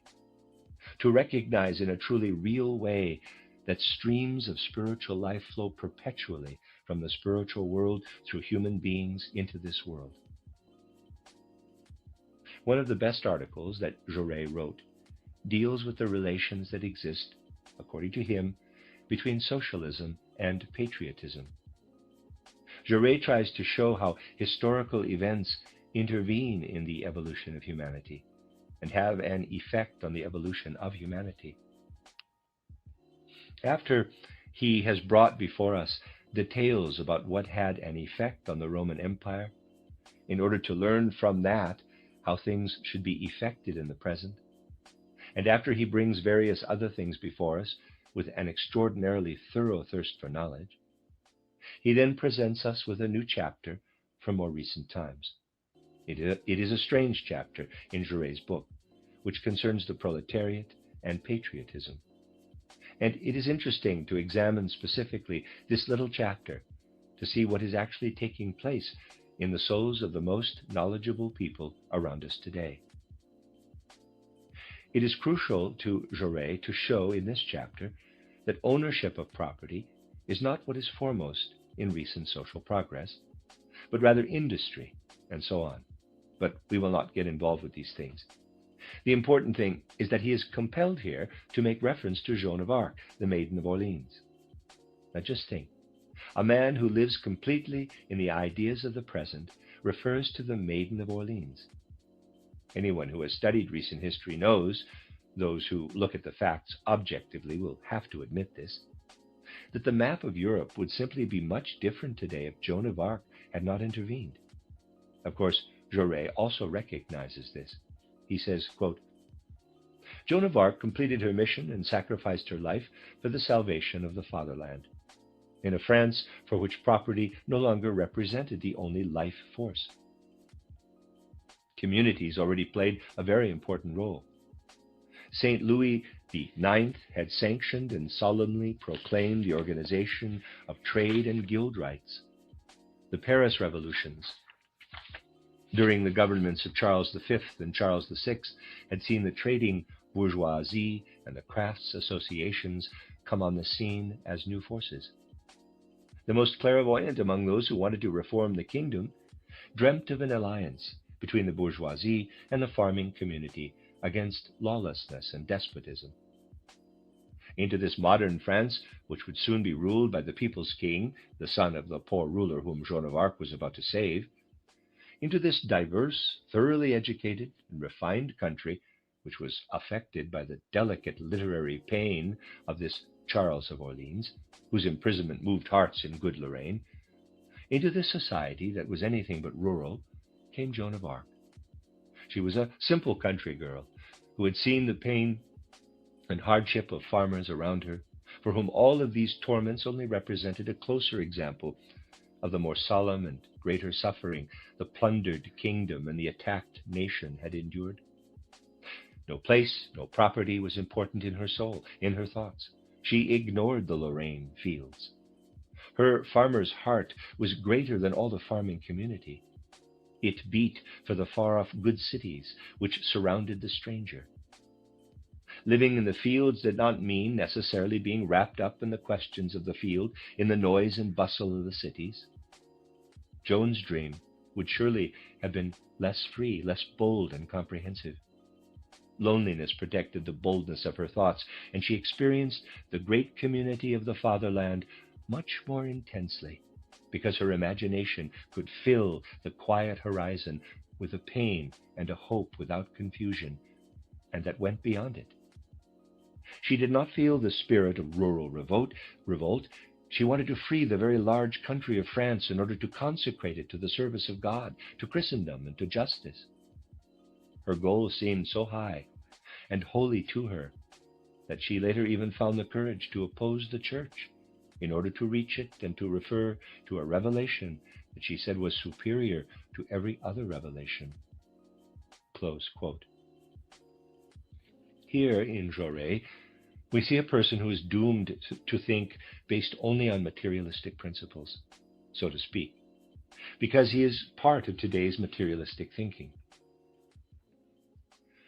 But at the same time is compelled to point out this strange phenomenon of the Maiden of Orleans, because to the high degree we can discern from his words, he wants to be historically honest and to take her seriously. Thus, Jaurès is confronted with the entire historical meaning of Joan of Arc. But now we ask ourselves, for such a person who holds a social view like that of Jaurès, what else, in the end, can Joan of Arc actually be, other than someone who came to her impulses through a sort of religious ecstasy, which people should not aspire to do? Likewise, if they want to remain reasonable. This may even be taking it too far personally for Jaurès, if we suggest this, but for many others who act in the spirit of Jaurès, it is certainly not an overstatement. These people will certainly not recognize what must be clear to us from spiritual science, that in those earlier times, the spirit knowledge we have today, which has developed in modern times, was not yet achieved. Spiritual life streamed from the spiritual worlds and had an effect through individuals more or less subconsciously, such as with the Maiden of Orleans. These people will not acknowledge that she was a medium, one that took action not for people who, as in recent times, misuse mediums in so many ways, but rather for the divine spiritual world that was attempting to affect the physical earthly world. We must recognize that what came from the Maiden of Orleans had more value than what her contemporaries were able to communicate from their human insights. Of course, our contemporaries cannot acknowledge that the spiritual world spoke through Joan of Arc. Nevertheless, if they are speaking of true facts, they must speak about people such as the Maiden of Orleans. They must acknowledge her. That is, they must credit what takes place. Just think of it. To individuals whose spiritual lives they do not recognize, and whose spiritual lives they certainly do not wish to aspire to. Here is nothing but the greatest delusion, though people do not want to admit it, even today, and can anesthetize themselves to this fact too. I will describe just one case to you of the great delusion, which is pulsing through all aspects of our social life today, and which is the cause of people not recognizing what is true, what is the absolute truth, but having to look at it as a fact, nevertheless, given what recent spiritual development has brought forth. Lies are now accepted as facts too, and they have a corresponding effect. And if thoroughly well-meaning, earnestly striving, important people such as Jaurès were caught up in a great delusion such as this, through the circumstances of our time, what comes from them cannot have a liberating effect for humanity. Yes, we find ourselves in this present moment, which must be allowed to effect our souls clearly and distinctly. We must have the courage to examine great delusions such as this with clear insight, and from this clear examination, find the strength to keep ourselves going in the face of what is streaming in from all sides. What streams in from this great delusion, from one side or another, sometimes comes in a very masked and hidden way. What true inner insight into the connections of human life can people who find themselves in a great delusion such as this actually gain? They might think that the odd characters who pop up, such as the Maiden of Orleans, who want to have a connection to the spiritual worlds, must be ascribed historical significance, but that in truth this should not be presented as an example anyone should aspire to, as a way to somehow bring spiritual forces into the physical world. A great deal more water will flow down the Rhine before other circles realize and recognize the entire profound fact that we have talked about. Today, natural scientists have taken on the same airs that the theologians took on in regard to the Maiden of Orleans back then. The last thing Jaurès points out is part of the deep tragedy of the arrival of the Maiden of Orleans. The theologians said back then, quote, "What she has unearthed in terms of her spiritual world knowledge is not consistent with what we know through our theology," close quote. It is out of the same opinion that existed in the theological field then that after only a short period of time, the natural scientific people speak today. The Maiden of Orleans answered those who judged her on the basis of their theology, and who said she must justify her miracles and her mission using religious texts with these words, quote, "More is written in God's book than in all your texts," close quote. That is an historical quotation. But it is also a quotation that is still applicable today, because all objections, all theological and natural scientific objections, can be responded to from the standpoint of spiritual science.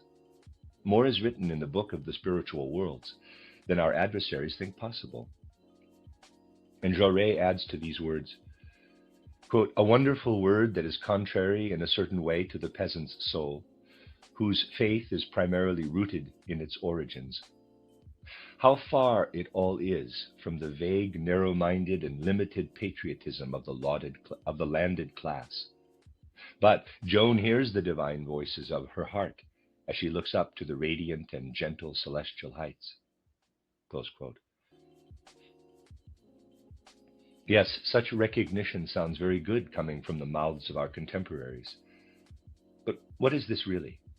To even the most learned of our contemporaries? An acknowledgement of something that they take more or less as fiction, a fiction that to some extent can make life better, but to which they accord no reality. This is what the great delusion does. Thus we see that we need clarity about the existence of this great delusion. Its effects confront us everywhere, and it is preventing spiritual science from having the influence today that it should really have. More and more, people will have to gain not only theoretical insight into spiritual science, but also potent inner strength in order to bring spiritual science into every area of life. This is true in the many different areas of life. But again, it can be said that the true facts are masked in this case, because an objection could seemingly be made to everything that spiritual science says. Let us take an area of life that is most appreciated by human beings, for the simple reason that it is quite closely connected to their outer well-being. You see, spiritual science would have an incredibly beneficial effect on university medical departments, medical science, and pharmacology, if they were allowed to be influenced even a little bit by spiritual science. Modern natural scientific development has caused medical science itself to take on a materialistic character more and more. Certainly, this materialistic character has also been very beneficial. One need only mention the extraordinarily great progress that has been made in surgery to find some justification. Even if what I am saying has been said again and again, we must marvel at the recent progress made by natural science. But there are other sides of medical knowledge and the art of medicine that are no less important. They suffer tremendously from this materialistic trend and will be able to meet a beneficial future only if spiritual scientific knowledge is introduced to their research. Through spiritual scientific insights, connections in the human organism are discovered, whereas current medical science knows only isolated details. Certainly, such things are often sensed instinctively by more insightful researchers. But progress cannot proceed quickly enough in this way. If such a widespread rejection of everything that is spiritual science did not reign, specifically in the medical field, and if medical science did not strive to become monopolized into one power by medical authorities and governments, immense things could be accomplished for the healing of humanity in the field of medicine through spiritual science. You may say, well, nothing is stopping a spiritual scientist from bringing this progress about. Here again, things are masked, because this is actually not true. The materialistic mode that reigns today, in fact, prevents spiritual science from intervening. It is a thoroughly false belief that spiritual scientists today can help a person in all cases. They are prevented from this by the outer materialistic mode of medical science, and will be prevented more and more if the materialistic mode of medical science continues still longer. We cannot say to two spiritual scientists in the medical field, quote, "This is Rhodes, dance here," close quote, because their legs are not free to dance. There are indeed all kinds of commendable efforts being made against the reigning materialism in medical science, but these efforts are insufficient. Most of all, the insight is lacking that although it is necessary to oppose materialistic medicine, at the same time we must work with what modern medicine has acquired, with the means that are needed outwardly in this field, but in a spiritual scientific sense. People would be astonished at what would result if the spiritual scientific view were brought into clinics and dissecting rooms, as well as to all of the other resources and sources of aid in the medical establishment. This is the direction in which our endeavors must go. Our endeavors must go not toward disregarding materialistic medicine, but rather toward bringing spiritual science to the materialistic mode. And before this is accomplished, we will not be able to help even in individual cases. The situation that makes it impossible cannot be discussed in such a short lecture, but it is so. Thus, if there were less prejudice against spiritual science, an immense amount could be accomplished precisely in a field that is so natural to physical human healing. And concerning the burning social questions, it would come to light that the many attempts being made to improve things in the social field, to improve various living conditions, will fail. For only when people come to base social insights as well on spiritual scientific axioms, like mathematics or geometry are based on their axioms, only then will truly effective means be found. And so we live in a world that must, if we are moved by spiritual science or anthroposophy, stand across from our own souls with radically different thoughts and feelings. We live in an atmosphere, so to speak, that demands a potent development of strength, a powerful perseverance. Those are the deeper reasons why one can often become disheartened and feel lonely. Why perhaps a few here and there, although declaring support for spiritual science, cannot cope very well with life. But when we have clear insight as to how great is the thing that we are part of in the whole human nexus, and how it seems like a small thing today, only because we are still at its beginning. We can find this strength, then we can really find it. Every great thing in the evolution of humanity must begin small. Here too, as I did recently in Zurich, I would like to point out how limitation, illogic, and disjointedness live in the whole way of thinking of our contemporaries. This is the result of a blinding effect that natural science seems to have on contemporary humanity. Natural science has produced magnificent and admirable results with reference to the outer sense world. And in this context, the people who had administered to the spiritual heritage of humanity felt driven back, more and more driven back. It did not go well, especially for certain theologians. It is incorrect to simply reject from the outset what humanity evolved through time as theology. There are deep, important, basic truths in this theology, including about the human soul. Although these teachings must first be more clearly illuminated, in many respects, by spiritual science, still they contain basic truths. Only because these truths are not represented in a way that meets the needs of humanity today, the yearning for an answer to the spiritual scientific question must arise now in thinking people and feeling souls. But the theologians who did not want to be part of such spiritual scientific efforts found themselves in a strange situation. They had truths, but these truths were not applicable to anything because the other sciences had taken the objects of these truths from them. The theologians had truths about the soul, but the soul was taken from them by natural science. And now, perhaps, theology proclaims truths with words, but it does not concern itself with the objects. It will even let the objects be investigated by natural science, because theologians are too comfortable, in many respects, to really take up natural science now. And that is what we must see as important in spiritual science, that this spiritual science takes up natural science completely, that it becomes involved in all that natural science has acquired, and joins in by adding spiritual scientific principles to the natural scientific mode. The theologians did not want to do this. At times they are filled with a very strange conviction, precisely when it comes to retaining the objects. A person who is seen as quite an extraordinary theologian in certain circles, both as a professor, which he used to be, and as a pastor, wrote a little book in which he gives an account of his religious talks. And in this little book, he expresses thoughts through which we can, in an odd way, eavesdrop on him. We can see into the soul of an important person in our time. Indeed, however, I cannot say anything else but that one is stunned now and then by the kinds of thoughts an important person can promote.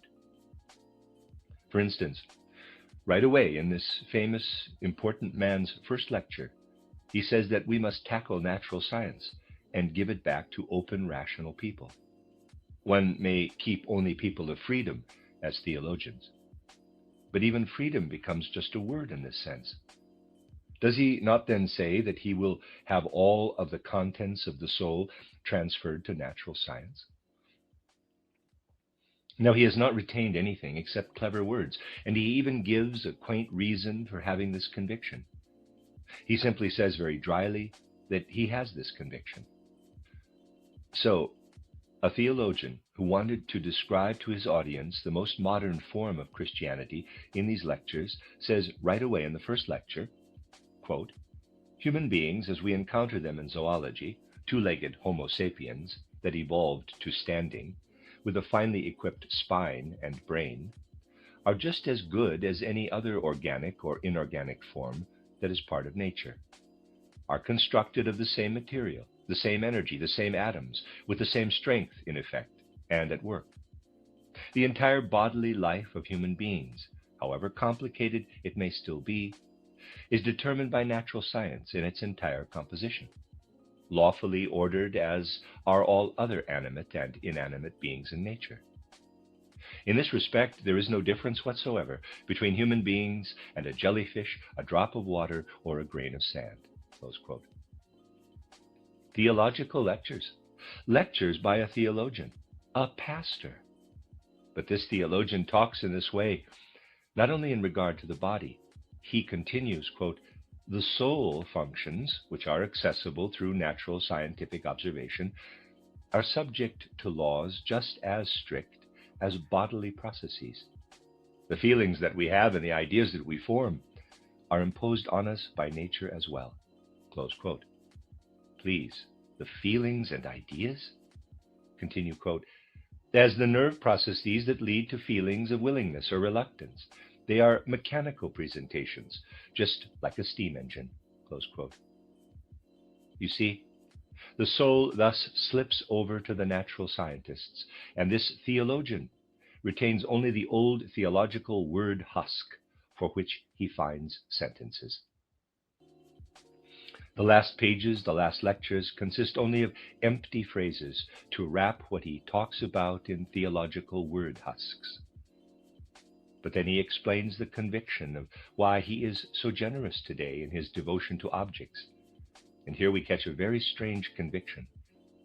Just think, he says that theologians must act as he acts, must go even further. He says, quote, "This certainty in the laws of nature in human beings applies not only to their bodily but also their soul functions. This is what we theologians never wanted to admit." Close quote.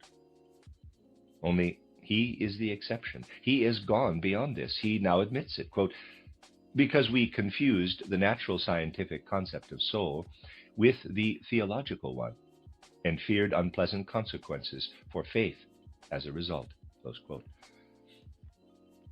But now he has come so far that he admits he no longer fears any unpleasant consequences for faith. Then he says, quote, "These come about precisely when we do not let science come to its full conclusion." Close quote. That is, he now says, quote, "We should give in to science now, otherwise it will have unpleasant consequences. Otherwise this science will have horrible consequences." Close quote. And then we catch him in his truly strangest splendor, quote, "Because then we forfeit the trust of thinking people." Close quote. There you have what this great theologian is striving for today. People, the most accomplished, have come in all the ways that I have described to you today to the feelings with which they turn their trust to us when we speak of the spiritual. We must not forfeit this, and thus not use the true inner soul strength that could be the basis of a spiritual insight. We see that if, when we detect what runs through people's innermost being today, if we do not thoughtlessly pass over such things, then people today reveal themselves to be quite strange. We must have clear insights about this.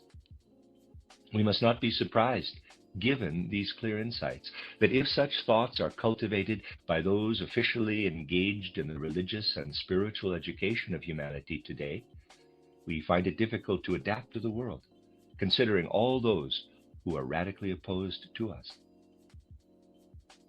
We must hold up for ourselves, again and again, the matter we are actually serving in the world, by opposing the tempting thoughts that come today from such quarters with the only thoughts that can be fruitful. Such thoughts may always lift us from even the deepest depression again and again and give us strength once more. Such thoughts are extremely important in every second of our lives.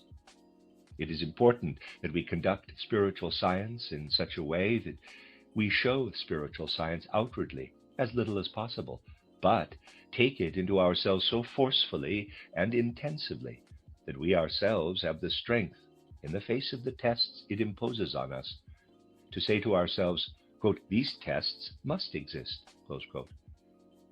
Because our karma has led us to spiritual science, we willingly take on what it imposes upon us in the form of tests. The conflicting forces contrary to spiritual science in the world today are terribly difficult, and people basically do not know this at all. Of course, this man, A.W. Hunzinger, has no clue about the nature of thought and feeling. This can be revealed only when we have a clear view through spiritual science into the whole perniciousness and destructiveness of such thinking. This man has no awareness whatsoever of any of that. However, he cannot be assigned any blame because of this, nor be disregarded, and such a fact must be taken quite objectively, like an earthquake, like a volcanic eruption, which also have destructive effects on humanity, though in a small area through outer physical means. But this man really cannot think. And he is only one example of the most important people of our time who cannot think. He cannot think. Just imagine, he says that we, of course, give the human body to natural science. It does not work any other way, because what should we theologians do with it? We cannot investigate the body, after all. This man has no idea of the fact that the spirit, when we really investigate it, is co-builder of the body, that the body simply cannot be separated and given away in this manner, as I explained yesterday in the public lecture. This man gives away the body, but he also gives away the soul. Because it experiences in the same way as a steam engine, he retains, as he says explicitly, only the, quote, person of freedom, close quote, what is free in the human being, for theology. He magnanimously gives away the person as nature. He retains the person of freedom. But now, after he has kept the person of freedom, he openly says, quote, human beings as nature, close quote, as a part of nature, lose their independence and freedom. Everything they experience is suffering. They must suffer absolutely, according to the law of nature. Thus, human beings lose their freedom through their nature. And now just think what else this theologian is keeping. First, he says he gives people as nature to nature, and retains the person of freedom. But then he states that the person as nature is such that people lose independence and freedom as a part of nature, and, quote, everything they experience is suffering, must suffer absolutely according to the law of nature, close quote. Now he has nothing more at all. Thus we cannot be surprised that Hunsinger speaks only in empty phrases from here on. But the good man does not notice this at all, and he is a typical example of how the most important people today notice nothing of the discontinuity of the thinking that has influence now.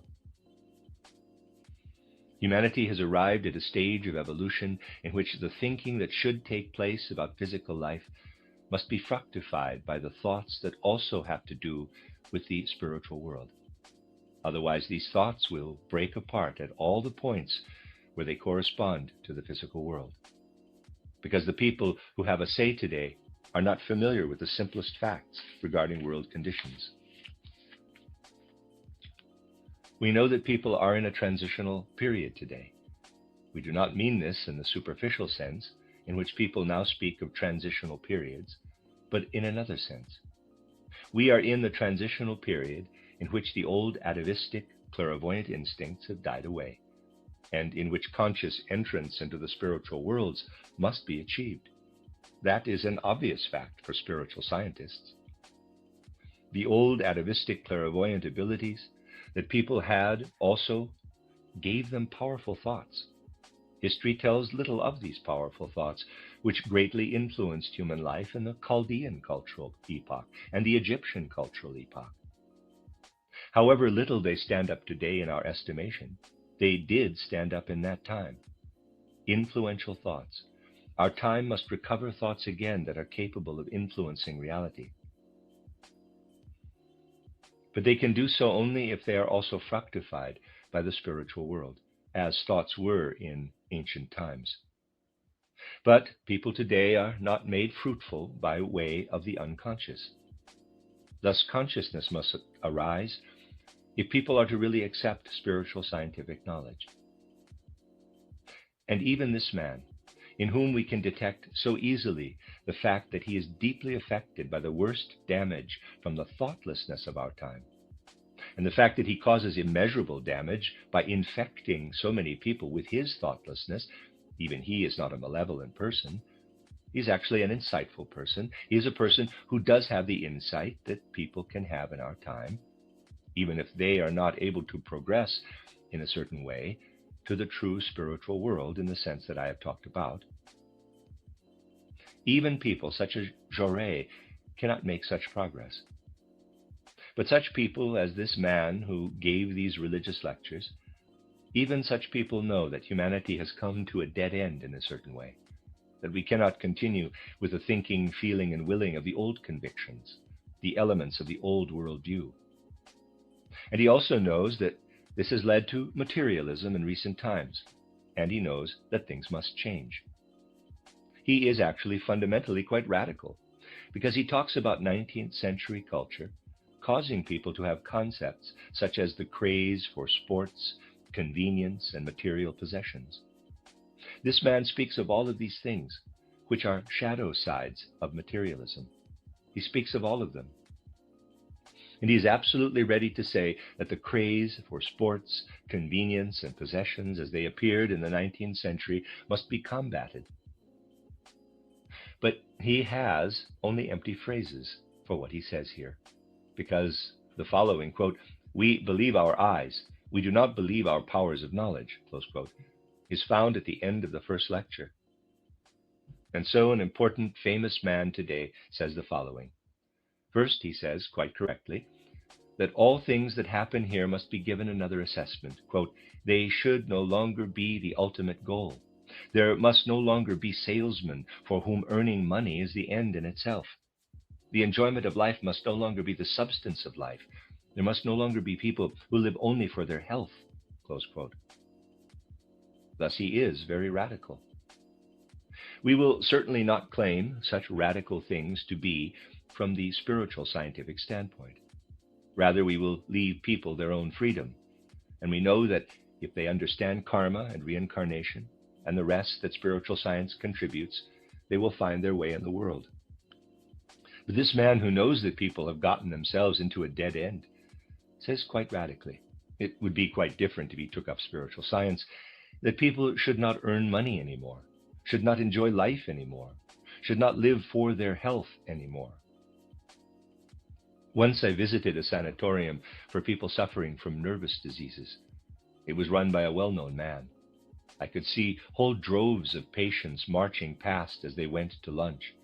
It appeared to me that the sickest, most fidgety person suffering from a nervous disease was the noted director of the hospital himself. This is one case in 1,000. Our theologian, however, is radical. He says that the substance of life must be different.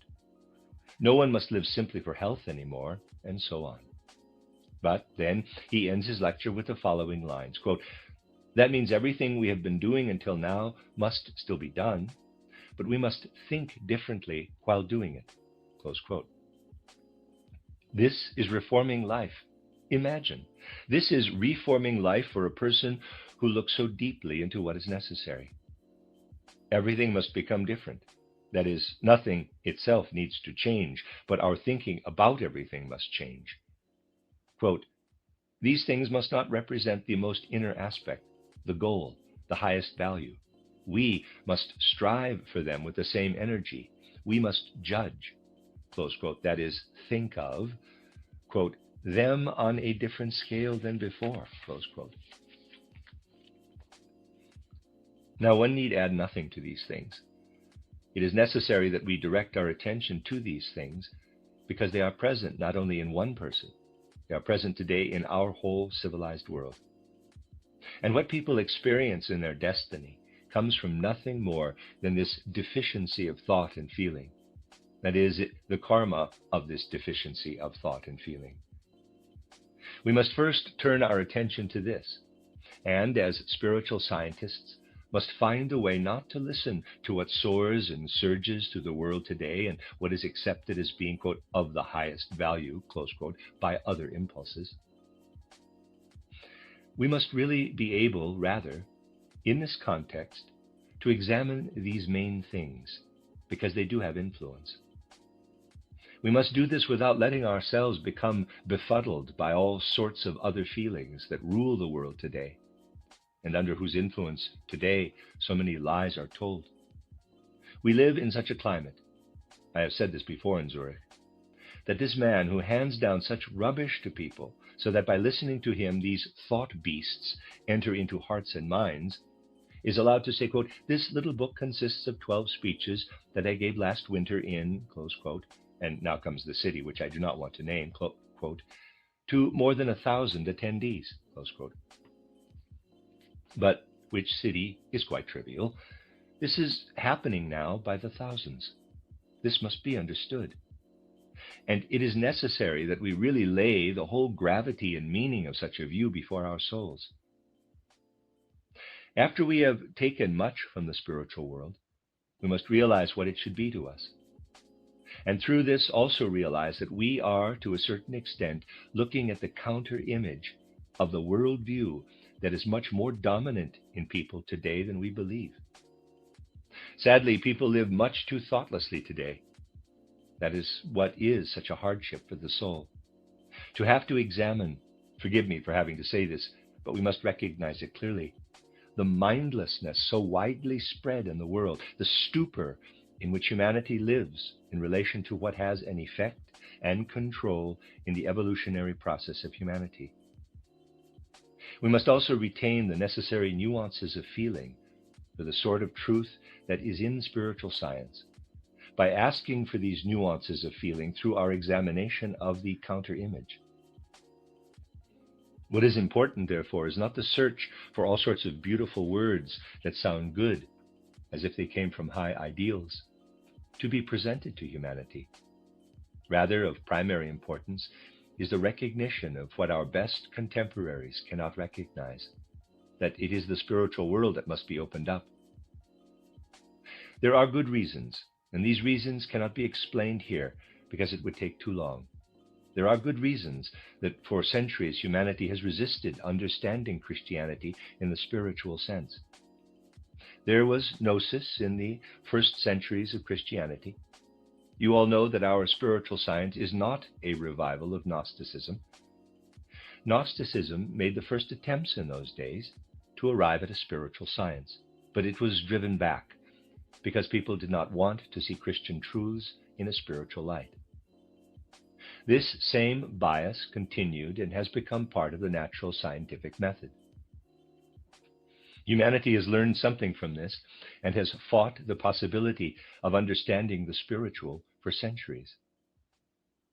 But today, the time has arrived when it is the most difficult for those who are very much part of contemporary culture, which is actually materialism, even though people do not admit it, to recognize a true spiritual world. That is, not just to talk vaguely about the spiritual world, but to recognize the spiritual world through examination. We must get it clear in our minds, however, that the recognition of this spiritual world is one of the most important things. Only then can the rest of it come, what must come in the form of a new basis of the ethical, social, and other practical orders of life. When we lay the groundwork through spiritual science and the knowledge of true spiritual facts and spiritual entities. It was a great satisfaction to me that we could be together once again here in St. Gallen after a long time, and I therefore saw it as my task, specifically on this day, to add to what you can learn from our literature, something of what must be talked about within our movement, perhaps personally from soul to soul, so that it can be understood correctly. Because within our movement, it matters that we do not simply take up this or that idea from spiritual science in a catechism-like way. Rather, it matters that we find the correct relationship of our souls to the knowledge from the spiritual world. Then spiritual science will be not only a science to us, but it will also truly become a way of life for us.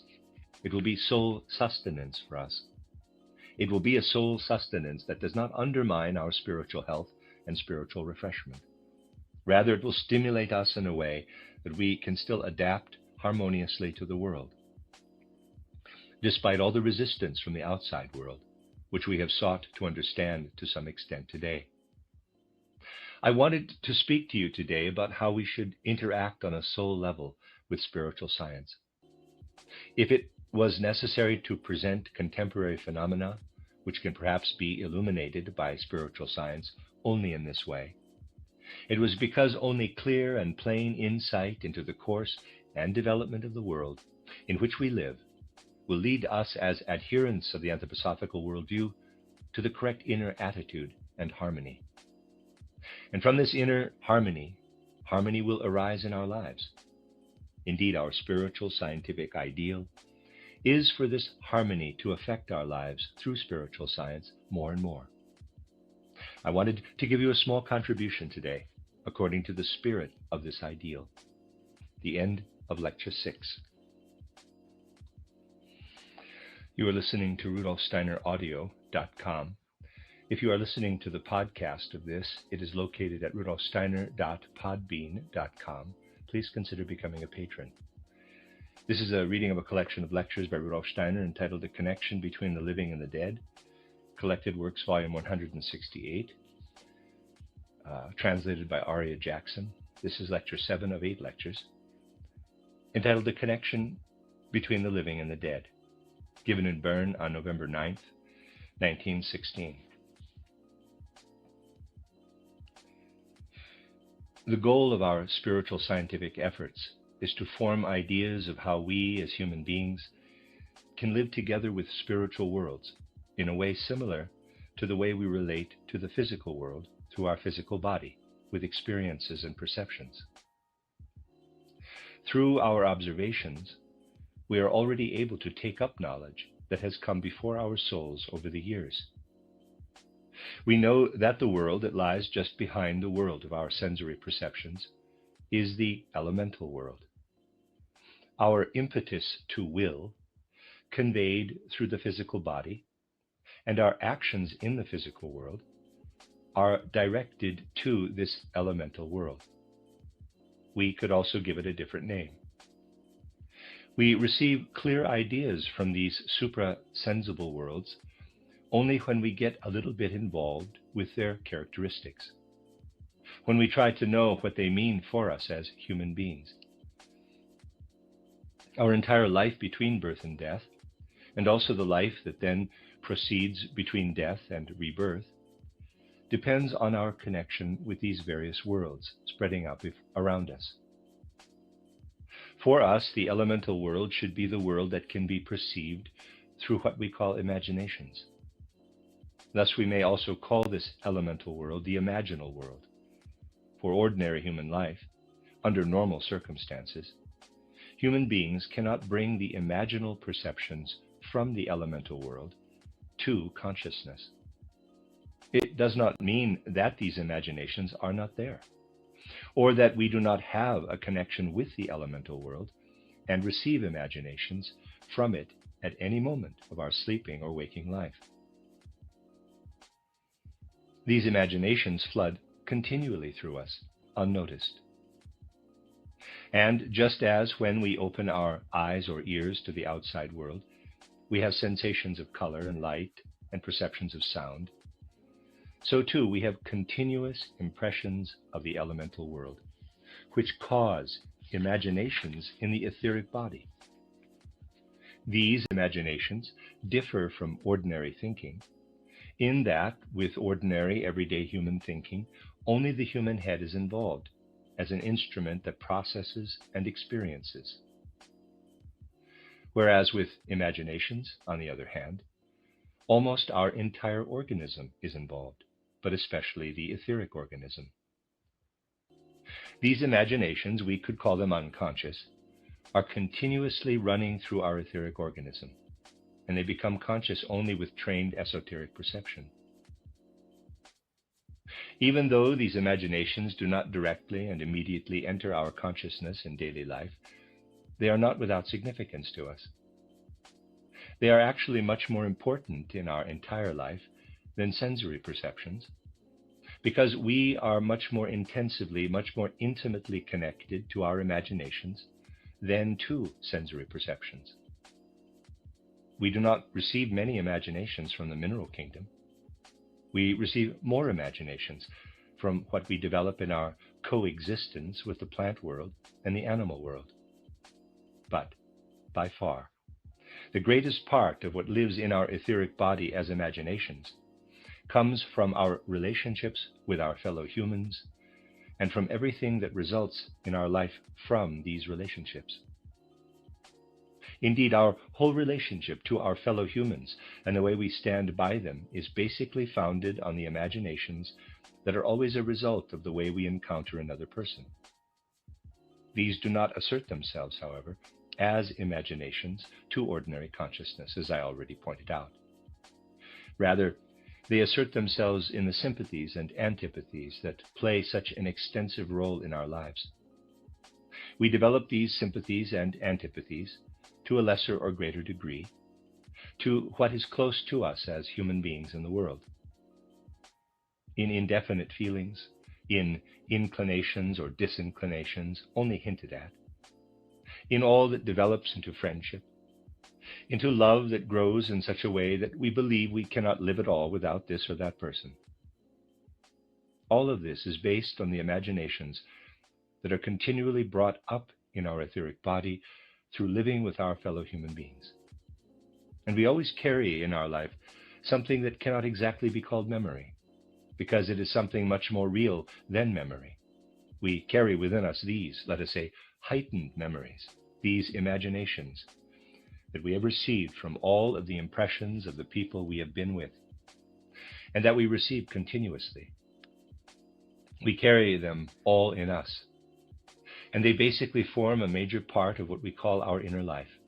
Not the inner life that remains as clear memory, but the inner life that asserts itself in a general feeling, a general mood, a general view of the world and of our coexistence with the world.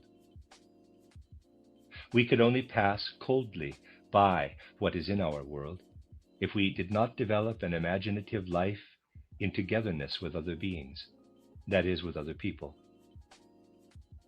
What we call the interest of our soul in our surroundings is something that asserts itself, and that we must particularly heed as especially belonging to the elemental world and our etheric life. What is advantageously present in the powers of our etheric body asserts itself when we are immediately captivated, in certain cases, by an interest in another person. Such an interest, in the way it develops between one person and another, is based on very specific relationships that appear between the etheric of one person and the etheric of the other, and that cause the playing back and forth of imaginations. We live with this imagination, and these interests, their effects, their strength, and so on, we are often not able to account for, or are able to account for only vaguely, which we do not notice at all because our life is not ordinarily inspired, but rather proceeds in a more or less dull manner. We are part of the elemental world with all these things. We are part of this elemental world in such a way that we truly have our own etheric body from this world, which is the instrument for relating with this elemental world. Through our etheric body, we are developing relationships, not only with other etheric bodies that are part of other physical beings, but through our etheric body, we are related also to spiritual beings of an elemental nature, and specifically to those that can arouse imagination, unconscious or conscious, for us human beings. People differ from one another by their relationships, one with certain elemental entities, another with other elemental entities. This can also happen in such a way that, for example, a person's relationships to certain elemental entities can coincide with the relationships of another person to the same elemental entities. But we must hold fast to the fact that whereas we always have a relationship to a certain extent with a great number of elemental entities, each of us has a particularly strong relationship to an elemental entity that is more or less the counter image of our own etheric body. One could say that our own etheric body has an intimate relationship with a certain etheric being. Just as our etheric body, what we call our etheric body from birth until death, by being integrated into the physical body, develops its own relationship to the physical world, so this etheric being, which is in a way the counter image, the opposite pole of our own etheric body, conveys our connections to the entire elemental world, to the surrounding cosmic elemental world. Thus we see an elemental world that we ourselves are part of through our etheric body, with which we relate to, and have concrete connections to specific elemental entities. Within this elemental world, we come to know entities that are actually just as real as people and animals are here in the physical world, but which have not reached physical incarnation. Rather, they have reached only the etheric state, and their closest corporeality is in fact etheric corporeality. Just as we move among physical people here, so too do we continuously move among such elemental entities. Some are not connected to us, but have connections to other people instead. But a certain number are particularly close to us, and are related to us in the most intimate way, and mediate our contact with the cosmic elemental world. We ourselves are beings such as these elemental entities right after we go through death's gate, when we still carry our etheric body with us for a few days. We ourselves have become such an elemental being to a certain extent. Now and then I have described this process of going through the gate of death. The more specifically we examine this process, the more specific the imaginations it produces, because the impressions we receive immediately after passing through the gate of death live in imaginations, assert themselves as imaginations. Now, more specifically, it turns out that a certain interaction occurs immediately after death between our etheric body and its etheric counter-image. The fact that our etheric body is taken from us some days after death is based mainly on the fact that our etheric body is to some extent attracted and absorbed by its etheric counter-image, and then becomes one with it, so that we in fact lay aside our etheric body some days after death, consign it, so to speak, to our etheric counter-image. When our etheric body is taken from us by our cosmic image, quite particular relationships come about from what is taken from us in this way, and the other elemental entities with which we have had relationships in life. What comes about is an interaction between what our etheric body has become, together with its counter-image, and the other elemental entities that accompanied us from birth until death. A kind of interplay that could be compared to the one between a sun and its planetary system. Our etheric body creates a sort of sun, so to speak, with its cosmic counter-image, and the other elemental entities surround this sun like a sort of planetary system. And when this interplay takes place, the forces are created that add what our etheric body can bring to the elemental world in the correct way, through a gradual becoming. This process, which we usually label with the abstract word dissolving, is fundamentally the effect of the forces that arise from this sun planetary system we leave behind. What we have achieved for our etheric body, what we have acquired for this etheric body in the course of our earthly life, gradually becomes part of the spiritual world, weaving itself into the forces of the spiritual world. And we must be completely clear that every thought, every idea, every feeling that we have on earth, even though they remain hidden, are important to the spiritual world. They will go with our etheric body and become elements of this spiritual world when the coherence of our etheric body is torn apart upon passing through the threshold of death. We do not live in vain. The fruits of our life and how we integrate them into the thoughts we acquire and the feelings we experience are assimilated into the cosmos. This truth is something we must take into our feeling, into our perceiving, if we want to conduct ourselves correctly in the spiritual scientific movement. One is not a spiritual scientist by simply knowing about certain things, but rather by feeling into the spiritual world through insight, by feeling oneself to be an element of the spiritual world in a very specific way, by knowing that what you now cultivate as thought has meaning for the whole universe, because it will be given over in its corresponding form to the universe upon your death.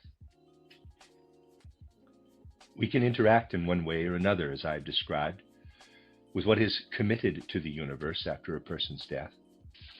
And some of the ways in which the dead are present to those left behind in earth life is due to the fact that the etheric individualities, who are now actually isolated from their true human identities, send their imaginations back to the living.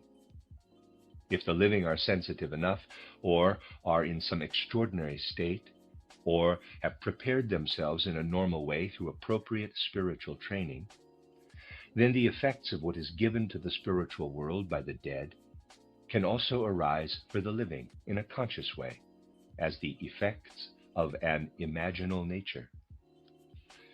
A connection remains after death, however, between what is the actual human individuality and the etheric aspect from which it has just separated, a connection that is an actual interaction. This can be seen most clearly by the fact that through spiritual training, one can have real contact with one and another person who has died. A certain kind of communication may then take place. The dead person conveys to his etheric body what he himself wished to transmit to us while we are still here in the physical world. For only by transmitting it to the etheric body, inscribing it, so to speak, into the etheric body, only by this means can we who are here in the physical have perceptions of the dead in terms of what we call imaginations. As soon as we really have imaginations of the dead person, the etheric body of the one who has died acts as the, quote, changeover switch, close quote, if you will allow me to use this simplistic, much too mechanical expression, close parenthesis. One must not think, however, that we thus will have less warm-hearted relations with the dead, because a switch must be present. Just as those who we encounter in the outer world let their character be conveyed through their physical image, which is called up in us through our own eyes, so too, the conveyance through the etheric body is something very similar.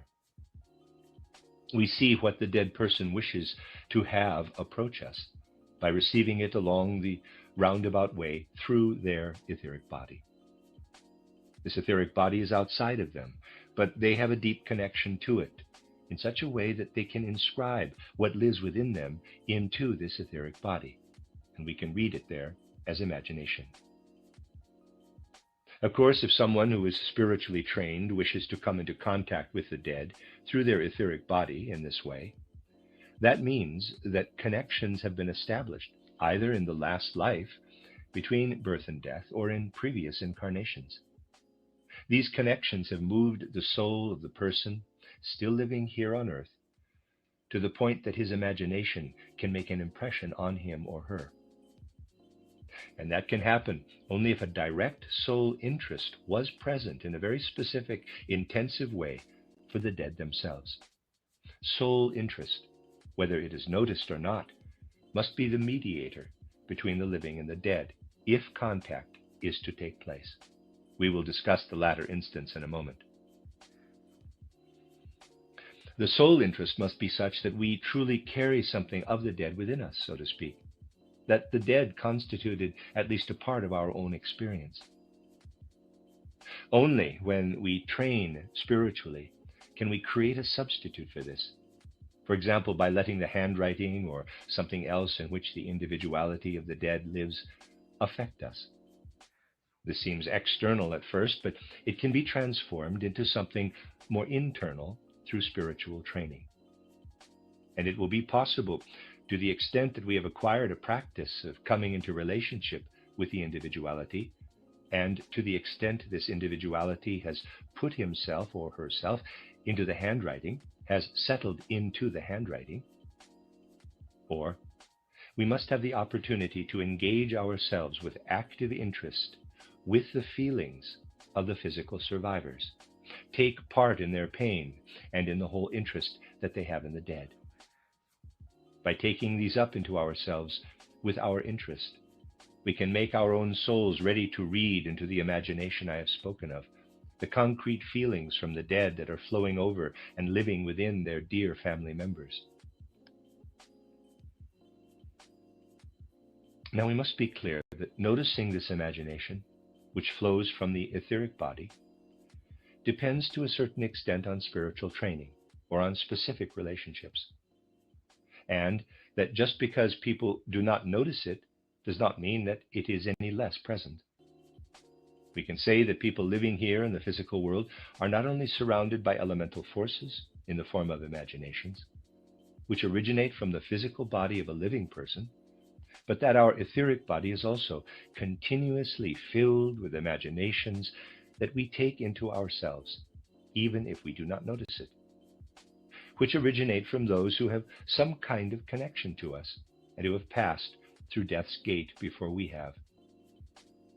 We can say that just as we have a connection with the air around us as physical bodies in physical life, so are we in relationship to the entire elemental world of the dead. We do not get to know our human life if we do not gain knowledge of these relationships. These relationships are, however, of such a subtle kind that they can go completely unnoticed by most people. But who would deny the fact that people do not always remain exactly the same between birth and death? If we take just one look back at our life, we will notice that we have gone different directions at different times in our life. Even if we imagine our life has taken such a seemingly consistent course, numerous events have occurred. Although these events may not exactly have led our lives in very different directions, which could also have been the case at times, they still have enhanced our lives through joy or suffering in one way or another, and brought us into other relationships in one way or another. We know that when we go to a new place, we can have a different sense of well-being, even from the different composition of the air. These differing soul moods that we move through in the course of our lives originate from the influences of the elemental world. And they come in no small part from the influences that come from those dead with whom we previously had a relationship on earth. If someone meets a friend or someone else in life with whom a relationship is formed, for whom a favor must be done, or perhaps also some reproof or criticism given, this is due to the influence of certain forces. Whoever recognizes the occult order in the world knows that when two people are brought together to perform a task, sometimes one and sometimes several of those who passed through death's gate earlier were involved with this coming together. Our life does not become less free as a result. No one who does not want to look foolish would say, quote, "How can people be free when they have to eat?" Close quote. It is just as incorrect to say that we become less free when our souls continually receive effects from the elemental world in the way described. But truly, just as we are connected to warmth and cold, to what becomes our food, to the air around us, so too are we connected to the elemental world, but primarily with what comes to us from those who died before us. We can truly say that human beings' effects on their fellow humans do not stop when they pass through death's gate. Through their etheric body with which they themselves remain connected, they send their imaginations to those with whom they had a connection. Indeed, this world that we are speaking of, though it remains unnoticed in daily life for good reason, is a much more real one for our human life than the one we usually call real. So much for this elemental world today. Another kingdom that is continuously around us, and to which we also belong, as we do the elemental world, can be called the soul world. The name does not matter. We are always connected to the elemental world in a waking state. When we are sleeping, when the eye and astral body are outside the physical and etheric body, The physical body, lying in bed, and our etheric body are indirectly connected to this elemental world. And we have the most direct connection with the higher soul world that I am talking about. We just do not have conscious awareness of it. The connection is there during sleep, when our astral body is free around us. It is also there when we are awake, though then the connection is mediated by the forces that the physical body has attracted to itself. That is, it is not a direct connection. We find beings, we call them soul beings, philosophers of the Middle Ages called them heavenly beings, in this soul world that are just as real, indeed even more real, than we are during our life between birth and death. These beings do not need to be incarnated in a physical body, nor even incarnated in an etheric body. Instead, they live in what we are accustomed to calling the astral body as their lowest corporeality. We are always in a very close connection to a great number of such pure astral beings during our life and after our death. People differ from one another in that different people have a connection to different astral beings. Thus, two people can have relationships with the same astral beings, and each of them in turn with others, but both have relationships in common with one or more astral beings.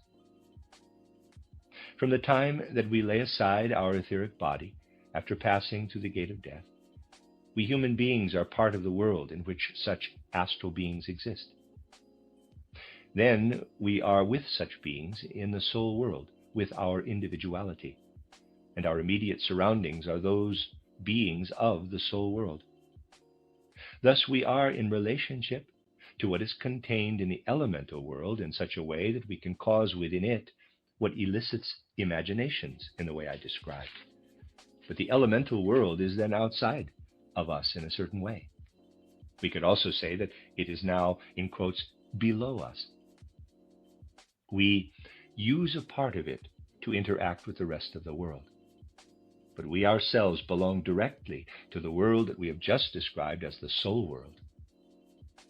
We now have contact with the beings of the soul world, and thus also those who have gone through death's gate, and after some days have laid aside their etheric body. Just as we continually receive influences from the elemental world, even if we do not notice it, so too we continually receive influences directly into our astral body from this soul world that I am now describing. Only these direct influences that we receive from the soul world can be inspirations. Parenthesis, of the indirect influences via the etheric body we have already spoken, close parenthesis. Now, it will become clear to us what sort of influence the soul world has on us if I first, with a few words, touch on the way in which this influence appears to the spiritually trained, who are in a position to receive inspirations from the spiritual world. They appear to them in such a way that they can become aware of these inspirations only when they can take something into themselves from the being that wishes to inspire them, something of the characteristics, the life tendency, and life direction of this being. Should the spiritually trained wish to develop a conscious relationship with the dead person, not only via the etheric body, but also in this direct way through inspiration, it is necessary for them to carry more in their soul than what can be generated through interest and sympathy. The spiritually trained must be able to transform themselves in a certain way, at least for a short time, so that they take on something of the habits, of the behavior of the being, let us say the human being, with whom they wish to communicate. They must be able to settle in so that they can say to themselves, quote, I have taken on the habits to such an extent that I could do what this person could do, feel what this person could feel, sense what this person could sense, will what this person could will, close quote. It has to do with, in quotes, could. The possibility must be there. We must be able to be more intimately together with the dead. For the spiritually trained, there are many ways if the dead themselves allow it. We must simply be clear that those beings who are part of the world we are calling the soul world actually are in relationship to our world in a completely different way than we humans are here in the physical body. There are thus very specific conditions for interacting with these beings, and very specific conditions also exist for interacting with the dead as long as they are in the astral body, that is, as astral beings. I can draw your attention to particular examples. What we human beings develop here for our life in the physical body, through relationships to other beings, which occur directly during earthly life, holds another kind of interest for the dead. Here on earth, we develop sympathies and antipathies. Let us be very clear that the sympathies and antipathies that we develop here in the physical life are influenced by the physical body and its relationships. They are influenced by our vanity, our egotism. Let us be clear about how many relationships of a certain nature we develop to various people out of vanity and egotism, and out of other things that are based on our physical earth life here. We love some people, and we hate some people. In most cases, we think very little about the reasons for our love and hate, our sympathies and antipathies. Indeed, we often avoid thinking much about these sympathies and antipathies, for the simple reason that highly unpleasant truths would usually emerge. Were we to pursue what is actually expressed within our not loving a particular person, for example, we would sometimes be compelled to attribute to ourselves so much prejudice, so much vanity, or other qualities, that we are afraid to do so. And thus we do not become clear about why we hate this or that person. But indeed, with love, it is often quite similar. With love, however, interests and sympathies and antipathies develop that in truth have significance only for our earthly life. Yet it is out of all this that we act. We arrange our lives according to these interests. Now, it would be quite wrong to believe that the dead could have the same interest in what we take up on earth in the form of ephemeral interests and sympathies and antipathies that are under the influence of our physical life on earth. Truly, the dead are obliged to see these things from a very different perspective. And if we question ourselves further about how we are influenced in judging our fellow human beings by our subjective feelings and by what results from our interests, our vanity, our egotism, and so on, we may not believe that the dead would have an interest either in our relationships of this nature to other people or to every behavior that then results from such interests. But on the other hand, we also may think that the dead do not see what lives in our souls, because it really does live in our souls. The dead see it, the dead take part in it, but the dead see something else. The dead have completely different judgment than the living do. They look at human beings much differently, and that is a very particular main point. How the dead see the people who are here on earth. We had better not believe that the dead do not have an active interest in human beings. They do, because the human world is part of the whole cosmos. Our life is part of it. And just as we are also interested in the subordinate kingdoms in the physical world, so too are the dead intensely interested in the human world. They send their impulses into it. They affect the world through the living. We gave an example just a short while ago of how the dead have an effect after they have passed through death's gate. But the dead see one thing first and foremost. They see how a person is who follows impulses of hate, who hates this or that person based on purely personal intentions. The dead see this. But the dead also observe clearly, according to their way of seeing and knowing, the part Ahriman plays in influencing people to hate. The dead see Ahriman influencing people in this way. They also see how Lucifer influences people when they are vain here. That is what is significant. that the dead see the human being in connection with the Ahrimanic Luciferic world. Thus, what often colors completely our human judgments is omitted for the dead. We see this or that person whom we inevitably judge one way or another. We blame them for whatever we find reprehensible about them. The dead do not immediately blame people for these things. Rather, they see how we are tempted by Ahriman and Lucifer. That perspective causes, for them, what we call a damping down of the sharply differentiated feelings we have for certain people in our physical earthly life. For the dead, it is much more a sort of general human love.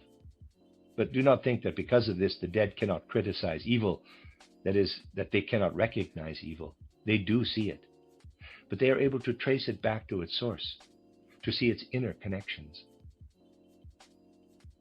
But all of this that I have described to you also means that trained people can consciously come near to the dead only by really freeing themselves from personal feelings of sympathy and antipathy in relation to individual people, by not letting themselves become dependent on personal feelings of sympathy and antipathy in their soul. Just imagine that a trained clairvoyant wishes to approach someone who has died, whoever that may be, so that the deceased's inspirations can become part of the clairvoyant's consciousness. But the person living here on earth feels very particular hatred for someone else, a hate that originates from personal relationships alone. Indeed, as our hands avoid fire, so the dead avoid such a person who hates in such a way for personal reasons. The dead cannot come near because hatred affects them like fire. In order to come into conscious relationship to the dead, we must be able to make ourselves independent from personal sympathies and antipathies as they are in our life.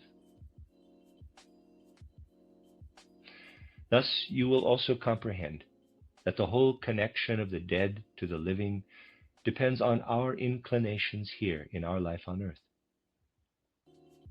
This is true insofar as the relationship is based on inspiration, which is always there, even if it is not noticed, and always lives in the human astral body, so that humans are always in connection with the dead in this direct way. If you have a misanthropic disposition, if you do not take an interest in and have sympathy for our world, and specifically, if you do not have open, non-judgmental interest in and sympathy for our world and our fellow humans, then the dead cannot access you as they would wish to. They cannot move into your soul in the correct manner, or if it does happen, it is made extremely difficult for them, and they are able to do it only with suffering and pain. This coexistence of the dead with the living is quite complicated indeed. But you see from this that human beings have an effect after death beyond time, including by directly inspiring living people on the physical plane.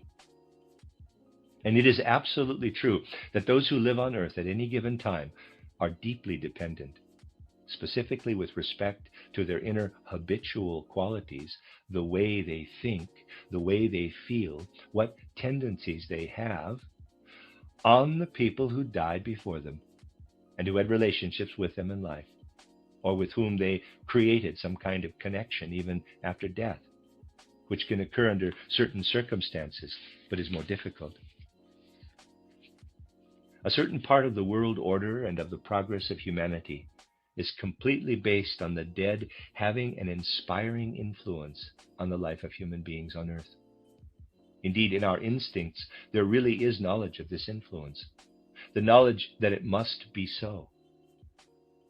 We can see this specifically when we observe cultural practices that were widespread earlier and are now dying away because humanity continuously advances to other new forms of life in the course of its evolution.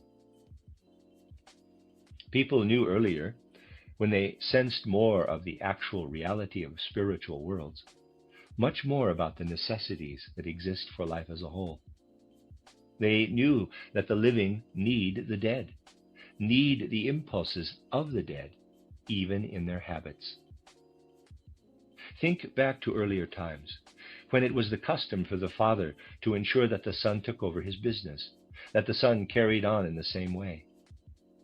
A connecting bond was formed through the physical world because the son had followed in his father's footsteps. A relationship was created between the activity of the son and the activity of the father, and the father continued to have an effect in the son long after the father had died. This was the basis of much in life then.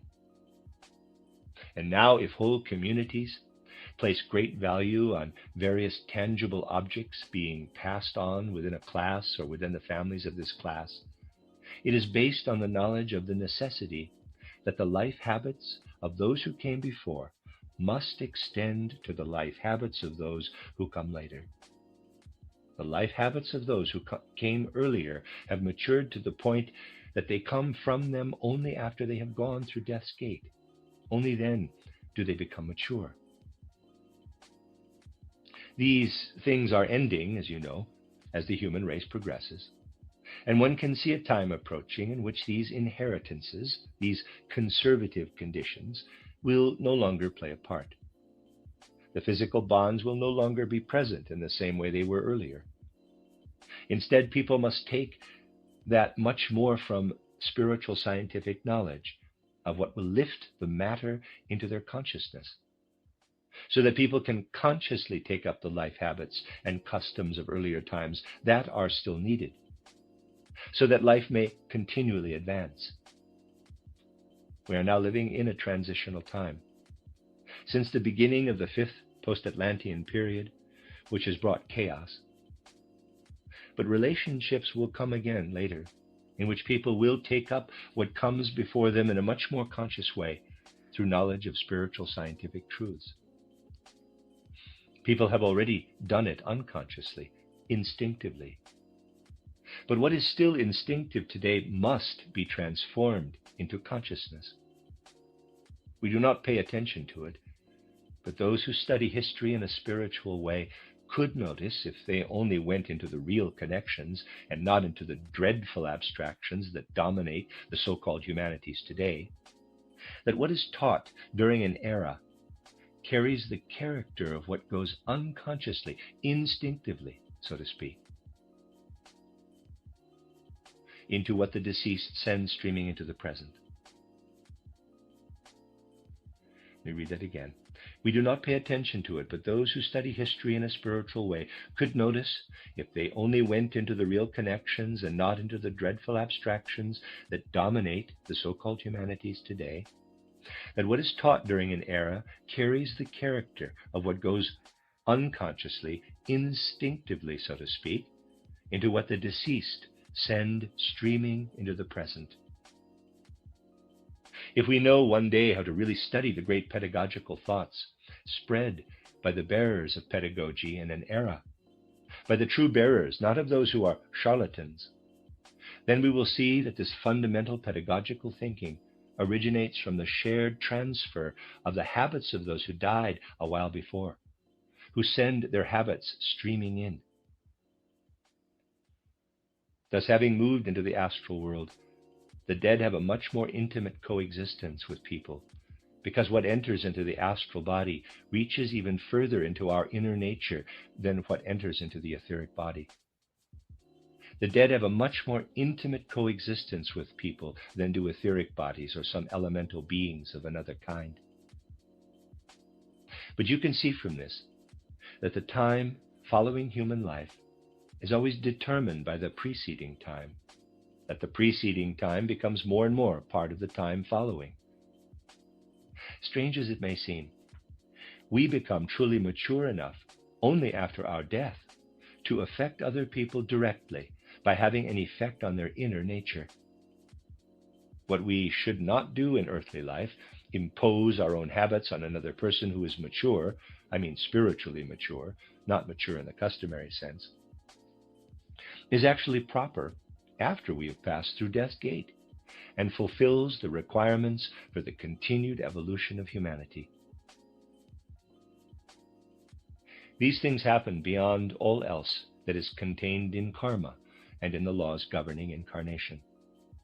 And if you ask about the secret causes of people's actions, you will find that many of them, though not all, perform those actions because certain impulses flow down from those who died 20, 30 years ago or even longer.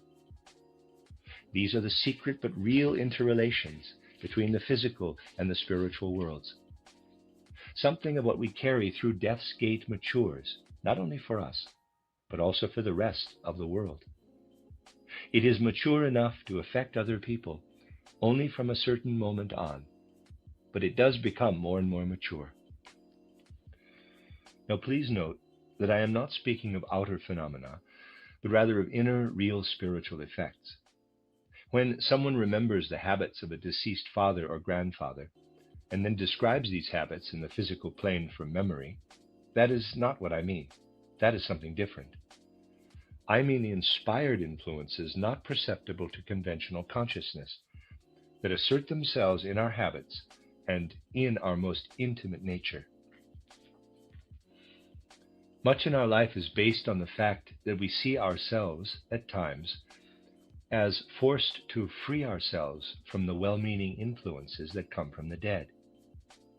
Indeed, we secure much of our inner freedom by having to free ourselves from influences coming from one side or the other. Inner soul conflicts, which we often do not know the cause of, become clear to us when we see them in the light that comes from such knowledge. If one were to use a trivial word, one could say that the past, in quotes, rumbles. The souls of the past really rumble within us. These things are simply truths that we see through spiritual sight. But people today have a very particular relationship to these truths. That is, they are afraid of knowing the truth. It was not always so. Those who study history in a spiritual way know this. People now have a terrible fear, not a conscious one, but an unconscious fear. And this unconscious fear of the knowledge that we are part of the spiritual world, that mysterious connections exist not only between souls here in the physical world, but also between souls here, this holds people back. That is one part of the fear that instinctively holds people back from spiritual science. They are afraid to know the truth. But they do not know that by not wanting to learn the truth, they interfere in a disturbing way with the whole evolution of the world. And thus, of course, they interfere most of all with the life that then must be lived between death and rebirth, when these connections must be understood. What lives in us becomes even more mature when it is no longer only inspiration, but when it becomes intuition, in the sense that I use the word in title How to Know Higher Worlds. But intuition can be a being only, above all only, if it has, let us say, to use a paradoxical term, a, quote, spirit body, close quote. Human beings can have intuitive effects on other beings in this sense, that is, on beings who are still embodied here in physical life, only when they have laid aside their the astral body, when they themselves belong wholly to the spiritual world, that is, decades after their death. Then they can have an effect on other people through intuition too, and not just through inspiration as I have described. In this way, they first have an effect spiritually as an I, capital, that is now in the spiritual world, in the I of one who is still on earth. Before, they had worked as inspiration into the astral body, or indirectly through the etheric body, into the etheric body of earthly people. One who has been dead for decades can, as an I, have a direct effect, which of course can also be mediated by the other bodies at the same time. Then the person's individuality has grown to be able not just to settle into people's habits, but actually into their viewpoints. This may be an uncomfortable, quite unpleasant reality to today's prejudiced sensibility, but it is simply a reality. Our viewpoints, which originate in the I, are continuously under the influence of those who are long dead. Those who are long dead live in their views. But through this, the continuity of evolution is maintained by the spiritual world. This is a necessity. Otherwise, the thread of viewpoints would be continually broken. Forgive me for bringing in something personal at this point, but I bring this personal anecdote for purely objective reasons, because only through a concrete example can such a reality be completely understood. In fact, no one should express views as personal opinions, however honestly we come by them. Those who are quite honestly grounded in the esoteric and who are experienced in the requirements of spiritual science will not impose their opinions on the world. Instead, such individuals do everything not to directly impose their opinions on the world, because the opinions acquired under the influence of one's personal temperament will be able to have an effect only 30 or 40 years after one's death. They have an effect such that they enter the soul in the same way that the impulses of the zeitgeist, the archai, enter the soul.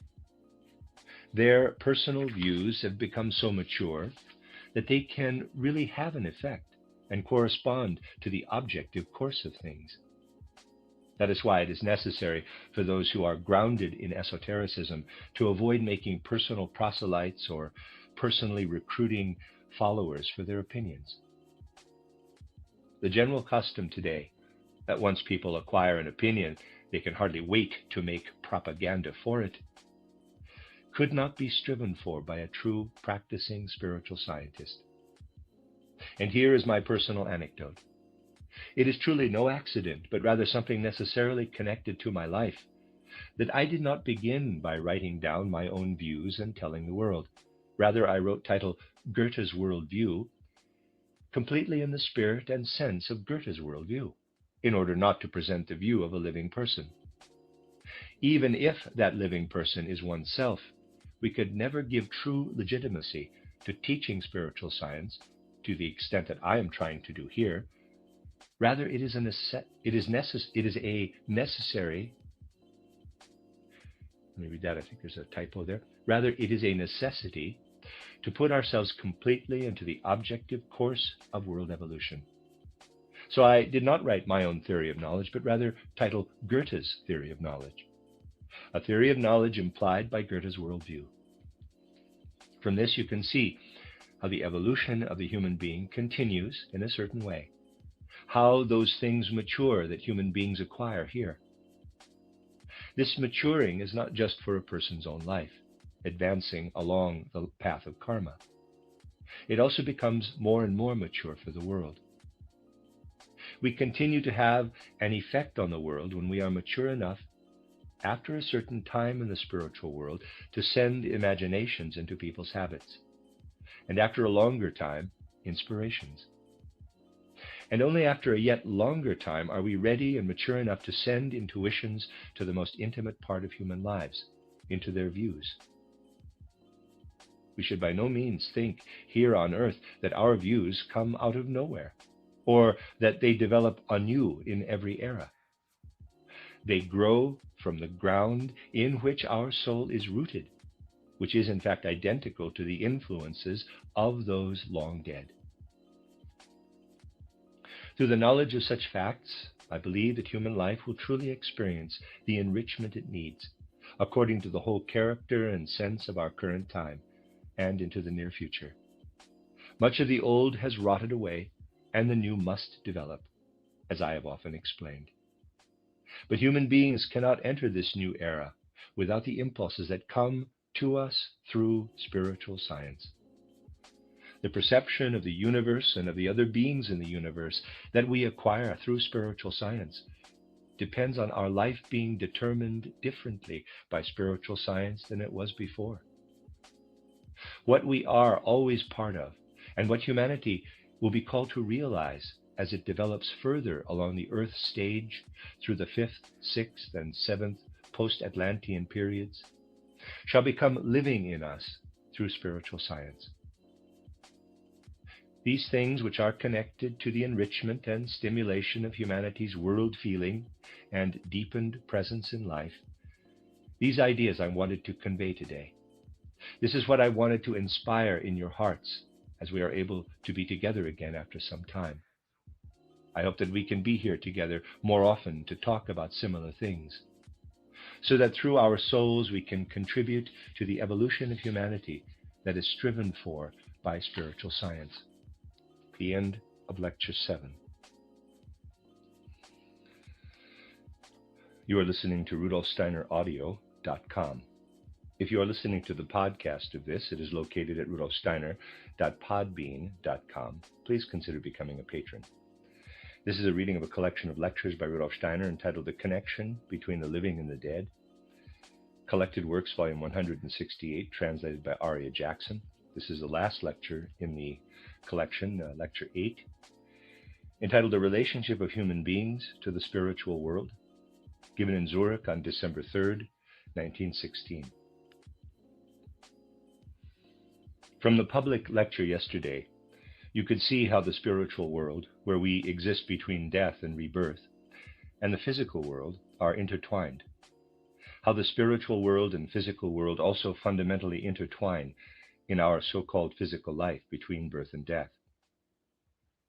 We ourselves give direction, so to speak, to the manner in which we are born with such and such characteristics, by having a relationship between death and rebirth to what happens here in the physical world.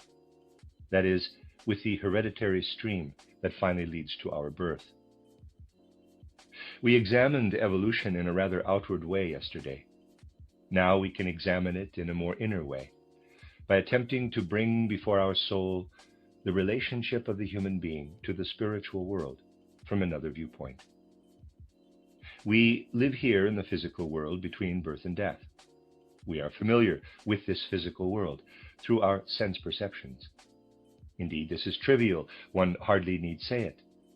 If we did not have our sense organs, we would not be aware of our relationship to the physical world. But everything of the relationship to the physical world that is conveyed to us through our sense organs, of course, breaks away from us when we go through death's gate. We can say that gaining knowledge of the physical world is our task between birth and death. We are integrated into this physical body in order to gain knowledge of the physical world. Now, we are not members of the physical world only. Rather, we are members of spiritual worlds as well. The closest spiritual world, which borders our physical world, so to speak, is the one that we have become accustomed to calling the etheric world, or also the elemental world. Whether or not this expression is appropriate is not so important here. This elemental world is initially unknown to people because we are living in the physical world. The elemental world is the first suprasensory world, but that fact does not make it less meaningful for us than the physical world, the sensory world. As soon as a sense for this elemental world arises in people, which happens when they are able to perceive imaginatively, it is clear to them that this elemental world is just as richly populated with beings as is the physical world. Human beings themselves, because they have an etheric body, are part of the elemental world. The relationships in the elemental world are only somewhat different than the relationships in the physical world. First, I would like to comment on the fact that perception in the elemental world can take place only when human beings are able to free themselves completely from what makes them earthly humans. This disengagement from what makes a human being an earthly being is, generally speaking, not difficult. However, it is more difficult for human beings today than it was in prehistoric times. We all know of prehistoric atavistic clairvoyance. This was primarily so because humans could free themselves from what made them earthly humans. As earthly humans, we are composed of only a very small amount of solid matter. We are made primarily of fluid. In the moment when we can emancipate ourselves from what is solid in us, when we can just feel into the part of ourselves that is fluid, the imaginative aspect can begin to surface.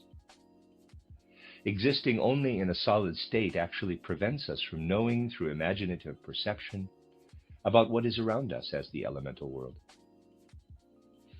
This imaginative perception, which has been lost, will indeed return to humanity.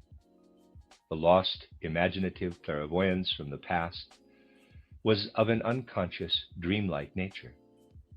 What will form more and more in our fifth post-Atlantean period is a fully conscious, imaginative seeing that will incorporate itself into people through completely natural development. I now come back to what I said earlier, that our relationship to the elemental world is different from our relationship to the familiar physical world.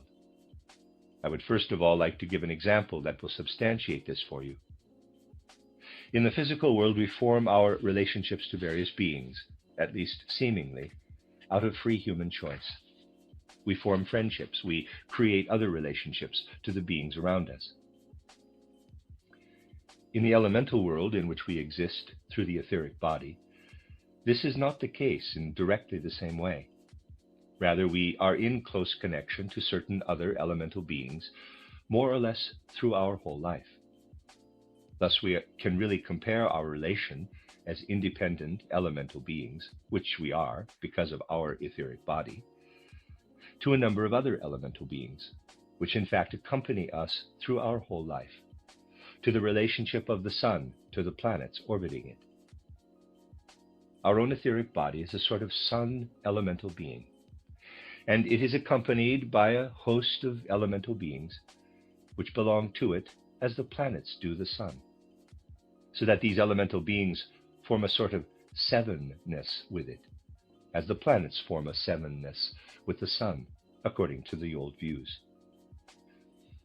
Now, a continuous interplay between our elemental companions and ourselves exists during our entire physical life between birth and death.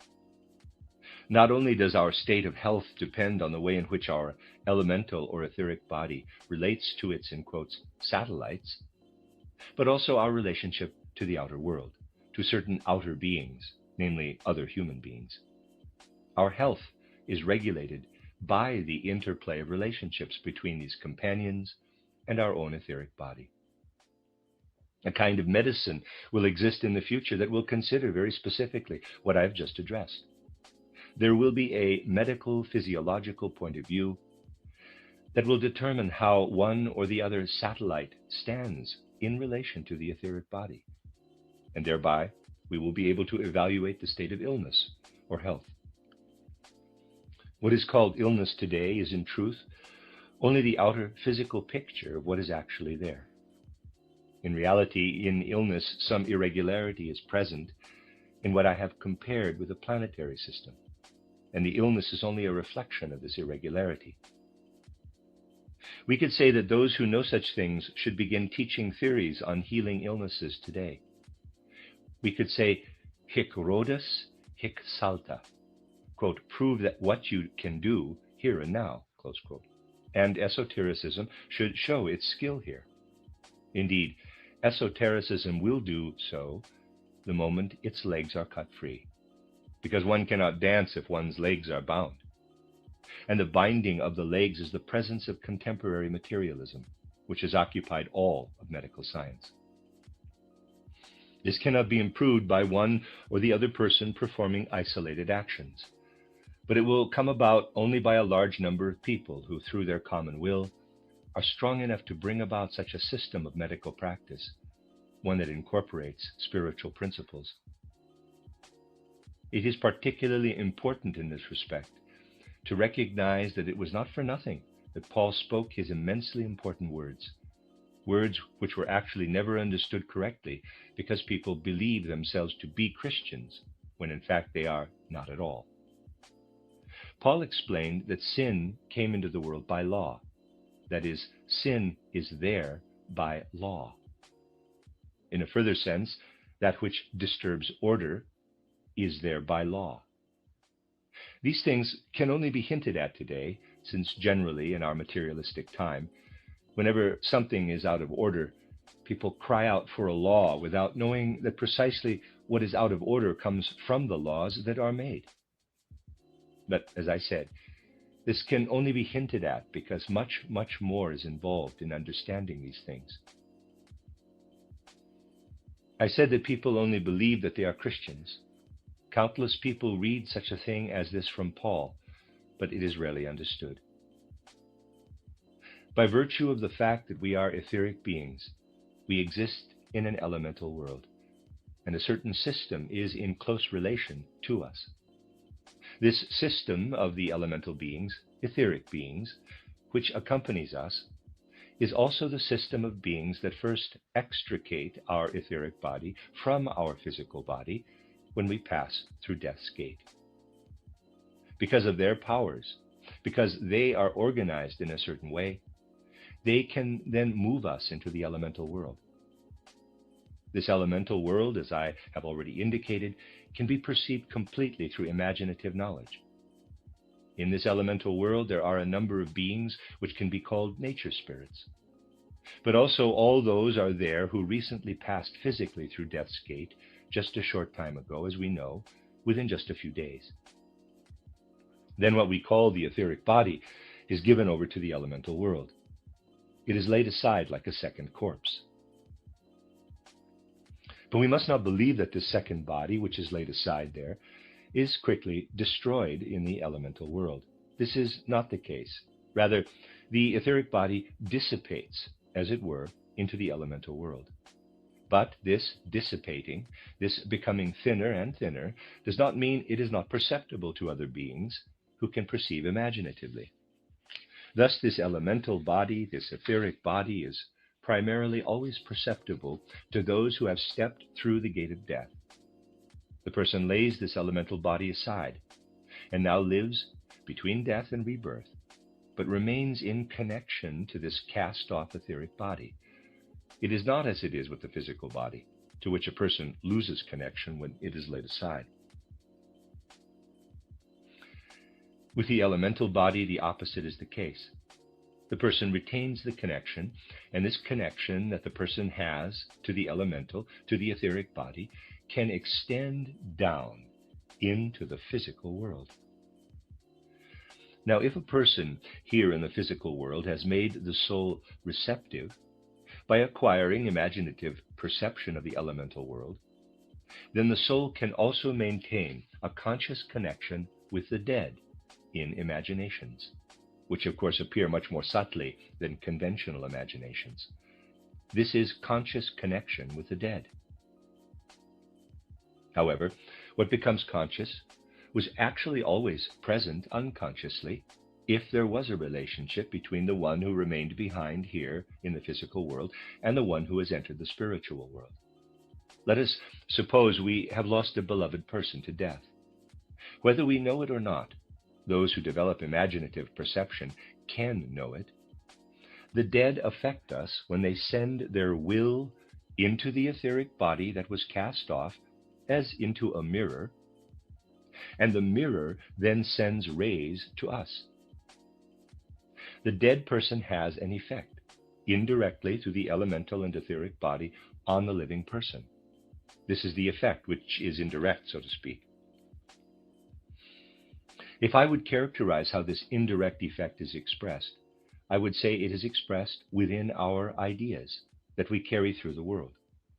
Indeed, people usually know, especially in our materialistic time, only the ideas that represent outer physical reality to them.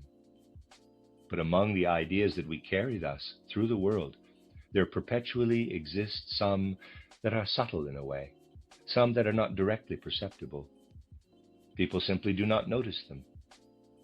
If we were accustomed to intimately take note of our soul life, and if we did not allow more gross ideas that flow from the physical world to predominate over the more subtle soul life, then we would see that more subtle ideas are in fact always present.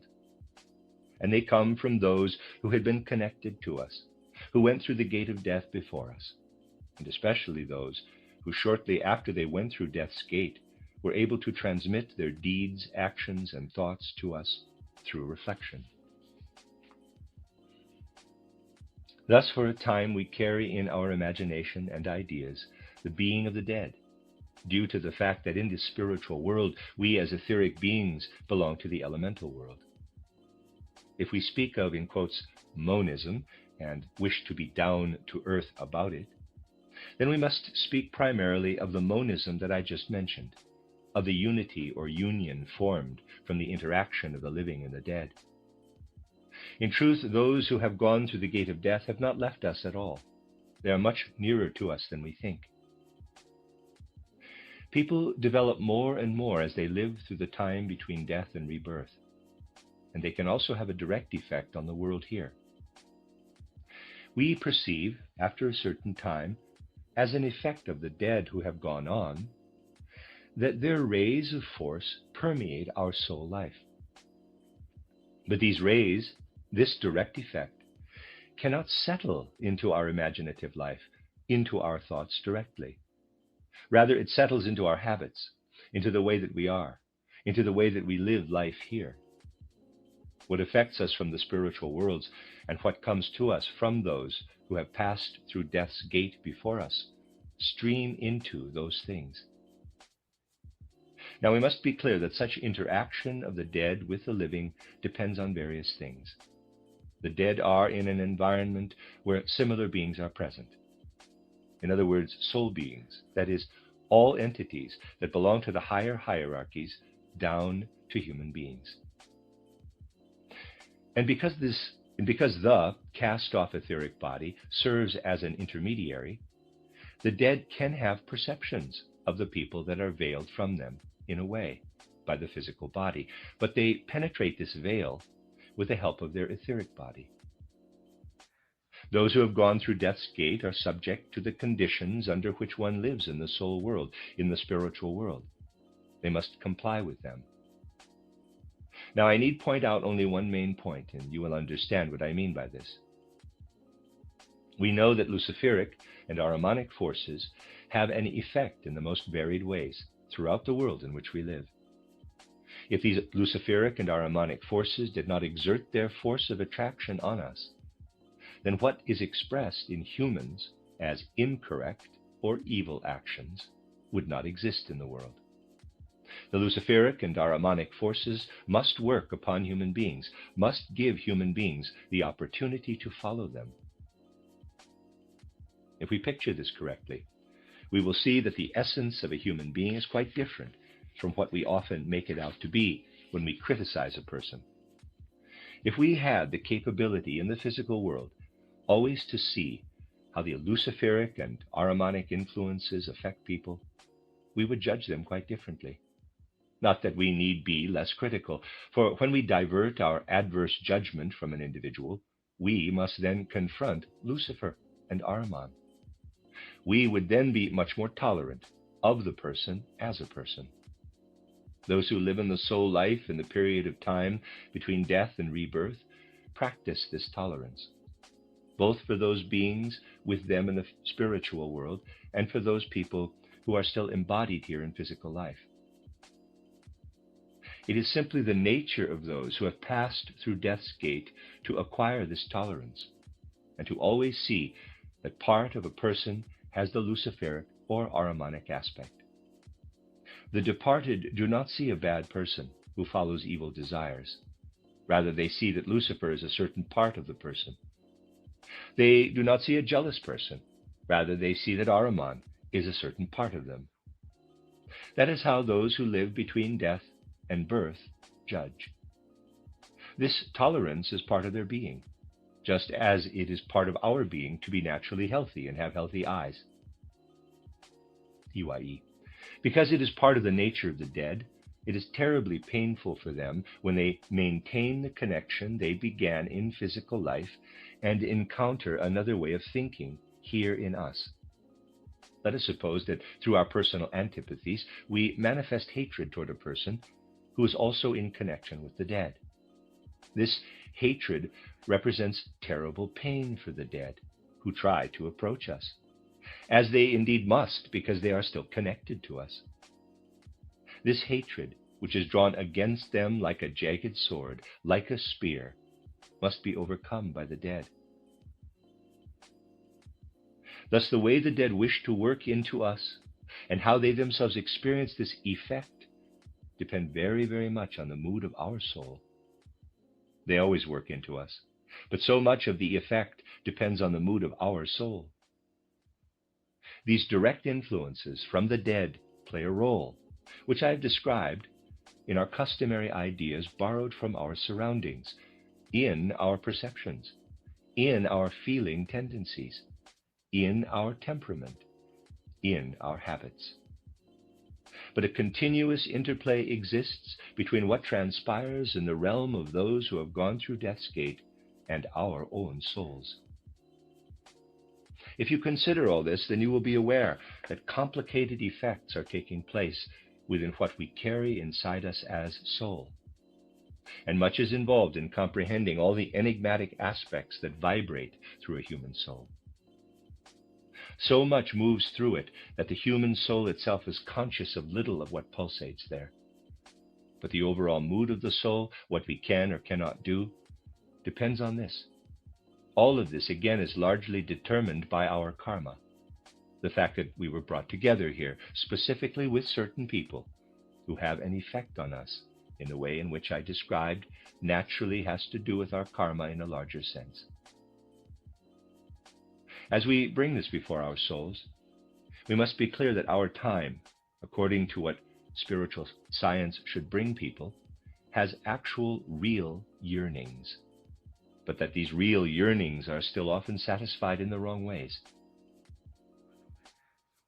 There are a number of people today who have overcome the prejudice that existed in the middle and last third of the 19th century, that everything to do with the soul can be explained only in terms of physical and physiological effects.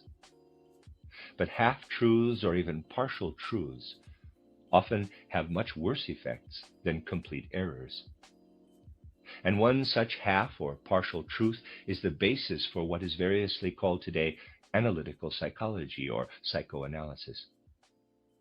People search, but they search gropingly. They sense that various things are hidden in the depths of the soul, but they cannot resolve to really make strides into the spiritual world in order to find what is hidden there. What do psychoanalysts say today? They say that if they come across such a person as this, the overall state of being depends, in various ways, not only on what is in the consciousness, but also on a whole array of factors that reside in the subconscious, beneath the threshold of consciousness.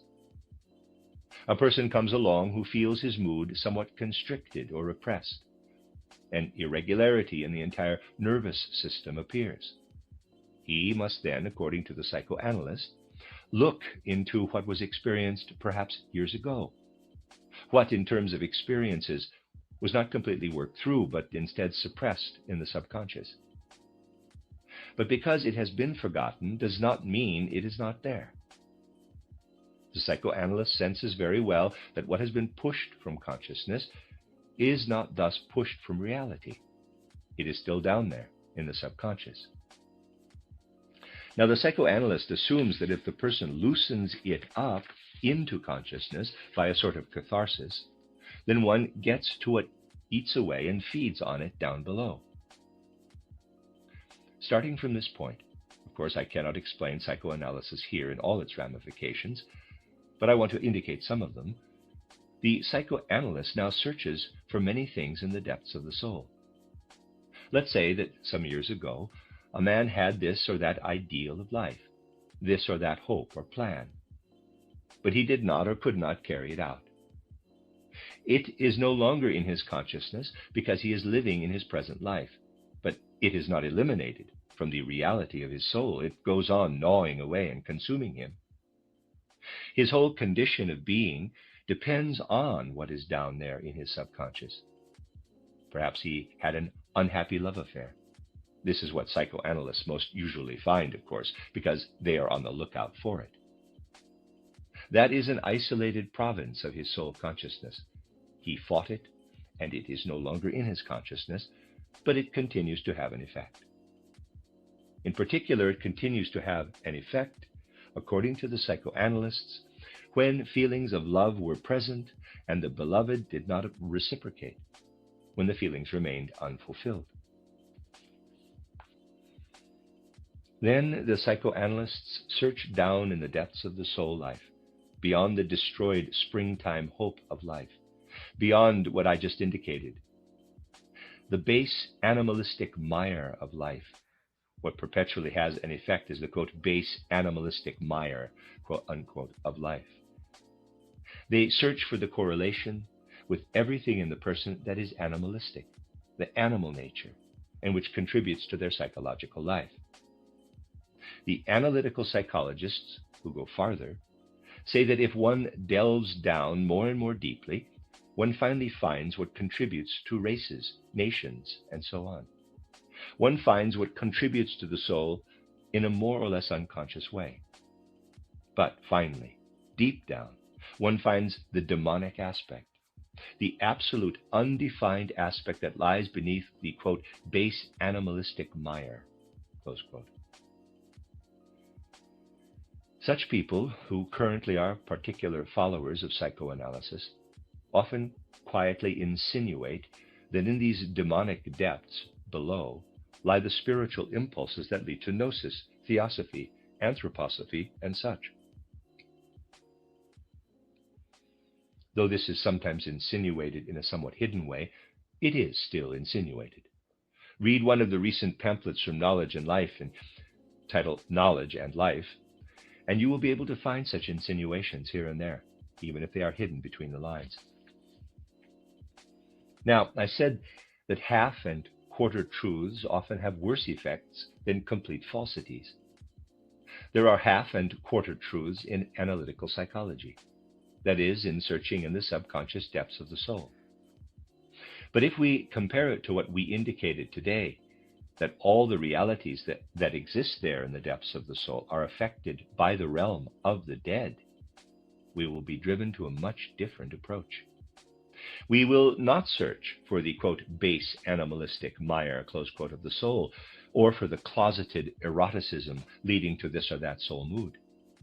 On the contrary, we will often have to seek the underlying cause of an unhappy soul mood in a person who has passed on, for whom we are making difficulties through our own conduct. These difficulties find expression in dissatisfactions of one kind or another surging up into our consciousness.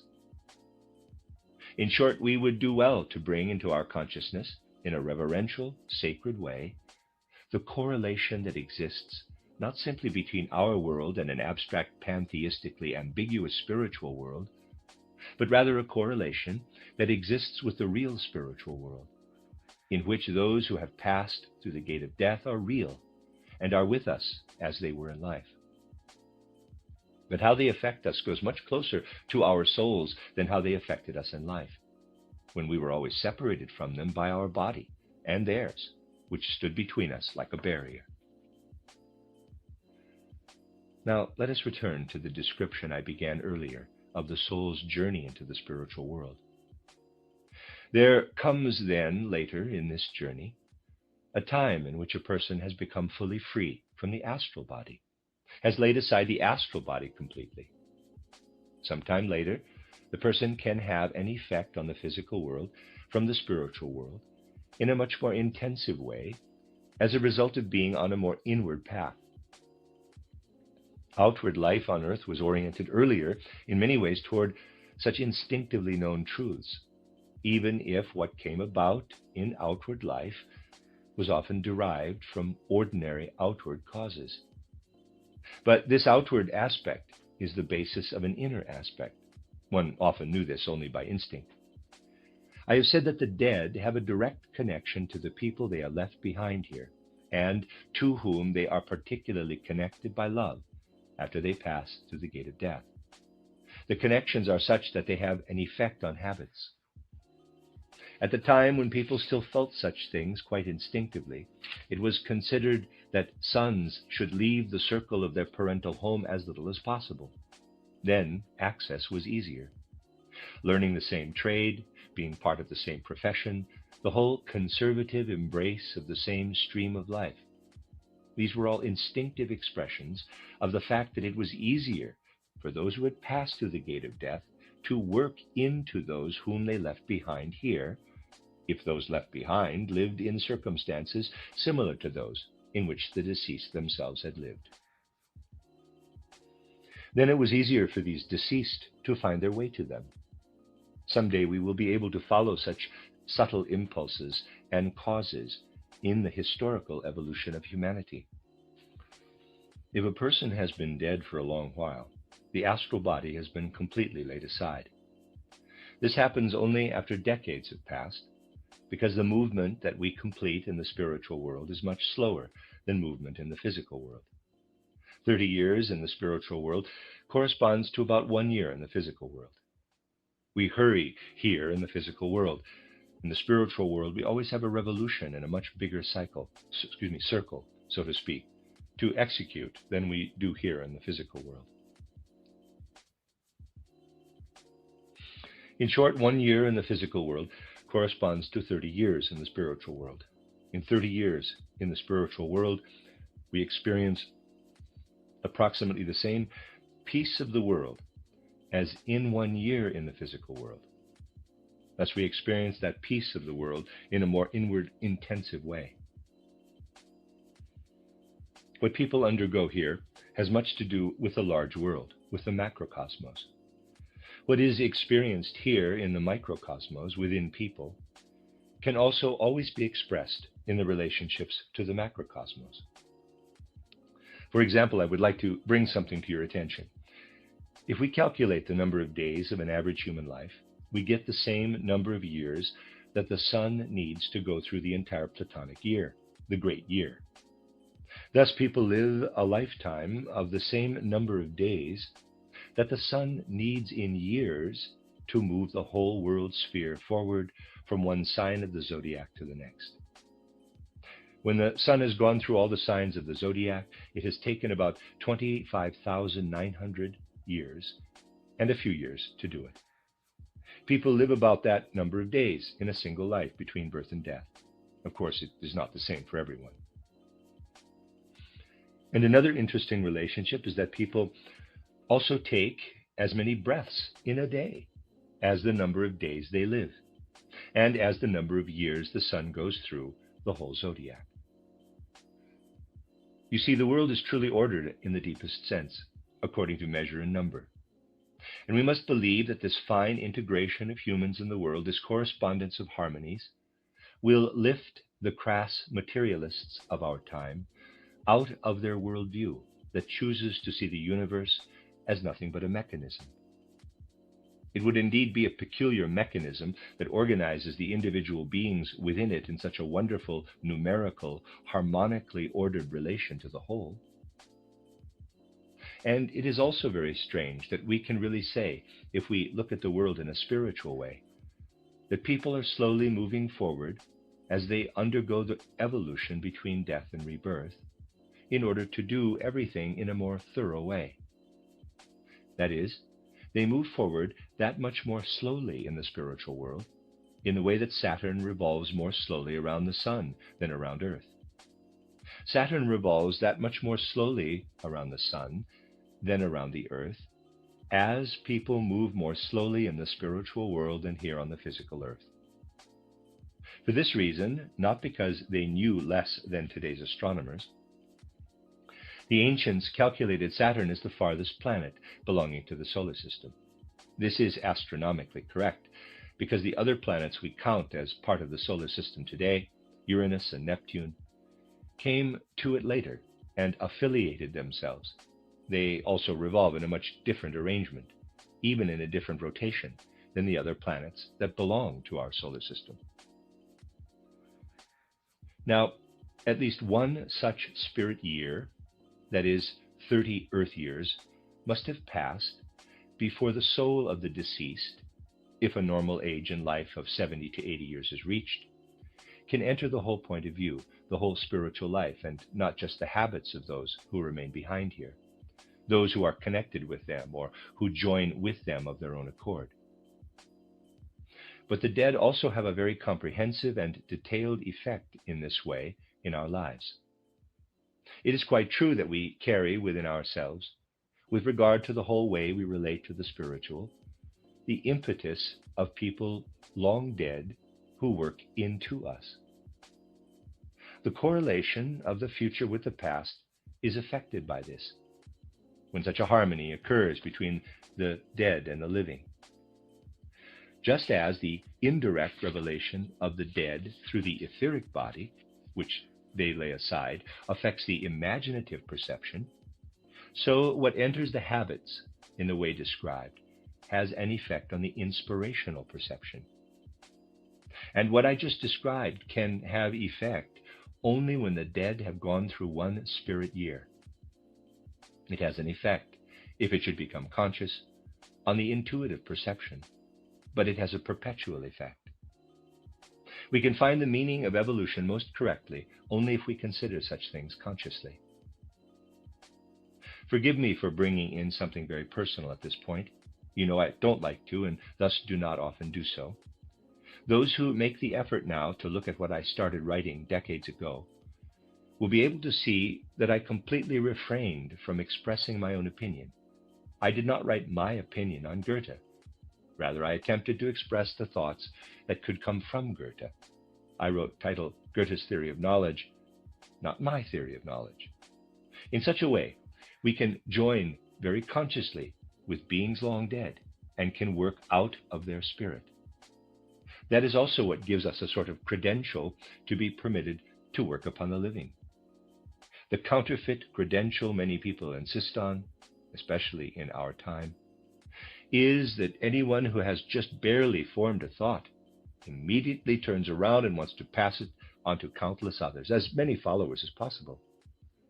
Those who know from the spiritual world the conditions of existence, the fundamental laws of existence, know that a person actually, as strange, as paradoxical as it is, may be permitted to have an effect on the depths of the souls of fellow human beings only when the individual has died, and even then only after undergoing one spirit year, that is 30 earth years.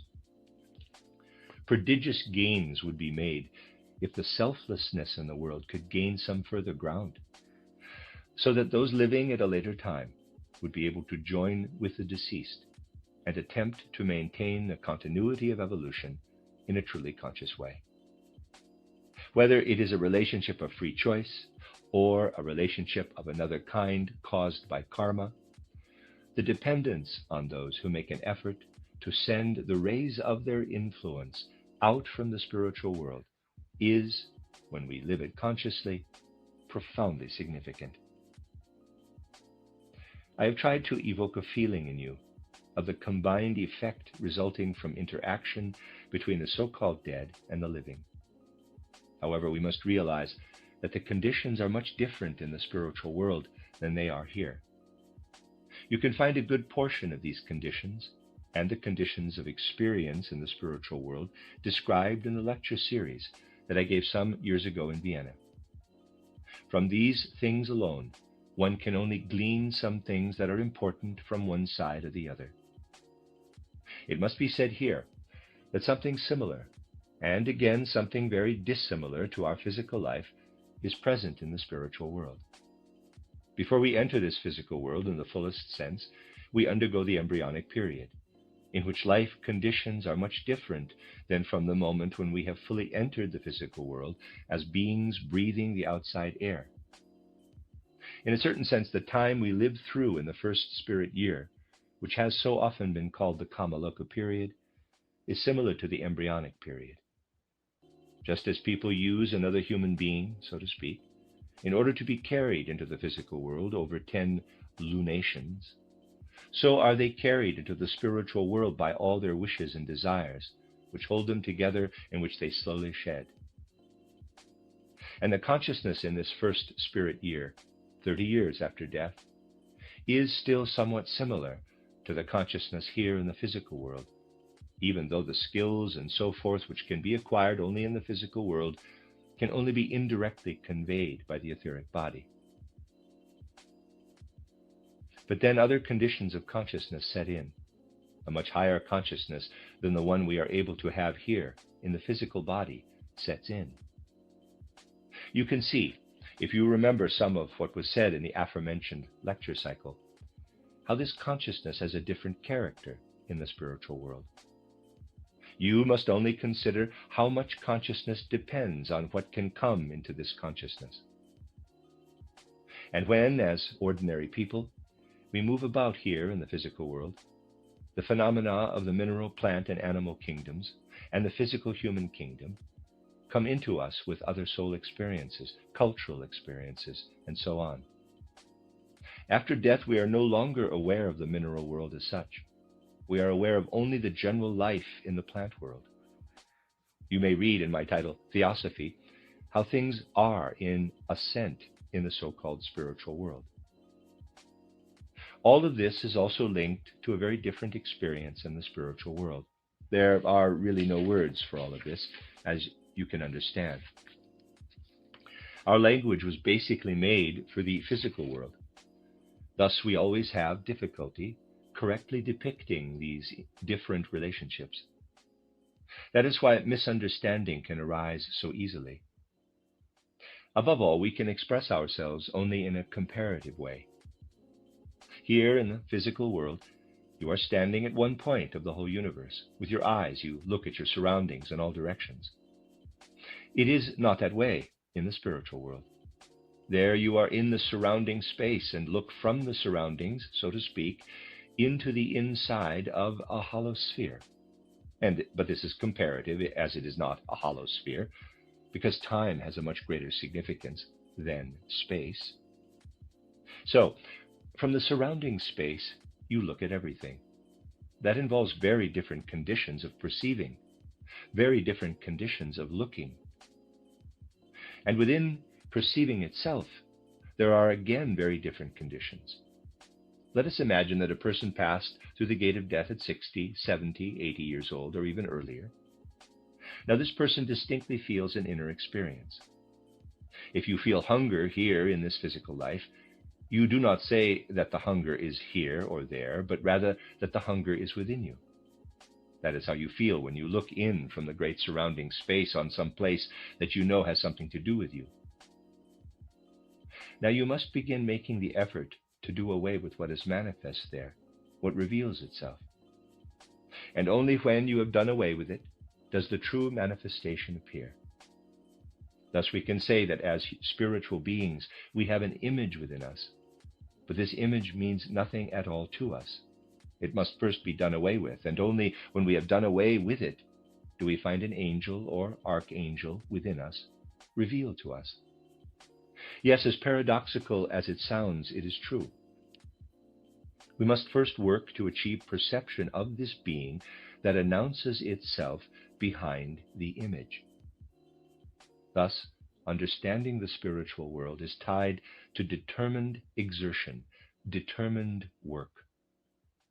However, the souls who have stayed behind here in the physical body can more or less manifest themselves to the dead without going through this exertion, when they really form their thoughts about the dead or present something to the dead by reading aloud to them or the like. I only wish to make comprehensible to you, through what I have said, how very different the conditions of perception, of life, of experience are in the spiritual world. And if that is true, then you will not find it surprising that more or less 30 years of spirit time equals 1 year of physical time. Because in the spiritual world we stand in the surroundings and look in on the center. And it is very important to hold on to that. You can see how difficult it is to talk about certain spiritual things from the fact that much looks quite the opposite. Because we must cloak it in terms suited to physical perception, we are thus readily confronted with misunderstandings. People say, and rightly so, because they first of all see the matter from the physical world, that human beings experience repeated earth lives. That is correct. But why do they experience repeated earth lives? While they live here, between birth and death, they live through a certain period of time. Then they pass through the gate of death into the spiritual world and complete an orbit. But they come back in this orbit to the same point in time. And when we live through a life in the spiritual world, we are actually always at the same world position or place. That is very interesting. In the kingdom of spirit, time does not rule, rather duration does. We come back to the same place again. In fact, we repeat life in the same relationship to what we have since experienced at the same world place. We always go back to the same starting point. We make actual orbits. You will say that is difficult to imagine. And it is difficult to imagine. And through some of the things I have presented today, which are somewhat easier to imagine, I want to make such a thing as this a part of your meditation in your soul life. Sometimes we must meditate on such things a long, long time if we wish to understand their full scope. I have made it my main task today to describe a bit the way in which the souls who have passed through the gate of death have an effect in the world, if people with whom the departed had been connected in the physical body have remained behind. And you have thus also seen from another perspective that the world is truly a connected whole, that the dead are in truth dead only to outer physical sight. In the instant that they pass through death's gate, they have another kind of access to our souls, and that is the entire difference. They now have an effect on us from within, whereas when they were living, they affected us from the outside. Such things should more and more become not just external theories, but should settle into human consciousness, should become not just a world idea, but rather a world view. Indeed, I mean to say a world perception. Then spiritual science will bear the fruits it should bear, and which it is capable of bearing. One further remark in closing. Consider what it means that human beings during a certain time, between death and rebirth, must carry within themselves the feeling that they carry the hierarchies within themselves as their inner experience. That is true. That could lead people to the most terrible arrogance, which could live in the soul as a dark feeling when they are reborn. In recent times, a barrier to this arrogance was made by the fact that people, more or less, knew that when they passed through death's gate and entered the spiritual world, it was not they themselves who were seeing, but rather the highest beings of the highest hierarchies who were conveying sight to them. But people lost this connection to the spiritual world, just as they lost the old atavistic clairvoyance in the physical world here. It is because of this that what Paul spoke of with the words, quote, "not I, but Christ in me," close quote, and what true spiritual perception achieves with the quotation, quote, "we are born of God, we die in Christ," close quote, must occur. If we learn in the greatest depth from the perception that can come to us from spiritual science that Christ is for earth, we will prepare ourselves in the correct manner for this seeing from the surroundings.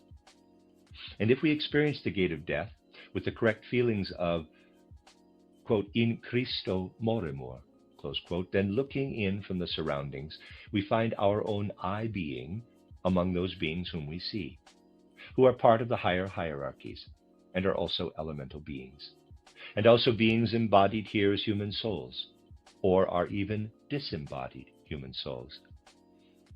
And we see from the outside the relation of our I being to the other beings, which I have just described. To be able to have these feelings after we have passed through death's gate is incredibly important, because we are able to correctly come to terms with physical embodiment only if we can have these feelings for our own I. We can have them only if we know that they are due to correctly passing through the gate of death with the feeling of, quote, "we have died in Christ," close quote. This being connected with Christ gives us the opportunity to see our relationship in the spiritual world with Christ's spiritual I, E-Y-E, so to speak. To see ourselves as an I being among other spirit beings, and that I being is capital I. With such observations as we made today, I would like to achieve not just the acquisition of a further piece of knowledge, but the transformation of this knowledge into sensing, into feeling. Even if all the ideas put forward today pass through us like mere dreams, and only a basic feeling remains with us, which I have tried to sum up in these concluding words, and leads us correctly into the spiritual world so that we are able to carry it through the physical world in the next earth incarnation, if this feeling remains with us, and we are carrying the correct thing from such observations into the rest of our lives. We also want to be at one with such feelings by considering them to be the most intensely connecting feelings. The close, invisible community of those devoted to anthroposophy will gradually bring this into the world, this holding together, this oneness in the perceptions and feelings that are born out of the ideas of spiritual science. The world needs this invisible community of souls that is able to carry into the world the forces of such unity as has been characterized. In this sense, we will be together in the future in the spirit, though we are not together physically for a time. And thus it should be with us always, that our spiritual unity carries our physical unity evermore. The end of Lecture 8, that's the end of this lecture collection, entitled The Connection Between the Living and the Dead by Rudolf Steiner, 8 lectures held in various cities between February 16th and December 3rd, 1916, translated by Aria Jackson. The nature of personal reality.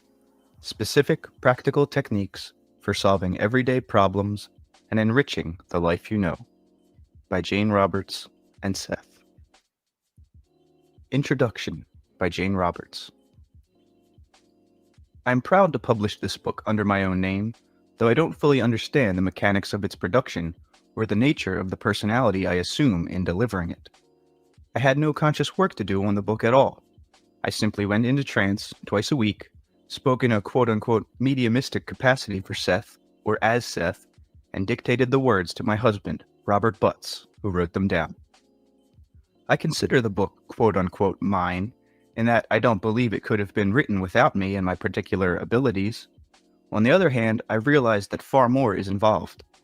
I had to read the manuscript to find out what was in it, for example, and to that extent, the book doesn't seem mine. But what does that mean? My idea briefly is this.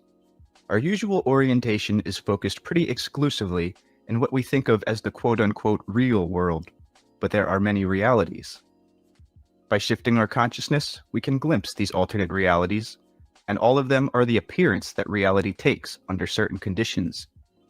I don't believe that we can necessarily describe one in terms of another. For years, I've been confused, trying to define Seth in the usual true and false world of facts.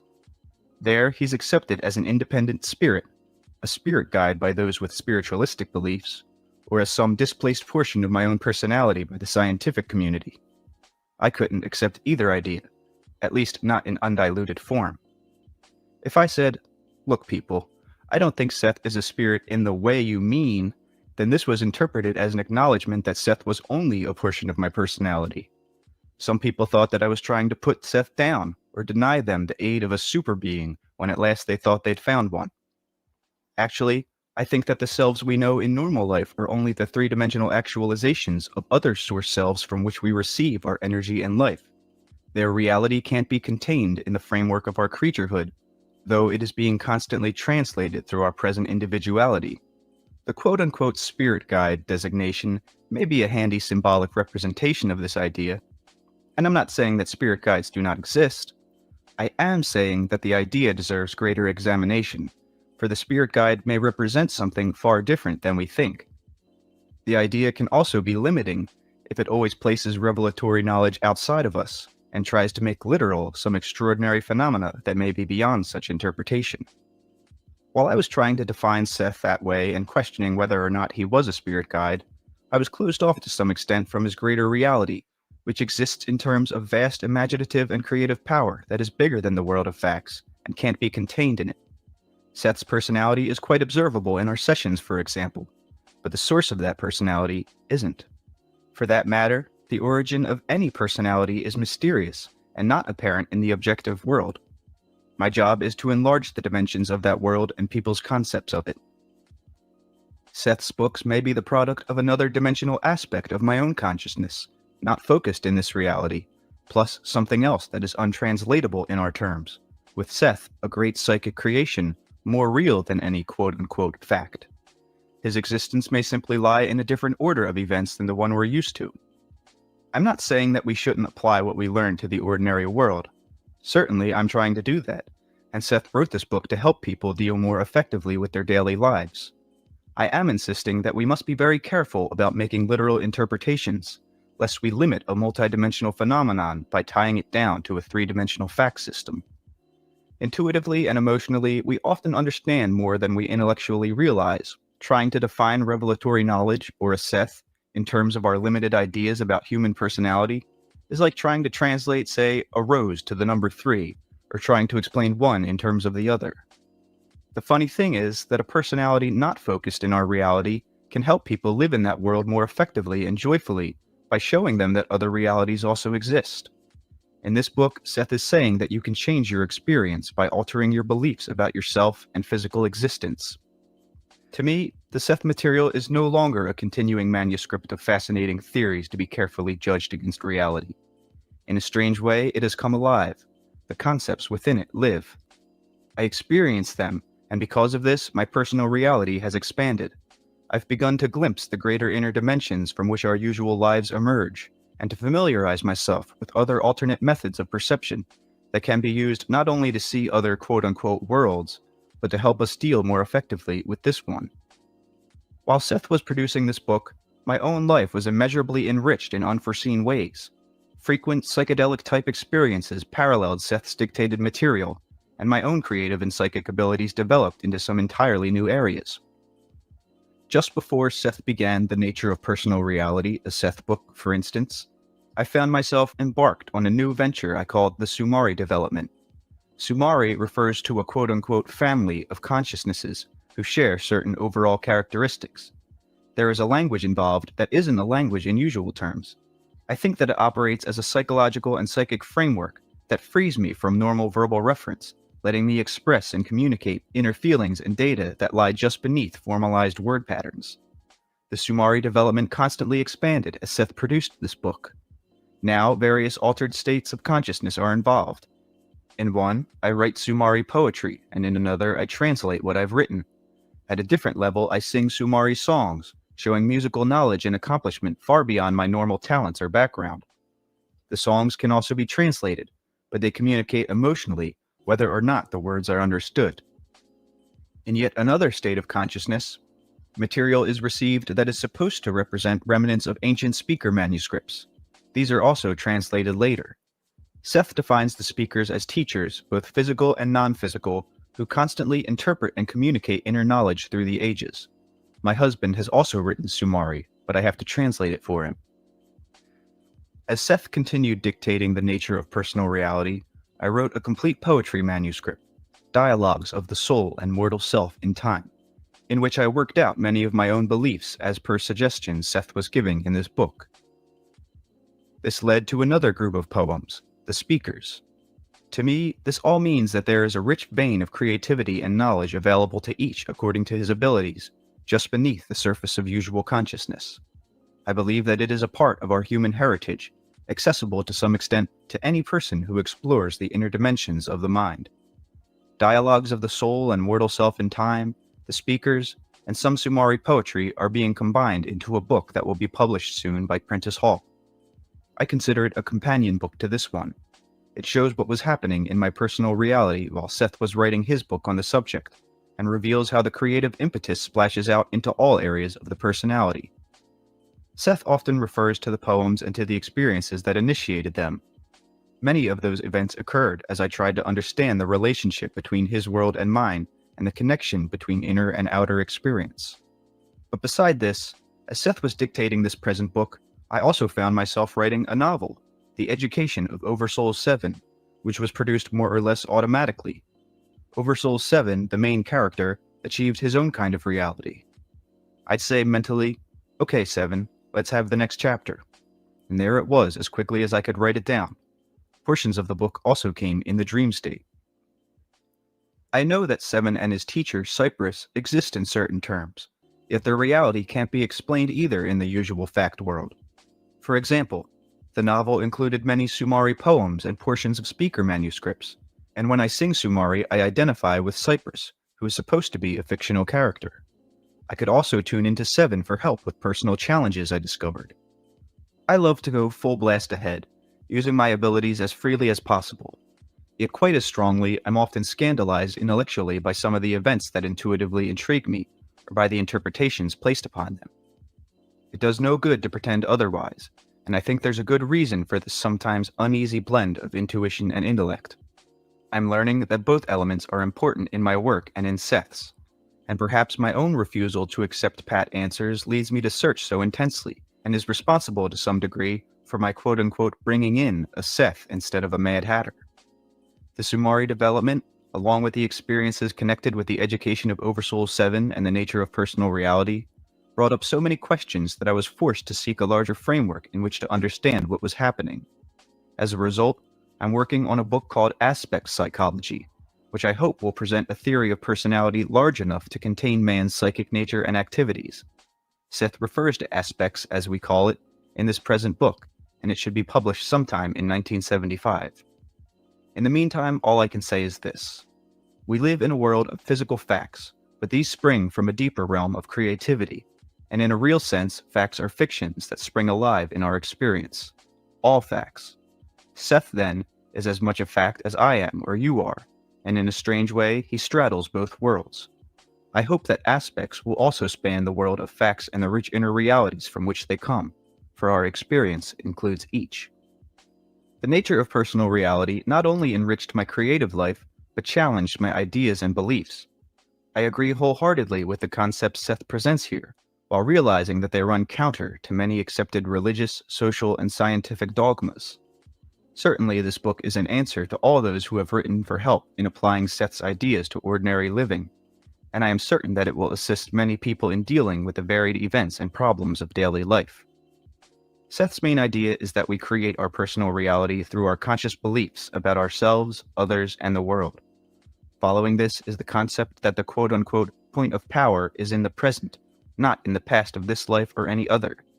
He stresses the individual's capacity for conscious action, and provides excellent exercises designed to show each person how to apply these theories to any life situation. The message is plain. We are not at the mercy of the subconscious or helpless before forces that we cannot understand. The conscious mind directs unconscious activity and has at its command all of the powers of the inner self. These are activated according to our ideas about reality. We are gods couched in creaturehood, Seth says, given the ability to form our experience as our thoughts and feelings become actualized. Seth first mentioned the nature of personal reality in session 608, April 5th, 1972, only shortly after Rob and I had finished reading proofs for his previous book, Seth Speaks, The Eternal Validity of the Soul.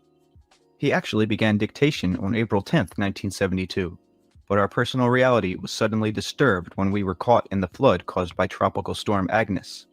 As a result, as you'll see in Rob's notes, further work on the book was delayed for some time. Seth often uses episodes from our lives as specific examples of larger issues, and our experiences with the flood served as a starting point for his discussions of personal beliefs and disasters. In several other instances, he also used our life situation as his source material, an intriguing turnabout. Since the early days of our sessions, which began in late 1963, Seth has consistently called me Rupert and Rob Joseph, saying that these names refer to the greater selves from which our present identities spring. He continues that practice in this book. As usual, Rob methodically records each session in his own version of shorthand and then types it. This is much easier and faster than taping each session, replaying it, and then typing. Periodically, Rob notes the passage of time to show how long it takes Seth to get through a particular passage. Seth himself dictates the words to be underlined or put in quotes or parentheses. Often he indicates the placement of colons and other punctuations as well. This book should help each reader understand the nature of private experience and use that knowledge to make daily living more creative and enjoyable. Jane Roberts, Elmira, New York, November 6th, 1973. Preface by Seth. The Manufacture of Personal Reality. Experience is the product of the mind, the spirit, conscious thoughts and feelings, and unconscious thoughts and feelings. These together form the reality that you know.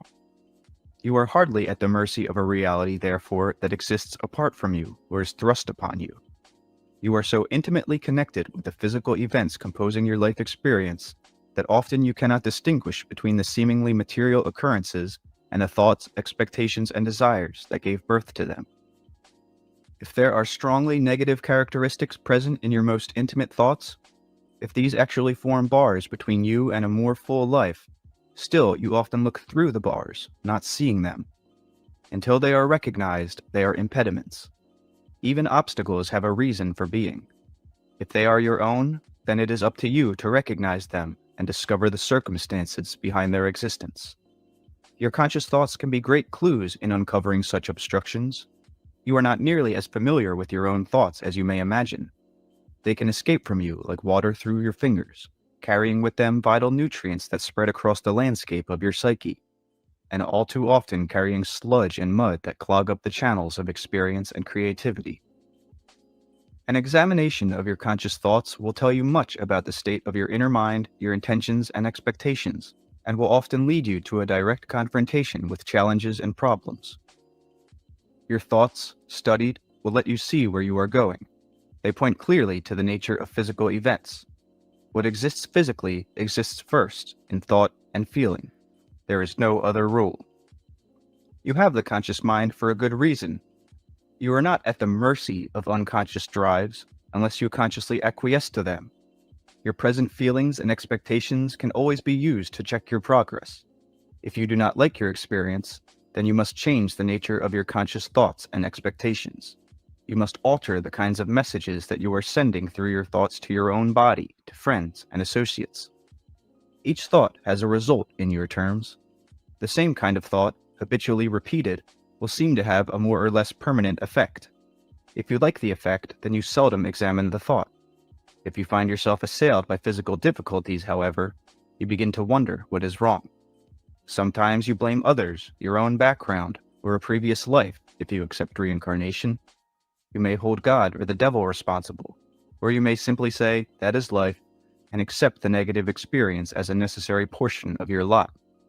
You may finally come to a half understanding of the nature of reality and wail, I believe that I have caused these ill effects, but I find myself unable to reverse them. If this is the case, then regardless of what you have told yourself thus far, you still do not believe that you are the creator of your own experience.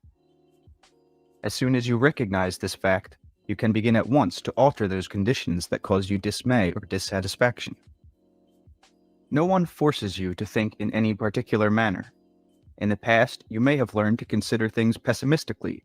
You may believe that pessimism is more realistic than optimism. You may even suppose, and many do, that sorrow is ennobling, a sign of deep spiritualism, a mark of apartness, a necessary mental garb of saints and poets. Nothing could be further from the truth. All consciousness has within it the deep abiding impetus to use its abilities fully, to expand its capacities, to venture joyfully beyond the seeming barriers of its own experience.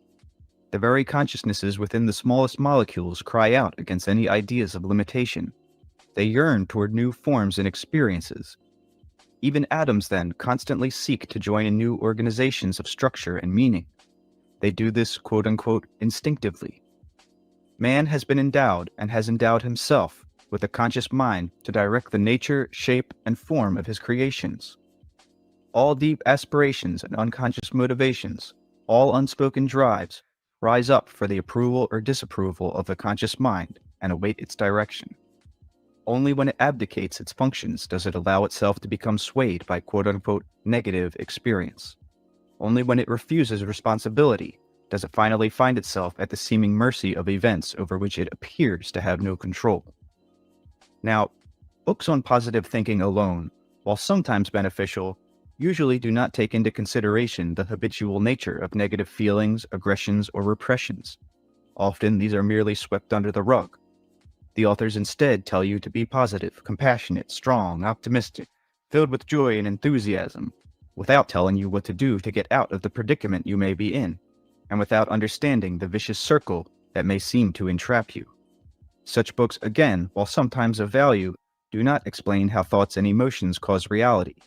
They do not take into consideration the multidimensional aspects of the self or the fact that ultimately each personality while following definite general laws, must still find and follow his or her own way of adapting these to personal circumstances. If you are in poor health, you can remedy it. If your personal relationships are unsatisfactory, you can change them for the better. If you are in poverty, you can instead find yourself surrounded by abundance. Whether or not you realize it, you have pursued your present course with determination, using many resources for ends or reasons that at one time made sense to you. You may say, poor health makes no sense to me, or a fractured relationship with my mate is hardly what I was after, or I certainly have not been pursuing poverty after all my hard work. If you were born poor or born sick, then it certainly seems to you that these circumstances were thrust upon you, yet they were not, and to some extent or another, they can be changed for the better. This does not mean that effort is not required and determination. It does mean that you are not powerless to change events and that each of you, regardless of your position, status, circumstances, or physical condition, is in control of your own personal experience. You see and feel what you expect to see and feel.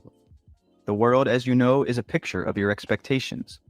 The world, as the race of man knows it, is the materialization in mass of your individual expectations. As children come from your physical tissues, so is the world your joint creation. I am writing this book to help each individual solve his or her own personal problems. I hope to do this by showing you exactly the way in which you form your own reality, by explaining the ways in which you can alter it to your advantage. The existence of so-called negative thoughts and feelings will not be glossed over, but neither will your ability to handle these, for they are quite under your control. There are methods of using these as springboards for creativity. At no time will you be told to repress them, to ignore them. You will be shown how to recognize those within your experience, to discover which of them has been allowed to run away with you, and how to manage those that seem to be beyond your control. The methods that I will outline demand concentration and effort. They will also challenge you and bring into your life expansion and alterations of consciousness of a most rewarding nature. I am not a physical personality. Basically, however, neither are you. Your experience now is physical. You are a creator, translating your expectations into physical form. The world is meant to serve as a reference point. The exterior appearance is a replica of inner desire. You can change your personal world. You do change it without knowing it. You have only to use your ability consciously, to examine the nature of your thoughts and feelings, and project those with which you basically agree. They coalesce into the events with which you are so intimately familiar. I hope to teach you methods that will allow you to understand the nature of your own reality, and to point a way that will let you change that reality in whatever way you choose. Part 1. Where you and the world meet. Chapter 1. The living picture of the world. The living picture of the world grows within the mind. The world as it appears to you is like a three-dimensional painting in which each individual takes a hand. Each color, each line that appears within it has first been painted within a mind, and only then does it materialize without. In this case, however, the artists themselves are a portion of the painting and appear within it. There is no effect in the exterior world that does not spring from an inner source. There is no motion that does not first occur within the mind. The great creativity of consciousness is your heritage. It does not belong to mankind alone, however. Each living being possesses it, and the living world consists of the spontaneous cooperation that exists between the smallest and the highest, the greatest and the lowly, between the atoms and the molecules and the conscious reasoning mind. All manner of insects, birds, and beasts cooperate in this venture, producing the natural environment. This is as normal and inevitable as the fact that your breath causes a mist to form on glass if you breathe upon it. All consciousness creates the world, rising out of feeling tone. It is a natural product of what your consciousness is. Feelings and emotions emerge into reality in certain specific ways. Thoughts appear, growing on the bed already laid. The seasons spring up, formed by ancient feeling tones having deep and abiding rhythms. They are the result, again, of innate creative aspects that are a portion of all life. These ancient aspects lie now deeply buried in the psyches of all species, and from them the individual patterns, specific blueprints for new differentiations, emerge. The body of the earth can be said to have its own soul or mind, whichever term you prefer. Using this analogy, the mountains and oceans, the valleys and rivers, and all natural phenomena spring from the earth's soul, as all events and all manufactured objects appear from the inner mind or soul of mankind. The inner world of each man and woman is connected with the inner world of the earth. The spirit becomes flesh. Part of each individual's soul, then, is intimately connected with what we will call the world soul, or the soul of the earth. The smallest blade of grass or flower is aware of this connection, and without reasoning comprehends its position, its uniqueness, and its source of vitality. The atoms and molecules that compose all objects, whether it be the body of a person, a table, a stone, or a frog, know the great passive thrust of creativity that lies beneath their own existence, and upon which their individuality floats, distinct, clear, and unassailable. So does the human individual rise up in victorious distinctiveness from the ancient and yet ever-new fountains of its own soul. The self rises from unknowing into knowing, constantly surprising itself. As you read these sentences, for example, some of your knowledge is conscious knowing and is instantly available. Some is unconscious, but even the unconscious knowledge is knowing in its own unknowing. You always know what you are doing, even when you do not realize it. Your eye knows it sees, though it cannot see itself except through the use of reflection. In the same way, the world as you see it is a reflection of what you are, a reflection not in glass, but in three-dimensional reality. You project your thoughts, feelings, and expectations outward, then you perceive them as the outside reality. When it seems to you that others are observing you are observing yourself from the standpoint of your own projections. Now, you are the living picture of yourself. You project what you think you are outward into flesh. Your feelings, your conscious and unconscious thoughts, all alter and form your physical image. This is fairly easy for you to understand. It is not as easy, however, to realize that your feelings and thoughts form your exterior experience in the same way, or that the events that appear to happen to you are initiated by you within your mental or psychic inner environment. Your body does not just happen to be thin or fat, tall or short, healthy or ill. These characteristics are mental and are thrust outward by you upon your image. I do not mean to be facetious, but you were not born yesterday. Your soul was not born yesterday in those terms, but before the annals of time as you think of time. The characteristics that were yours at birth were yours for a reason. The inner self chose them. To a large extent, the inner self can even now alter many of them. You did not arrive at birth without a history. Your individuality was always latent within your soul, and the quote-unquote history that is a part of you is written within unconscious memory that resides not only within your psyche, but is faithfully decoded in your genes and chromosomes and fulfilled in the blood that rushes through your veins. You are aware, alert, and participating in many more realities than you know as your soul expresses itself through you. That consciousness of your usual daylight hours, the ego consciousness, rises up like a flower from the ground of the quote-unquote underneath, the unconscious bed of your own reality. Though you are not aware of it, this ego itself emerges, then falls back again into the unconscious, from which another ego then rises as a new bloom from the springtime earth. You do not have the same ego now that you had 5 years ago, but you are not aware of the change. Ego rises out of what you are, in other words. It is a part of the action of your being and consciousness. But as the eye cannot see its own shifting colors and expressions, as it is not aware that it lives and dies constantly as its atomic structure changes, so you are not aware that the ego continually changes, dies, and is reborn. Physically, the structure of a cell retains its identity, even while the matter that composes it is continually altered.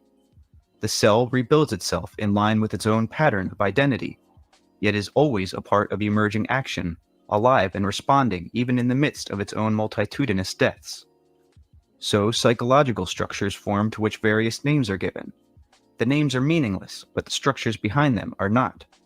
Such psychological structures also retain their identity, their pattern of uniqueness, even while they change constantly, die, and are reborn. The eye rises out of the physical structure. The ego rises out of the structure of the psyche. It cannot see itself, as the I cannot. Both look outward, in one case away from the physical body, and in the other case away from the inner psyche to the environment. The creative body consciousness creates the I. The creative inner psyche creates the ego. The body forms the I in the splendid wisdom of its great unconscious knowing. The psyche brings forth the ego that perceives psychologically as the I perceives physically. Both the I and the ego are formations focused toward perception of exterior reality.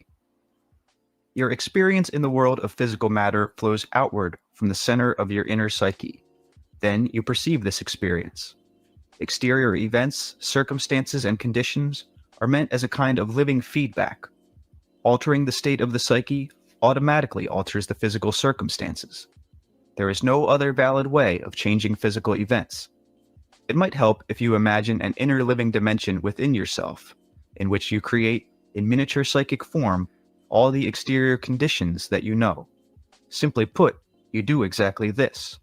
Your thoughts, feelings, and mental pictures can be called incipient exterior events, for in one way or another, each of these is materialized into physical reality.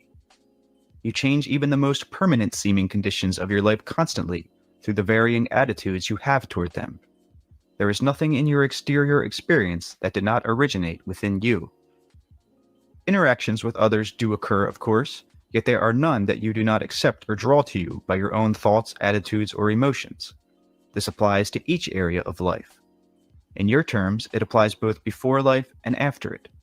In the most miraculous fashion, you are given the gift of creating your experience. In this existence, you are learning to handle the inexhaustible energy that is available to you. The mass condition of the world, and the situation of each individual in it, is the materialization of man's progress as he forms his world. The joy of creativity flows through you as effortlessly as your breath. From it, the most minute areas of your outer experience spring. Your feelings have electromagnetic realities that rise outward, affecting the atmosphere itself. They group through attraction, building up areas of events and circumstances that finally coalesce, so to speak, either in matter as objects or as events in quote-unquote time. Some feelings and thoughts are translated into structures that you call objects. These exist, in your terms, in a medium you call space.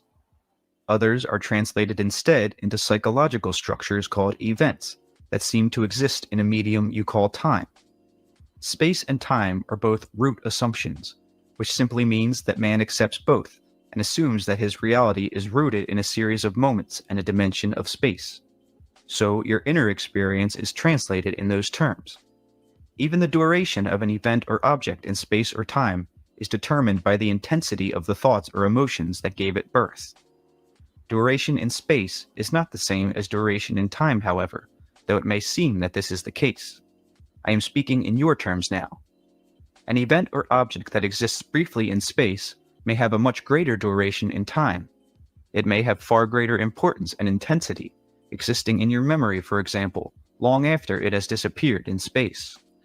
Such an event or object does not merely exist symbolically within your mind or memory, but in your terms, its actual reality continues as a time event.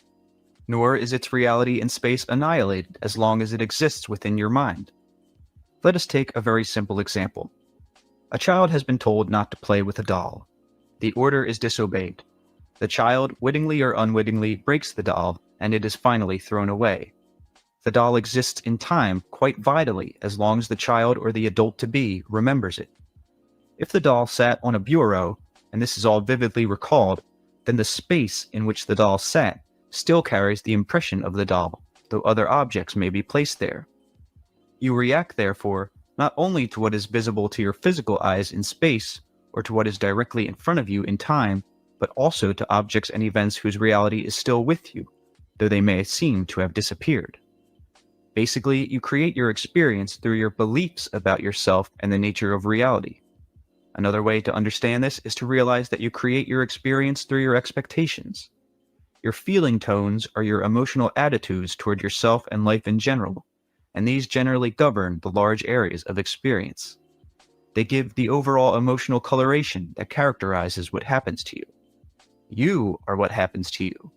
Your emotional feelings are often transitory, but beneath there are certain qualities of feeling uniquely your own. They are like deep musical chords. While your day-to-day feelings may rise or fall, these characteristic feeling tones lie beneath. Sometimes they rise to the surface, but in great long rhythms. You cannot call these negative or positive. They are instead tones of your being. They represent the most inner portion of your experience. This does not mean that they are hidden from you or are meant to be. It simply means that they represent the core from which you form your experience. If you have become afraid of emotion or in the expression of feeling, or if you have been taught that the inner self is no more than a repository of uncivilized impulses, then you may have the habit of denying this deep rhythm. You may try to operate as if it did not exist, or even try to refute it, but it represents your deepest, most creative impulses. To fight against it is like trying to swim upstream against a strong current. These feeling tones, then, pervade your being.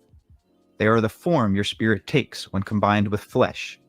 From them, from your core, your flesh arises. Everything that you experience has consciousness, and each consciousness is endowed with its own feeling tone. There is great cooperation involved in the formation of the earth as you think of it, and so the individual living structures of the planet rise up from the feeling tone within each atom and molecule. Your flesh springs about you in response to these inner chords of your being, and the trees, rocks, seas, and mountains spring up as the body of the earth from the deep inner chords within the atoms and molecules, which are also living. Because of the creative cooperation that exists, the miracle of physical materialization is performed so smoothly and automatically that consciously you are not aware of your part in it. The feeling tone then is the motion and fiber, the timber, the portion of your energy devoted to your physical experience.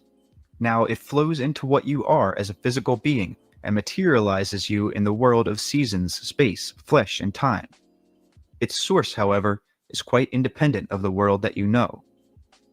Once you learn to get the feeling of your own inner tone, then you are aware of its power, strength, and durability, and you can to some extent ride with it into deeper realities of experience. The incredible emotional richness and variety and splendor of physical experience is the material reflection of this inner feeling tone. It pervades the events in your life, the overall inner direction, the quality of perception. It fills up and illuminates the individual aspects of your life, and largely determines the pervasive subjective climate in which you dwell. It is the essence of yourself. Its sweeps are broad in range, however. It does not determine, for example, specific events. It paints the colors in the large quote-unquote landscape of your experience. It is the feeling of yourself, inexhaustible.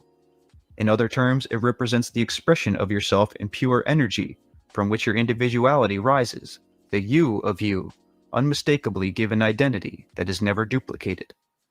This energy comes from the core of being, from all that is, and represents the source of never-ending vitality. It is being in you. As such, all of your energy and power of being is focused and reflected through you in the direction of your three-dimensional existence.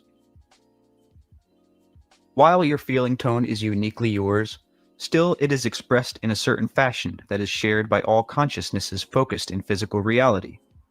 So in those terms, you spring from the earth as all the other creatures and natural living structures.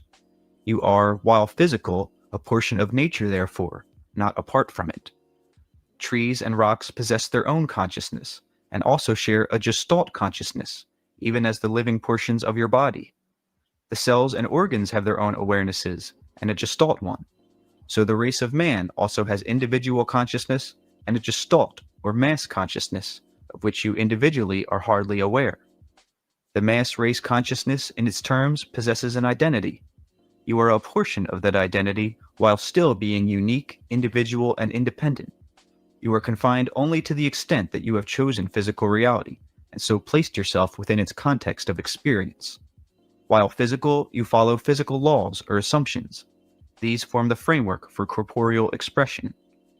Within this framework, you have full freedom to create your experience, your personal life in all of its aspects, the living picture of the world.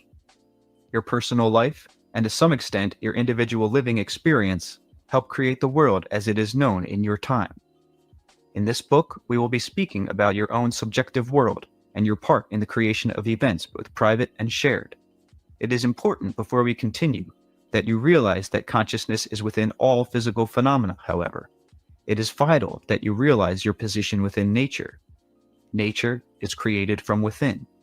The personal life that you know rises up from within you, yet is given. Since you are a part of being, then in a certain fashion you give yourself the life that is being lived through you. You make your own reality.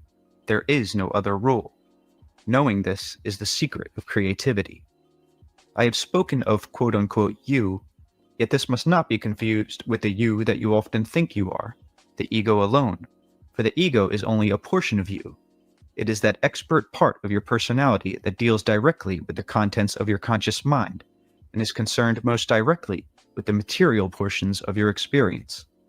The ego is a very specialized portion of your greater identity.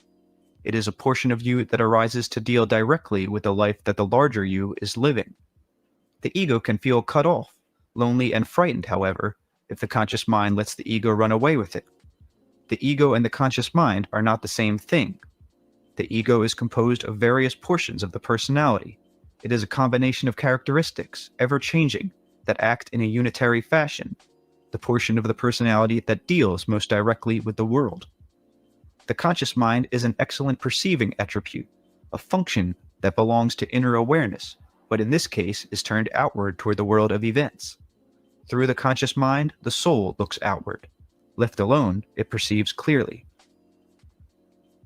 In certain terms, the ego is the eye through which the conscious mind perceives, or the focus through which it views physical reality. But the conscious mind automatically changes its focus throughout life. The ego, while appearing the same to itself, ever changes. It is only when the conscious mind becomes rigid in its direction, or allows the ego to take on some of its own functions, that difficulties arise. Then, the ego allows the conscious mind to work in certain directions and blocks its awareness in others. And so it is from your larger identity that you form the reality that you know.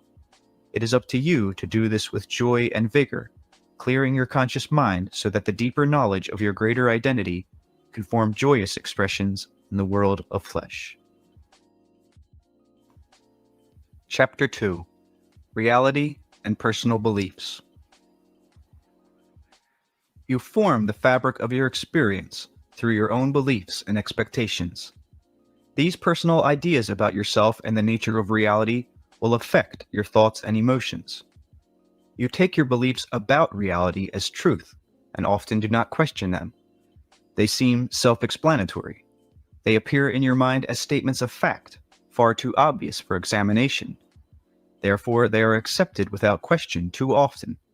They are not recognized as beliefs about reality, but are instead considered characteristics of reality itself. Frequently, such ideas appear indisputable, so a part of you that it does not occur to you to speculate about their validity. They become invisible assumptions, but they nevertheless color and form your personal experience. Some people, for example, do not question their religious beliefs but accept them as fact.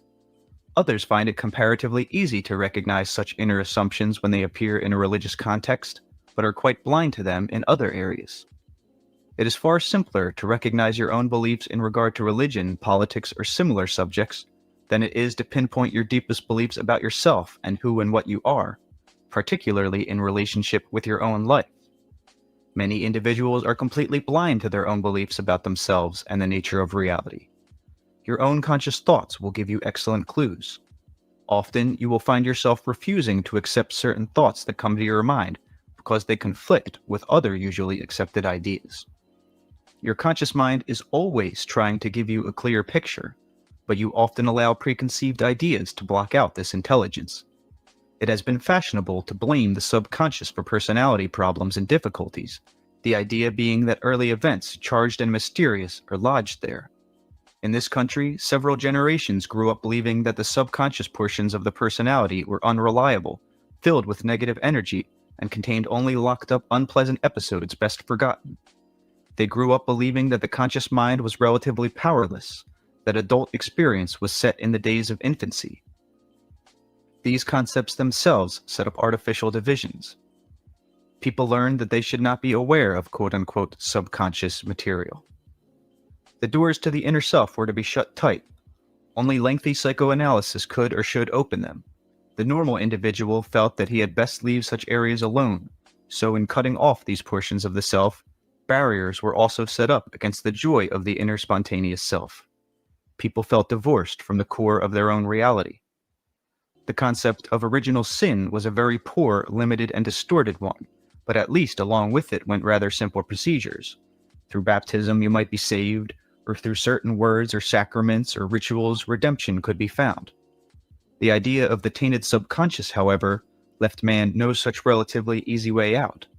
The few rituals possible required years of analysis, which only the very wealthy were privileged to experience. About the same time that the idea of the savory subconscious arose so strongly, the idea of the soul went out the window. Billions of people therefore believed in a reality in which they were deprived of the idea of a soul and burdened by the concept of a very unreliable, if not definitely evil, subconscious. They saw themselves as vulnerable, solitary points of egos, riding perilously and unprotected upon the tumultuous waves of involuntary processes. At about the same time, many intelligent persons were realizing that organized religions' idea of God and of heaven and hell were distorted, unjust, and smacked of children's fairy tales. For these individuals, there was no place to look for help. Under the circumstances, to look within would have seemed foolhardy, for they had been taught that this within contained the source of their problems to begin with. Those who could not afford therapy tried the harder to inhibit any messages from the inner self, for fear they would be swallowed by the savage infantile emotions. Now, first of all, there are no limitations or divisions to the self, though for purposes of discussion, a word like ego may be used here because you understand what you think it means. You can indeed depend upon seemingly unconscious portions of yourself. As you will see later, you can become more and more consciously aware, therefore, bringing into your consciousness larger and larger portions of yourself. You breathe, grow, and perform multitudinous delicate and precise activities constantly, without being consciously aware of how you carry out such manipulations. You live without consciously knowing how you maintain this miracle of physical awareness in the world of flesh and time. The seemingly unconscious portions of yourself draw atoms and molecules from the air to form your image. Your lips move, your tongue speaks your name. Does the name belong to the atoms and molecules within your lips or tongue? The atoms and molecules move constantly, forming into cells, tissues, and organs. How can the name the tongue speaks belong to them? They do not read or write, yet they speak complicated syllables that communicate to other beings such as yourself, anything from a simple feeling to the most complicated information. How do they do this? The atoms and molecules of the tongue do not know the syntax of the language they speak. When you begin a sentence, you do not have the slightest conscious idea then of how you will finish it, yet you take it on faith that the words will make sense and your meaning will flow out effortlessly. All of this happens because the inner portions of your being operate spontaneously, joyfully, freely. All of this occurs because your inner self believes in you, often even while you do not believe in it. These unconscious portions of your being operate amazingly well, frequently despite the greatest misunderstanding on your part of their nature and function, and in the face of strong interference from you because of your beliefs. Each person experiences a unique reality, different from any other individual's. This reality springs outward from the inner landscape of thoughts, feelings, expectations, and beliefs. If you believe that the inner self works against you rather than for you, then you hamper its functioning, or rather, you force it to behave in a certain way because of your beliefs. The conscious mind is meant to make clear judgments about your position in physical reality.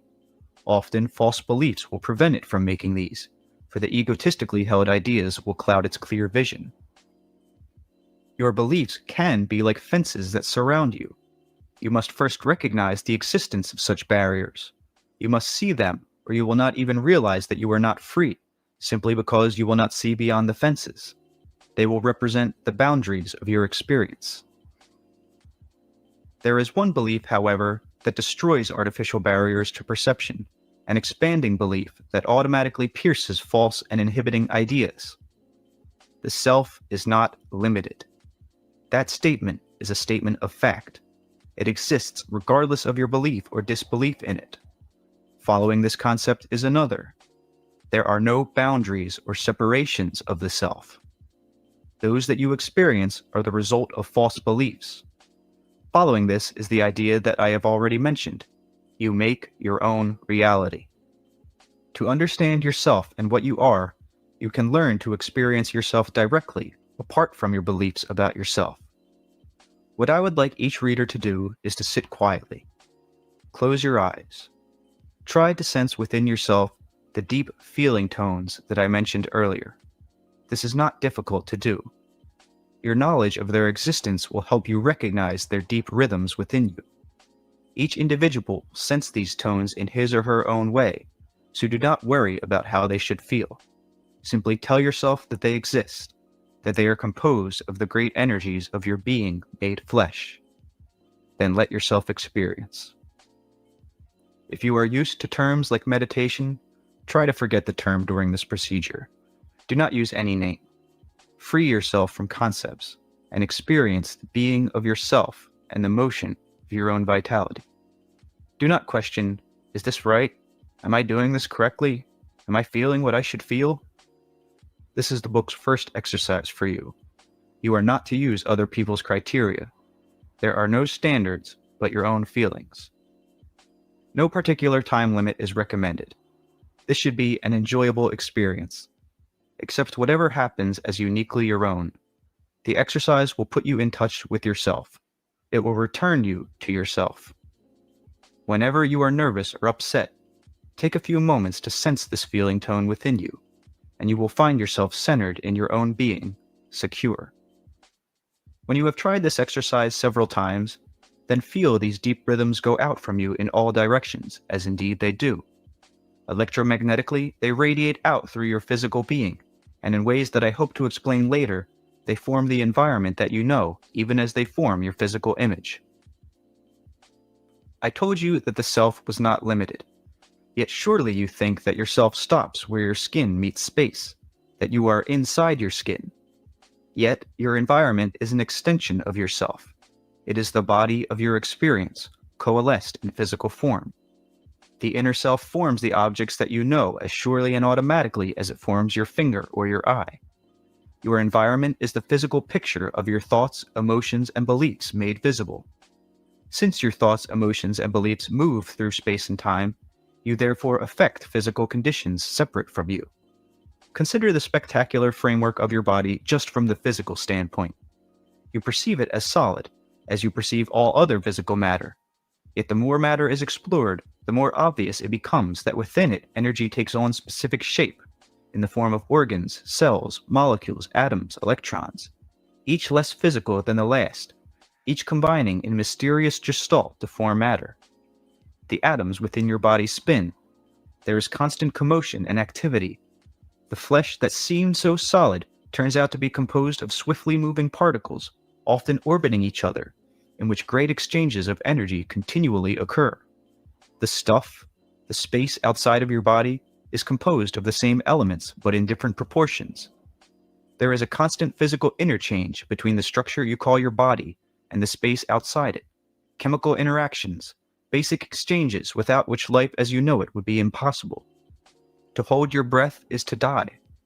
Breath, which represents the most intimate and most necessary of your physical sensations, must flow out from what you are, passing into the world that seems to be not you. Physically, portions of you leave your body constantly and intermix with the elements. You know what happens when adrenaline is released through the bloodstream. It stirs you up and prepares you for action. But in other ways, the adrenaline does not just stay in your body. It is cast into the air and it affects the atmosphere, though it is transformed. Any of your emotions liberate hormones, but these also leave you as your breath leaves you, and in that respect, you can say that you release chemicals into the air that then affect it. Physical storms, then, are caused by such interactions. I am telling you that you form your own reality once again, and this includes the physical weather, which is the result en masse of your individual reactions. I will elaborate much more specifically on this particular point later in the book. You are in physical existence to learn and understand that your energy, translated into feelings, thoughts, and emotions, causes all experience. There are no exceptions. Once you understand this, You have only to learn to examine the nature of your beliefs, for these will automatically cause you to feel and think in certain fashions. Your emotions follow your beliefs. It is not the other way around. I would like you to recognize your own beliefs in several areas. You must realize that any idea you accept as truth is a belief that you hold. You must then take the next step and say, it is not necessarily true, even though I believe it. You will, I hope, learn to disregard all beliefs that imply basic limitations. Now, later we will discuss some of the reasons for your beliefs, but for now, I simply want you to recognize them. I am going to list some limiting false beliefs. If you find yourself agreeing with any of them, then recognize this as an area in which you must personally work. 1. Life is a valley of sorrows. 2. The body is inferior. As a vehicle of the soul, it is automatically degraded, tinged. You may feel that the flesh is inherently bad or evil, that its appetites are wrong. Christians may find the body deplorable, thinking that the soul descended into it. Quote-unquote descent automatically meaning the change from a higher or better condition to one that is worse. Followers of Eastern religions often feel it is their duty also to deny the flesh, to rise above it, so to speak, into a state where nothing is desired. Using a different vocabulary, they still believe that earth experience is not desirable in itself. 3. I am helpless before circumstances that I cannot control. 4. I am helpless because my personality and character were formed in infancy, and I am at the mercy of my past. 5. I am helpless because I am at the mercy of events from past lives and other incarnations, over which I now have no control. I must be punished, or I am punishing myself for unkindnesses done to others in past lives. I must accept the negative aspects of my life because of my karma. 6. People are basically bad and out to get me. 7. I have the truth and no one else has, or my group has the truth and no other group has. 8. I will grow frailer, sicker, and lose my powers as I grow older. 9. My existence is dependent upon my experience in flesh. When my body dies, my consciousness dies with it. Now, that was a rather general list of false beliefs. Now, here is a more specific list of more intimate beliefs, any of which you may have personally about yourself. 1. I am sickly and always have been. 2. There is something wrong with money. People who have it are greedy, less spiritual than those who are poor. They are unhappier and snobs. 3. I am not creative. I have no imagination. 4. I can never do what I want to do. 5. People dislike me. 6. I am fat. 7. I always have bad luck. These are all beliefs held by many people. Those who have them will meet them in experience.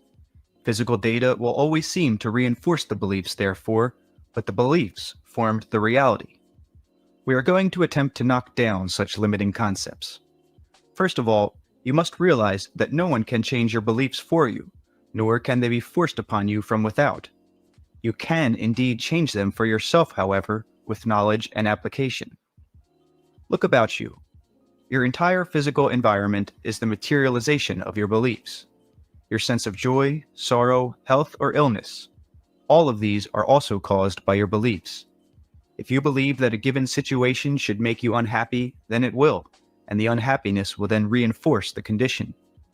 Within you is the ability to change your ideas about reality and about yourself, to create a personal living experience that is fulfilling to yourself and others. I would like you to write down your beliefs about yourself as you become aware of them. Later, you can use this list in a way that you do not now suspect. Now, your conscious beliefs direct the functioning of your body. It is not the other way around.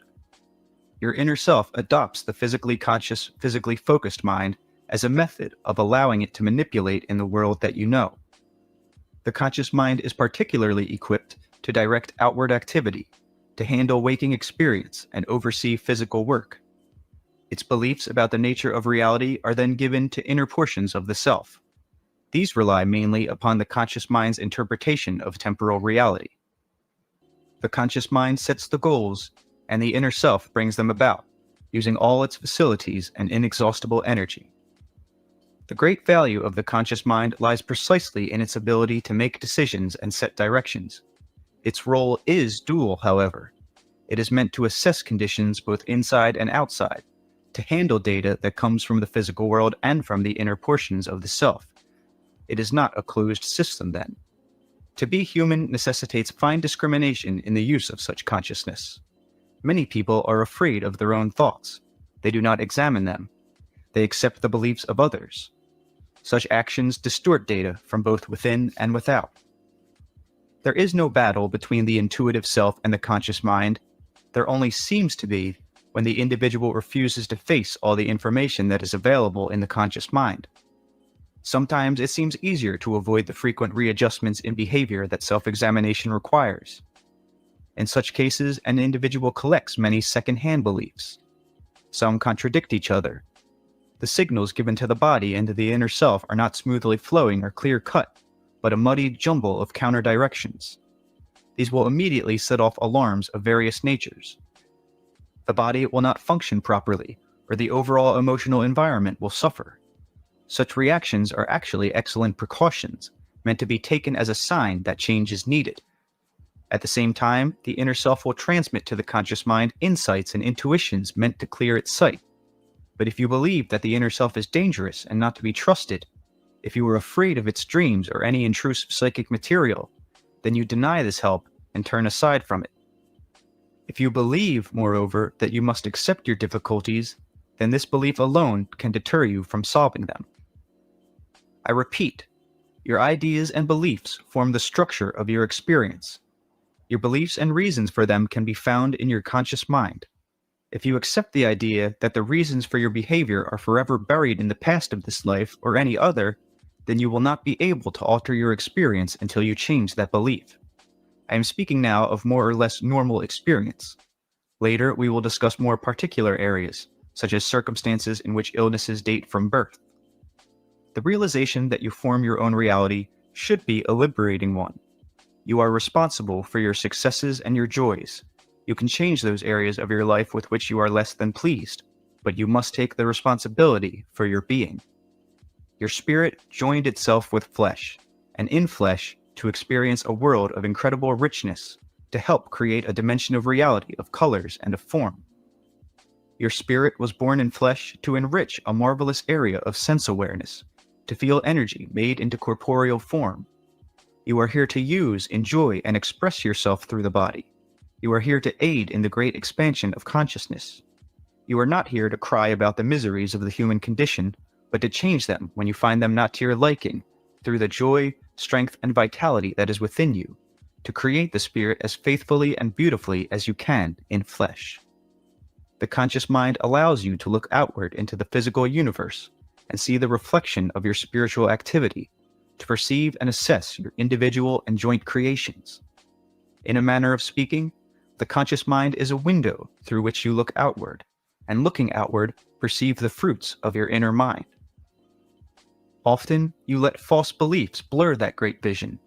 Your joy, vitality, and accomplishment do not come from the outside to you as the result of events that quote-unquote happen to you.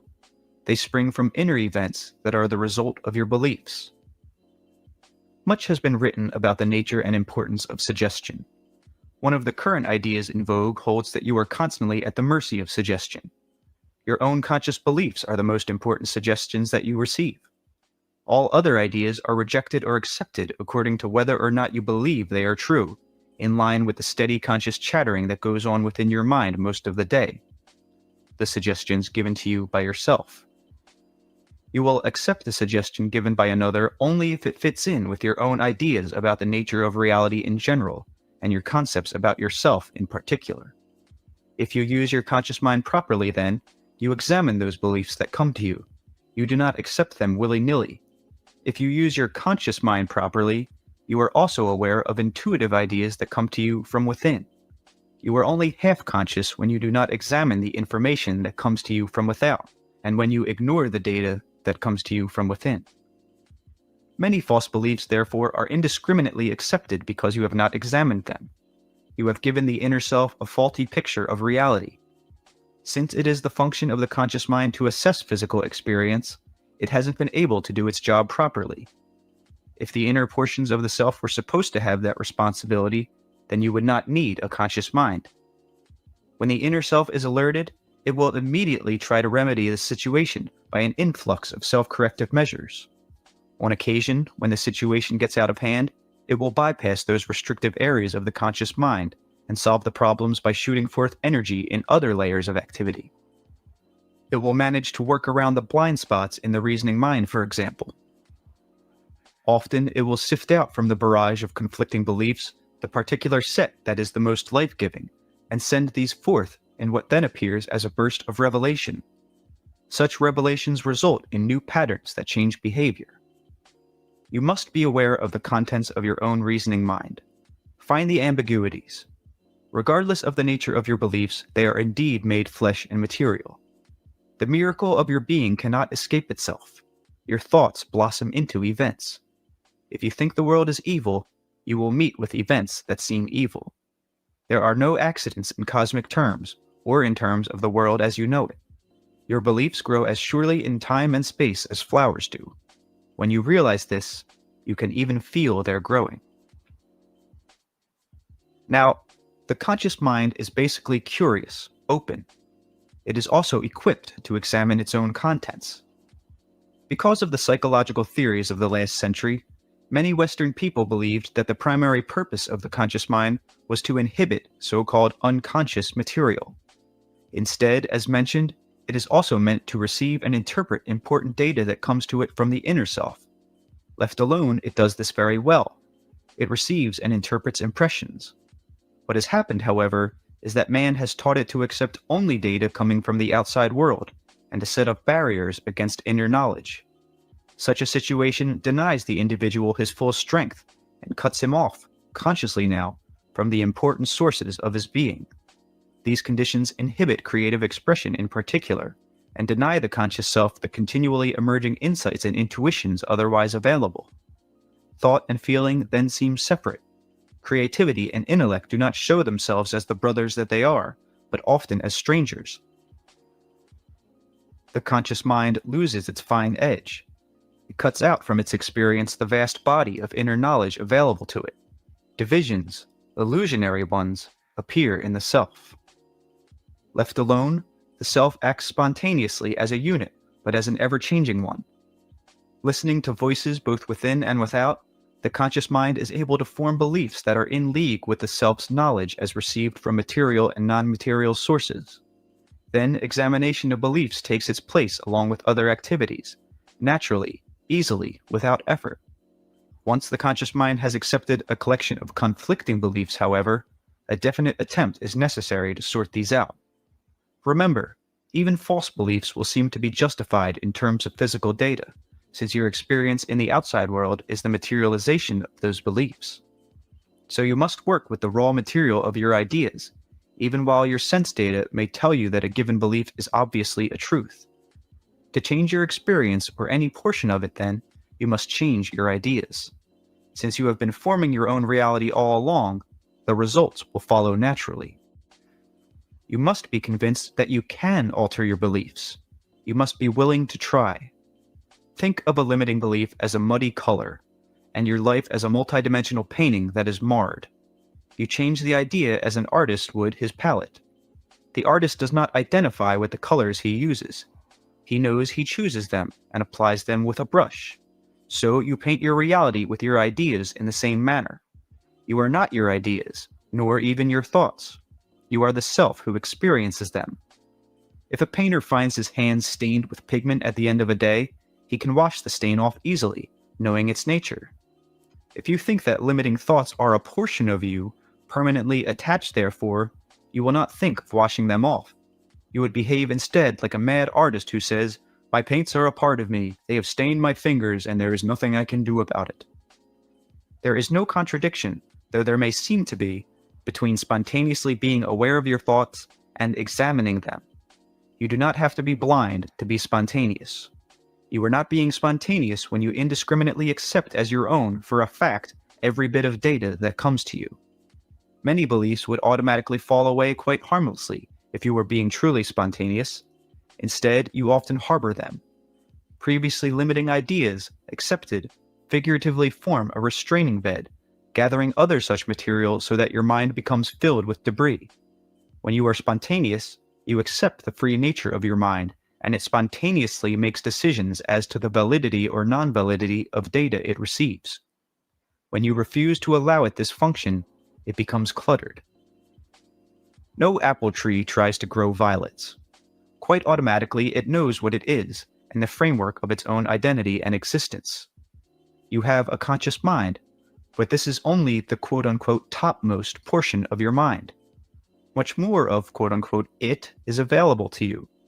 Much more of your knowledge can be conscious, therefore, but a false belief, a limiting one, is as ambiguous to your nature as an apple tree's idea that it was a violet plant. It could not produce violets, nor could it be a good apple tree while it tried to.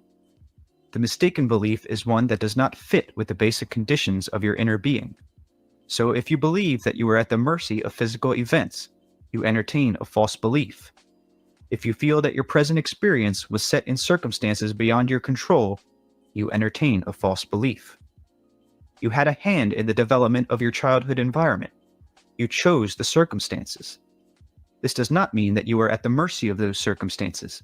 It means that you set challenges to overcome, set goals to be reached, set up frameworks of experience through which you could develop, understand, and fulfill certain abilities.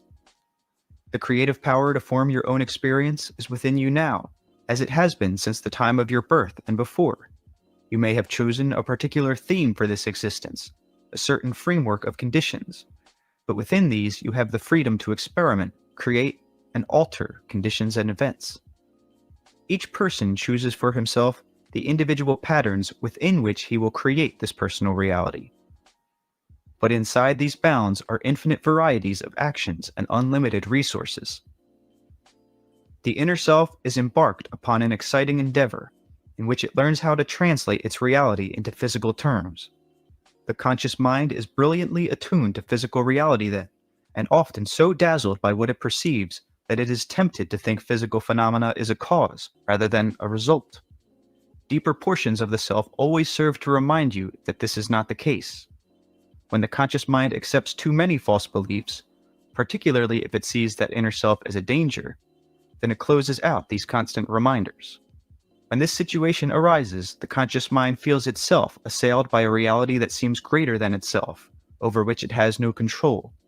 The deep feeling of security in which it should be anchored is lost. The false beliefs must be weeded out so that the conscious mind can become aware of its source once again, and open to the inner channels of splendor and power available to it. The ego is an offshoot of the conscious mind, so to speak. The conscious mind is like a gigantic camera with the ego directing the view and the focus. Left alone, the various portions of the identity rise and form the ego, degroup and reform, all the while maintaining a marvelous spontaneity and yet a sense of oneness. Your ego is your idea of your physical image in relation to the world. Your self-image is not unconscious then. You are quite aware of it, though often you reject certain thoughts about it in favor of others. False beliefs can result in a rigid ego that insists upon using the conscious mind in one direction only, further distorting its perceptions. Often you quite consciously decide to bury a thought or an idea that might cause you to alter your behavior, because it does not seem to fit in with the limiting ideas that you already hold. Listen to your own train of thought as you go about your days. What suggestions and ideas are you giving yourself? Realize that these will be materialized in your personal experience. Many quite limiting ideas will pass without scrutiny under the guise of goodness. You may feel quite virtuous, for example, in hating evil, or what seems to you to be evil. But if you find yourself concentrating upon either hatred or evil, you are creating it. If you are poor, you may feel quite self-righteous in your financial condition, looking with scorn upon those who are wealthy, telling yourself that money is wrong and so reinforcing the condition of poverty. If you are ill, you may find yourself dwelling upon the misery of your condition and bitterly envying those who are healthy, bemoaning your state, and therefore perpetuating it through your thoughts. If you dwell upon limitations, then you will meet them. You must create a new picture in your mind. It will differ from the picture your physical senses may show you at any given time, precisely in those areas where changes are required. Hatred of war will not bring peace. Another example. Only love of peace will bring about those conditions. I quite realize that many of my statements will contradict the beliefs of those of you who accept the idea that the conscious mind is relatively powerless, and that the answers to problems lie hidden beneath. Obviously, the conscious mind is a phenomenon, not a thing. It is ever-changing. It can be concentrated or turned by the ego in literally endless directions. It can view outward reality or turn inward, observing its own contents. There are gradations and fluctuations within its activity. It is far more flexible than you give it credit for. The ego can use the conscious mind almost entirely as a way of perceiving external or internal realities that coincide with its own beliefs. It is not that certain answers do not lie openly accessible, therefore, but that often you have set yourself on a course of action in which you believe, and you do not want to open yourself to any material that may contradict your current beliefs. If you are sick, for example, there is a reason. To recover thoroughly without taking on new symptoms, you must discover the reason. You may dislike your illness, but it is a course you have decided upon. While you are convinced that the course is necessary, you will keep the symptoms. Now, these may be the result of one specific belief or caused by a complex of beliefs held together. The beliefs, of course, will be accepted by you not as beliefs, but as reality. Once you understand that you form your reality, then you must begin to examine these beliefs by letting the conscious mind freely examine its own contents. We will speak about health and illness more specifically later in the book. I would like to make one point here, however, that often psychoanalysis is simply a game of hide and seek, in which you continue to relinquish responsibility for your actions and reality and assign the basic cause to some area of the psyche, hidden in a dark forest of the past. Then you give yourself the task of finding this secret. In so doing, you never think of looking for it in the conscious mind, since you are convinced that all deep answers lie far beneath, and, moreover, that your consciousness is not only unable to help you, but will often send up camouflages instead. So you play that game. When and if you manage to change your beliefs in that self-deceptive framework, then any suitable quote-unquote forgotten event from the past will be used as a catalyst. One would do as well as another. The basic beliefs, however, were always in your conscious mind, and the reasons for your behavior. You simply had not examined its contents with the realization that your beliefs were not necessarily reality, but often your conceptions of it. At the same time, in psychoanalysis, you were often programmed to believe that the quote-unquote unconscious, being the source of such dark secrets, cannot be counted upon as any bed of creativity or inspiration. And so you are denied the help that the inner portions of the self could give to your consciousness. Usually, when you do examine your conscious mind, you do so looking through or with your own structured beliefs. The knowledge that your beliefs are not necessarily reality will allow you to be aware of all the data that is consciously available to you. I am not telling you to examine your thoughts so frequently and with such vigor that you get in your own way, but you are not fully conscious unless you are aware of the contents of your conscious mind. I am also emphasizing the fact that the conscious mind is equipped to receive information from the inner self as well as the exterior universe. I am not telling you to inhibit thoughts or feelings. I am asking that you become aware of those you have. Realize that they form your reality. Concentrate upon those that give you the results that you want. If you find all of this difficult, you can also examine your physical reality in all of its aspects. Realize that your physical experience and environment is the materialization of your beliefs. If you find great exuberance, health, effective work, abundance, smiles on the faces of those you meet, then take it for granted that your beliefs are beneficial. If you see a world that is good, people that like you, take it for granted again that your beliefs are beneficial. But if you find poor health, a lack of meaningful work, a lack of abundance, a world of sorrow and evil, then assume that your beliefs are faulty and begin examining them. We will later discuss the nature of mass reality, but for now we are dwelling upon the personal aspects. The main point I wanted to make in this chapter was that your conscious beliefs are extremely important, and that you are not at the mercy of events or causes that dwell far beneath your awareness. Chapter 3: Suggestion, Telepathy, and the Grouping of Beliefs. Ideas have an electromagnetic reality. Beliefs are strong ideas about the nature of reality. Ideas generate emotion.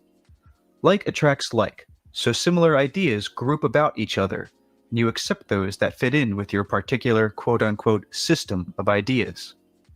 The ego attempts to maintain a clear point of focus, of stability, so that it can direct the light of the conscious mind with some precision and concentrate its focus in areas of actuality that seem permanent.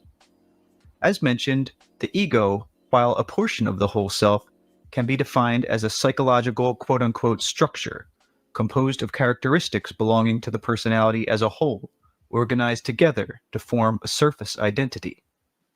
Now, generally speaking, through the period of a lifetime, this allows for the easy emergence of many tendencies and abilities. It permits many more potentials to emerge than would otherwise be possible. If this were not the case, for example, your interests throughout life would not change. The ego, while appearing to be permanent then, forever changes as it adapts new characteristics from the whole self and lets others recede. Otherwise, it would not be responsive to the needs and desires of the entire personality. Because it is intimately connected with other portions of the self, it does not basically feel alienated or alone, but proudly acts as the director of the conscious mind's focus. It is an adjunct of the conscious mind in that respect.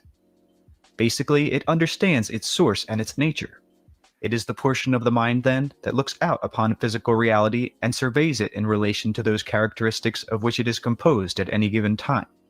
It makes its judgments according to its own idea of itself. It is the most physically oriented portion of your inner self, but it is not, however, apart from your inner self. It sits on the windowsill, so to speak, between you and the exterior world. It can also look in both directions. It makes judgments about the nature of reality in relationship to its and your needs. It accepts or does not accept beliefs. It cannot shut out information from your conscious mind, however, but it can refuse to pay attention to it. This does not mean that the information becomes unconscious. It is simply thrown into a corner of your mind, unassimilated, and not organized into the parcel of beliefs upon which you are presently concentrating. It is there if you look for it. It is not invisible, nor do you have to know exactly what you are looking for, which of course would make the situation nearly impossible. All you have to do is decide to examine the contents of your conscious mind, realizing that it contains treasures that you have overlooked. Another way to do this is to recognize through examination that the physical effects you meet exist as data in your conscious mind, and the information that formerly seemed unavailable will be obvious. The seemingly invisible ideas that cause your difficulties have quite obvious visible physical effects, and these will lead you automatically to the conscious area in which the initiating beliefs or ideas reside. Once more, if you become aware of your own conscious thoughts, these themselves will give you clues, for they clearly speak your beliefs. If, for example, you have scarcely enough money on which to live, and you examine your thoughts, you may find yourself constantly thinking, "I can never pay this bill, I never have any luck, I'll always be poor." Or you will find yourself envying those who have more, degrading the value of money perhaps, and saying that those who have it are unhappy, or at best spiritually poor. When you find these thoughts in yourself, you may say, and rather indignantly, "But those things are all true. I am poor. I cannot meet my bills," and so forth. In so doing, you see, you accept your belief about reality as a characteristic of reality itself, and so the belief is transparent or invisible to you, but it causes your physical experience. You must change the belief. I will give you methods to allow you to do this. You may follow your thoughts in another area and find yourself thinking that you are having difficulty because you are too sensitive. Finding the thought, you may say, "But it is true, I am. I react with such great emotion to small things." But this is a belief, and a limiting one. If you follow your thoughts further, you may find yourself thinking, "I am proud of my sensitivity. It sets me apart from the mob," or "I am too good for this world." These are limiting beliefs. They will distort true reality, your own true reality. These are but a few samples of the ways in which your own quite conscious ideas may be invisible to you while being available all the time and limiting your experience. Now, we have been speaking of the conscious mind, for it is the director of your activities physically. I told you that it was important to realize the ego's position as the most quote-unquote exterior portion of the inner self, not alienated, but looking outward to physical reality. Using this analogy, portions of the self on the other side of the conscious mind constantly receive telepathic data. Remember, there are no divisions, so the terms used are simply to make the discussion easier. The ego tries to organize all material coming into the conscious mind. For its purposes, the egos are those that have come to the surface at any given time in the self's overall encounter with physical reality. As I said, the ego cannot keep information out of the conscious mind, but it can refuse to focus directly upon it.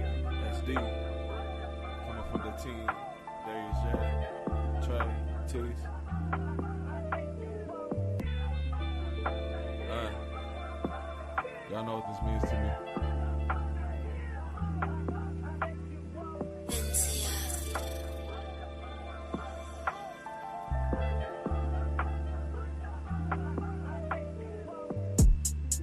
Thought I told you that the OU finna get murdered and put in the casket. The basket saying that I'm shooting from 3 points. From leg to my head, I been aiming with good poise. The way I motion got me feeling like big boy. They're way too proud, they be making a little noise. My lawyer just called, said the niggas got no coins. I'm talking about the niggas right there, but don't point. Really at your motherfucking head, there's 3 points. I keep it 9 degrees like a square. I'm on point and make a nigga dance like a baby with new joints. The way I motion got me feeling like big boy. Way I motion got me feeling like big boy. The way I motion got me feeling like big boy. Way I motion got me feeling like big boy. The way I motion